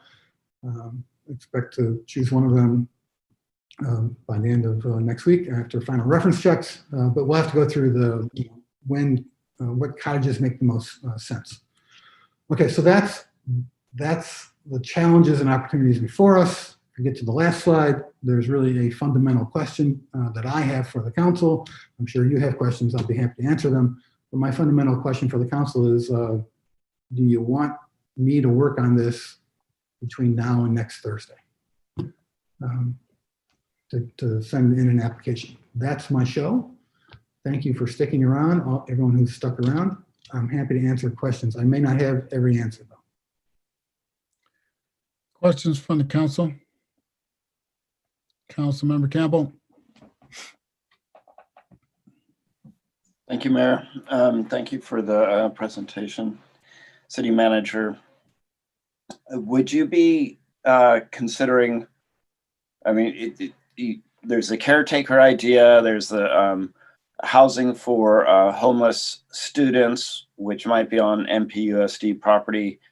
Would this application include all the different possibilities, or do we need to focus on just one or two? You're still muted. Oh, no. Okay. Oh, not me. Yeah. Ultimately, what we have to provide are addresses, because one of the scoring challenges is proximity to certain services. And so the state will check that. So if the council says, yes, move forward on this, I will embed the MPUSD idea in there with an address, and I will utilize 3 or 4 potential addresses in Seaside on city-owned property that may get, and wait, and this is one of the challenges. So that 100, when I self-scored it and got just 4 points more than we need as a baseline to move forward, that was without adding any potential points for good sites. So we may end up in a position where the state scores our application and only 1 or 2 sites work for them. And then we'll have to have the discussion as a city, and ultimately, of course, the city council will make the call on whether we move forward on those sites. Okay, will you be able to use an MPUSD address without their agreement? I mean, well, okay. Excellent question. I have had a conversation with the superintendent, and the superintendent understands that the sites that we've previously talked about, and he has said it's, so long as this doesn't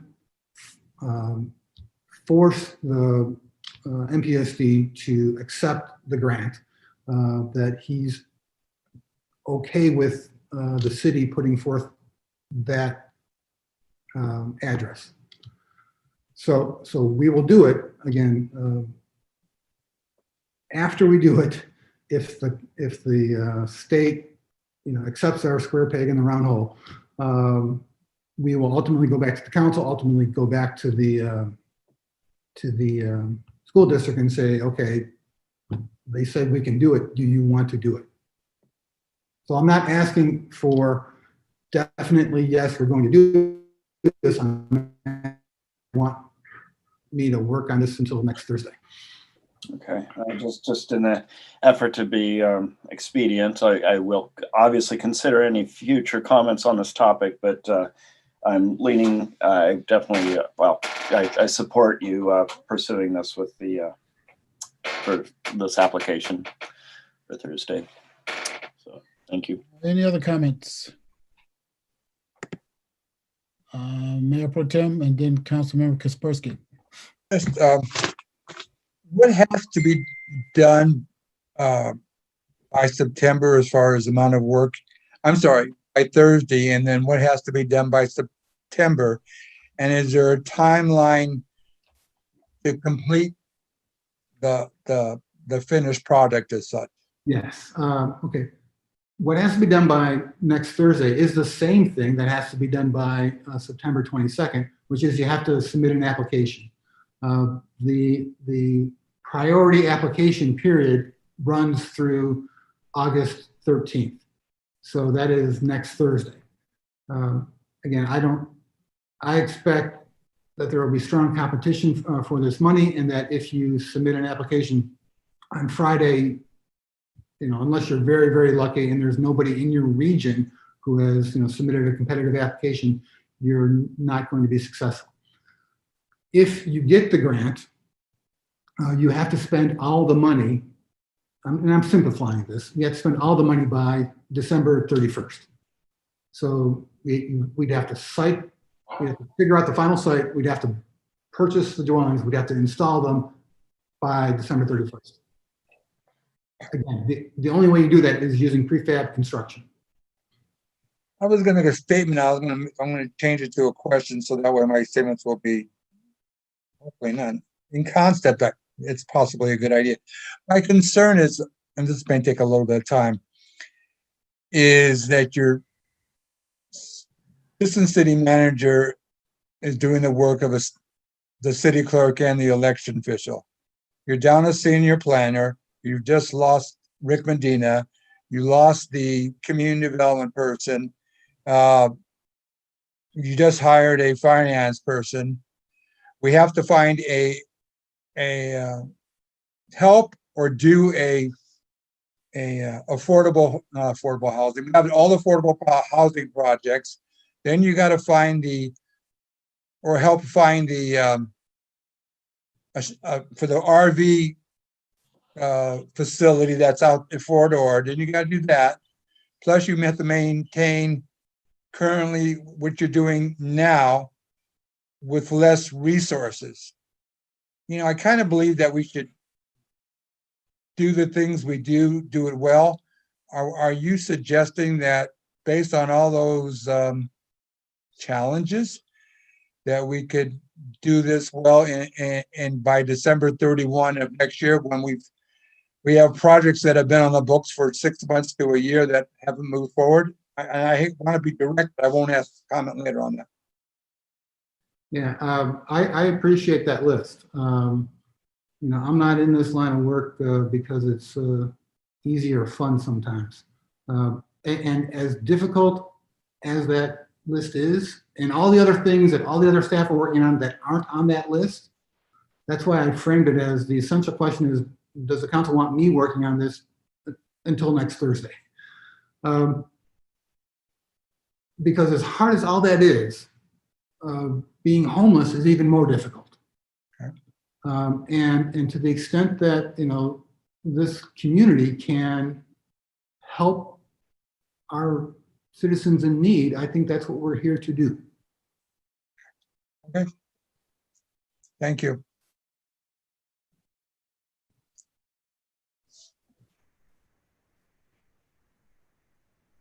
I'm sorry, Councilmember Wizard and then Councilmember Kaspersky.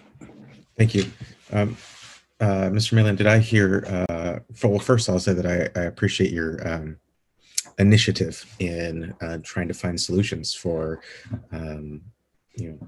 ongoing suffering in our community. I can't imagine what it's like to be without a home, and spending a little bit of time to bring this up and share this with us, I think is very important. So thank you for doing that. I'm confused as to, I thought I heard you say that we needed to spend the money by December 31st of this year, but then I thought I heard somebody else say that spending it by next year, it's 2020, December 31st, 2020, that we need to spend the money? Right. Okay. And when you say spend the money, is that like we have a receipt to show the state, or we have a physical structure to show the state? That we have spent the money. So if the physical object is not habitable until February, March, because we're waiting for delivery, we've spent the money. Yeah. That's a, I don't have the specific answer to that question. What they, because ours is a little bit different. The project needs to be obligated. So I use city manager talk of spend the money. The project, the funds need to be obligated. Yeah, if they're not in our possession because we've expended them, they don't get more obligated than that. Well, but they're, again, they're going to have to be purchased and installed by December. Okay. This is more of a planning question. What would it take as far as the timeline, assuming you hear back by the end of the month, August 31st, you hear back, California Department of Housing and Community Development wants to give you $3 million. How long does it take for us to do a zoning code amendment to site these small structures in a park? Yeah. Well, good news, and Gloria, our Community Development Director, is with us as well, and she can fill in if I miss something. These types of structures, I was told earlier today, are actually allowed in parks. And there are certain CEQA exemptions built into this program. And one of the things that we get if we're an applicant is some technical assistance from the state on those CEQA exemptions. So would you then, okay, that's too far down. All right, now that sounds good. That sounds like there's a plan, that it's been, that we won't be surprised by that, at least. If you had to ballpark using your city manager math, how many hours do you think you'll take to complete an application? 80. 40? I haven't done the math in my head yet. Okay. Do you think this is like a week-long task for you, or do you think you can get it done in a day or an afternoon? Well, the essence of it is like doing a term paper, right? You can do one that might get you a C, in 40 hours. You get one, you want a B or an A, you spend 80 hours on it. I'm going to be working on it a lot until next Thursday. Okay. Well, I trust you as the professional staff member to manage your time, but I am concerned about your workload and the opportunity cost. So I just put that out there. Thank you. Anyone else? Councilmember Kaspersky. We've talked about finding a place to locate some homeless shelter or a place for people to reside. So I'm in absolute favor of spending time on figuring out, where we might locate said thing. And I believe that even if grant money does not become solvent for us, maybe that has opened up some thinking about what can be done. Maybe there are other opportunities down the road that could help us with dedicating some space for people permanently, because what we have right now is a 3-month solution, and it would behoove us to spend more time and energy on finding something that is more, I don't want to say permanent, but at least a more wholehearted solution, right? Something where a person has access to the things they need and a person can feel secure in the fact that they don't have to leave, and maybe even can access some services that the county provides. In any case, I think it's a worthy endeavor. I'm hoping that some of our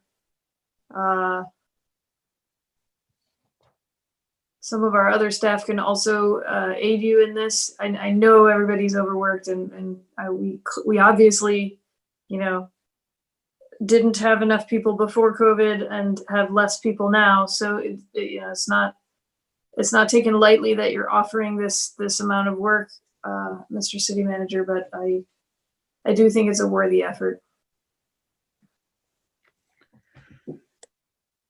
Okay, anyone else? We'll take it out to the public. Public comment is now open. Madam City Clerk. Anyone wishing to make comment, please raise your hand now. Mr. Anton Hunter, you can unmute yourself and speak for 2 minutes.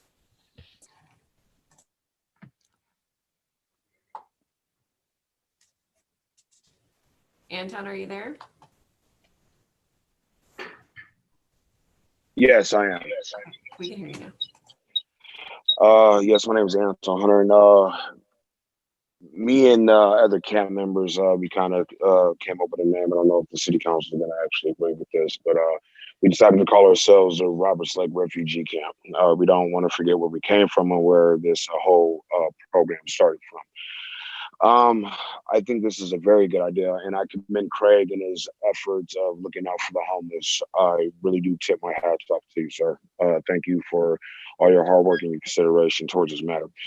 I do want to chime in and inform Seaside of the application process when it comes to filling out grants. I know that I've been told that they have been having a hard time in doing this, and the endeavor of them actually doing this, I know that I can actually help with that and actually link the city council up with a few of my colleagues that would actually love to help within this process. One of them happens to be the law firm right across the street, or law school right across the street. I believe the man that facilitates the building, his name is Mitch Winnick. I've been in constant communications with him since we have moved over here, and he wants to help out in a permanent solution and getting grants from the state to the city so they can really reallocate funds to the homeless and any other social service project that they may have, whether it be the youth or any other thing. Also, I would urgently, I wanted to say that they should also, and I can't really divulge this information, but I want Craig to actually go out and work with certain partners that we discussed.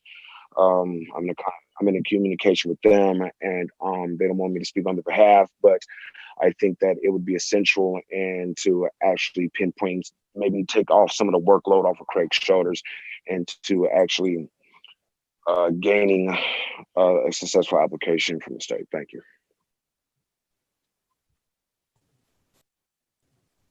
Thank you for your comments. Regina Mason, Ms. Mason, you can unmute yourself and speak for 2 minutes. Okay, great. Yeah, so city manager, I applaud you in your efforts, and I think that when it comes to deadlines and state grants and so on and so forth, sometimes these things pop in your lap, and they do come with timelines. And so I'm sure that you can secure adequate city staff that can assist in meeting these deadlines, and I think you should move forward.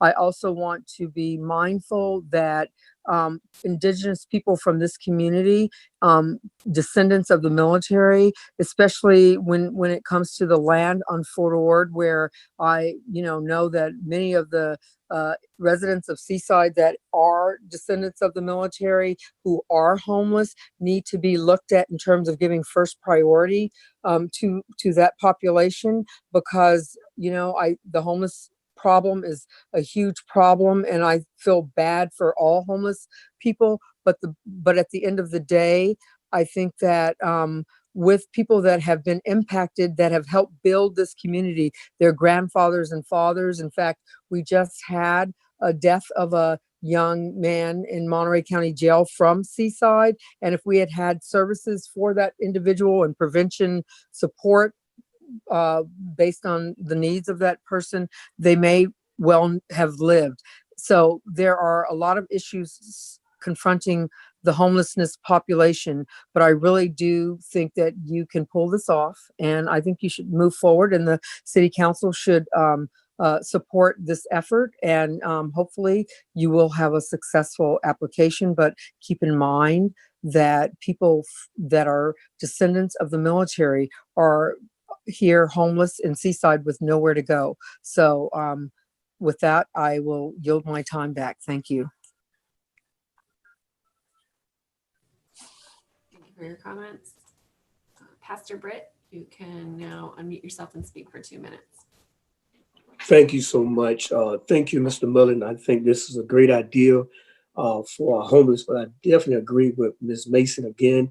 Priority should be those citizens of Seaside. Once people hear of this program, they will they will come from all over the peninsula trying to become part of it. But our priority should be this homeless of Seaside first.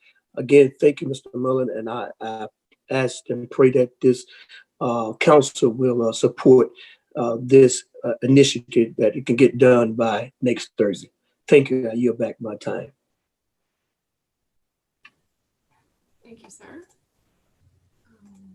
Eloise, you can unmute yourself and speak for 2 minutes.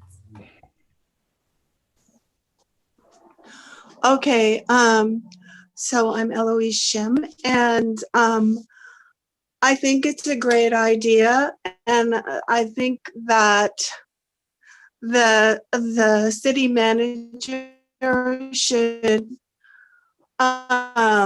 not try and get a grade of A in 10 days, but a good solid C for the effort would be good. And also, somebody said something about the veterans need homeless, and I just read in the Herald that the Veterans Center in Marina just got a multi-million-dollar housing grant. So I've been employed by MPUSD for over 10 years.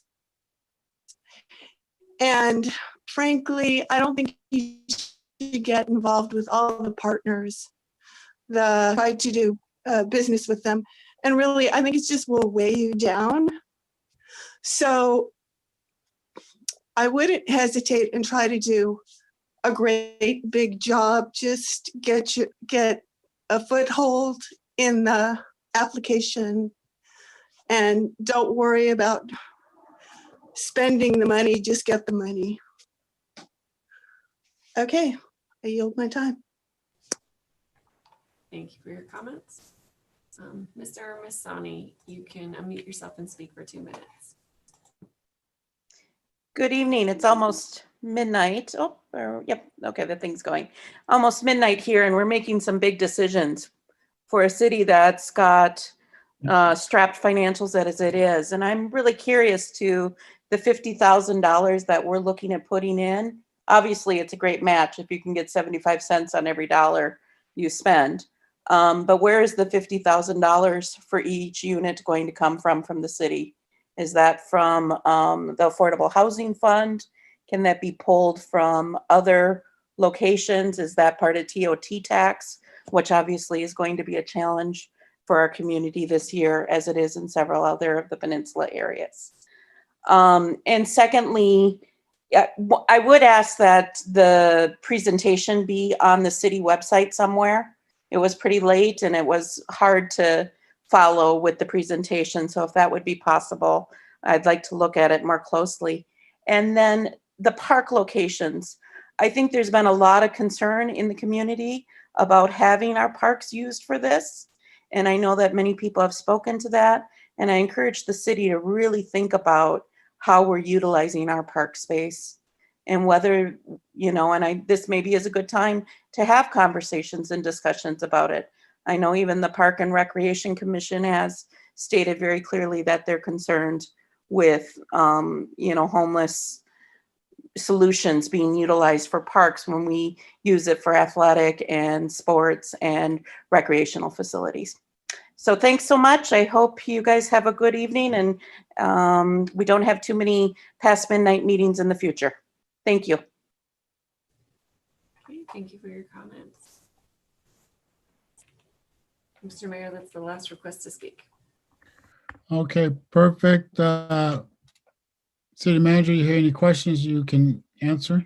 Sure. Regarding the match, that would come from the city's Affordable Housing Fund, and that fund cannot be used for other purposes.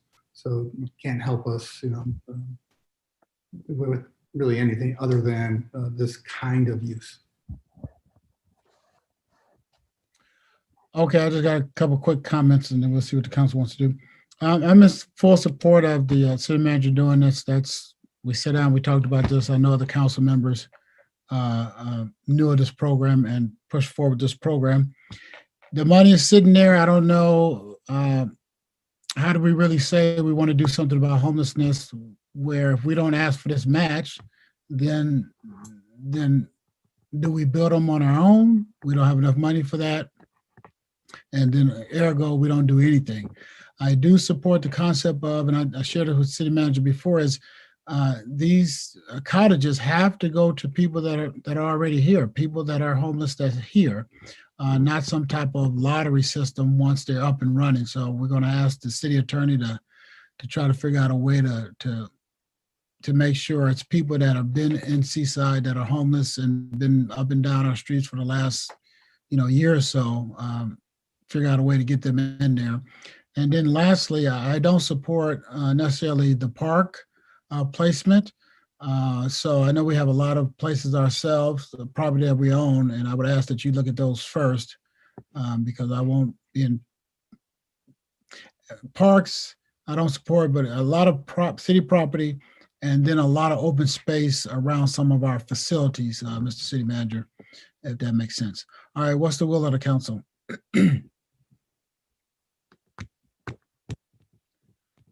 Mr. Mayor, I move approval of the city manager's request to apply for the Project Home Key grant.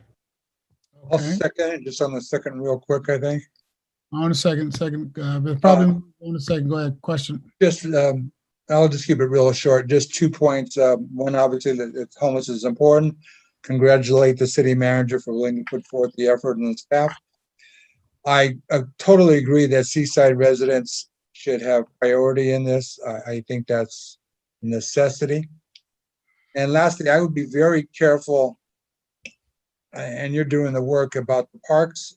A lot of our residents are maintaining, they're taking care of the parks.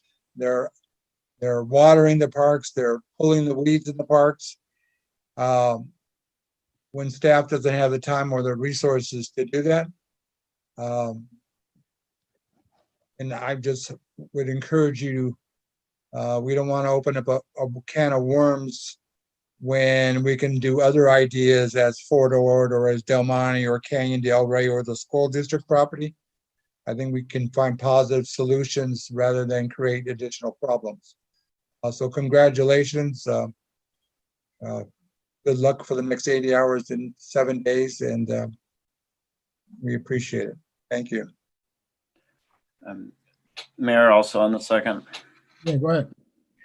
Thank you. Just because now two council members have weighed in on the parks, I just want to be sure that, you know, for me, all options are on the table. If the idea of a caretaker at a park, just in my mind, is actually would be beneficial for the park to have somebody there who's takes ownership of the park to maintain it and keep an eye on it. So I definitely want that concept to be considered and not ruled out.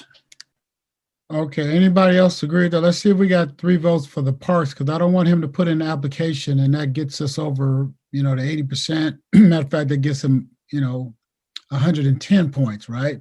And then we come back and then we don't support it being in the park. So anybody else agree that keep the park open? Yes, I do. Okay. All right. Councilmember Kaspersky? When you say keep the park open, you mean do not use a park as a homeless, to put a homeless caretaker on it?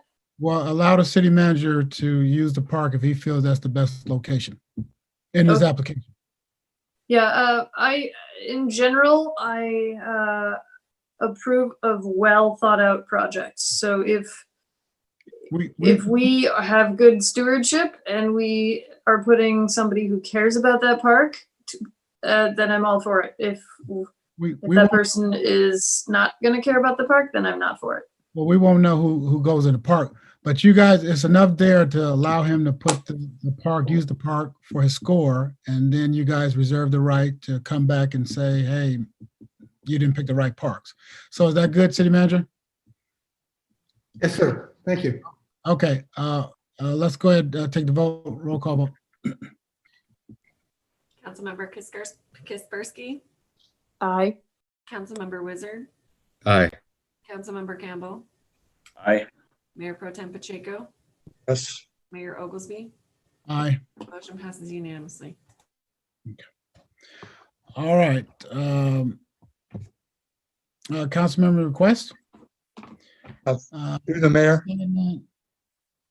Okay, Mayor Pro Tem? Can we look at an ordinance related to the mask requirement that many of the other cities are enforcing, with Seaside being the highest in the peninsula as far as the coronavirus? Okay. All right. That's on anybody else? Yes, Mayor.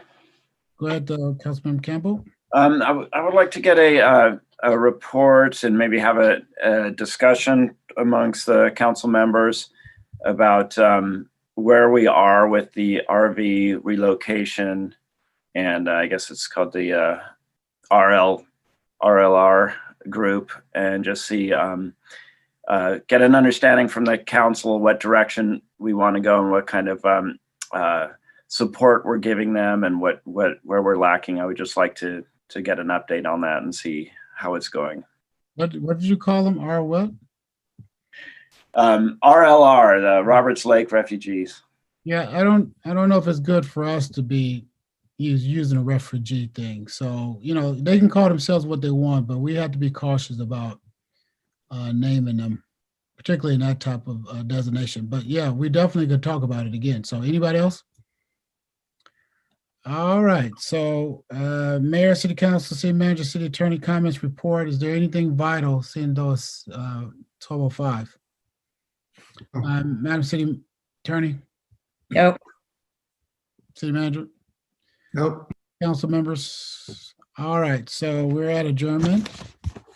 Again, I want to close the meeting in honor of Mayor Rubio. It was a wonderful procession that I think we all took part in. Most of us took part in, particularly when it passed City Hall. And his memorial service was today at the church. So hats off to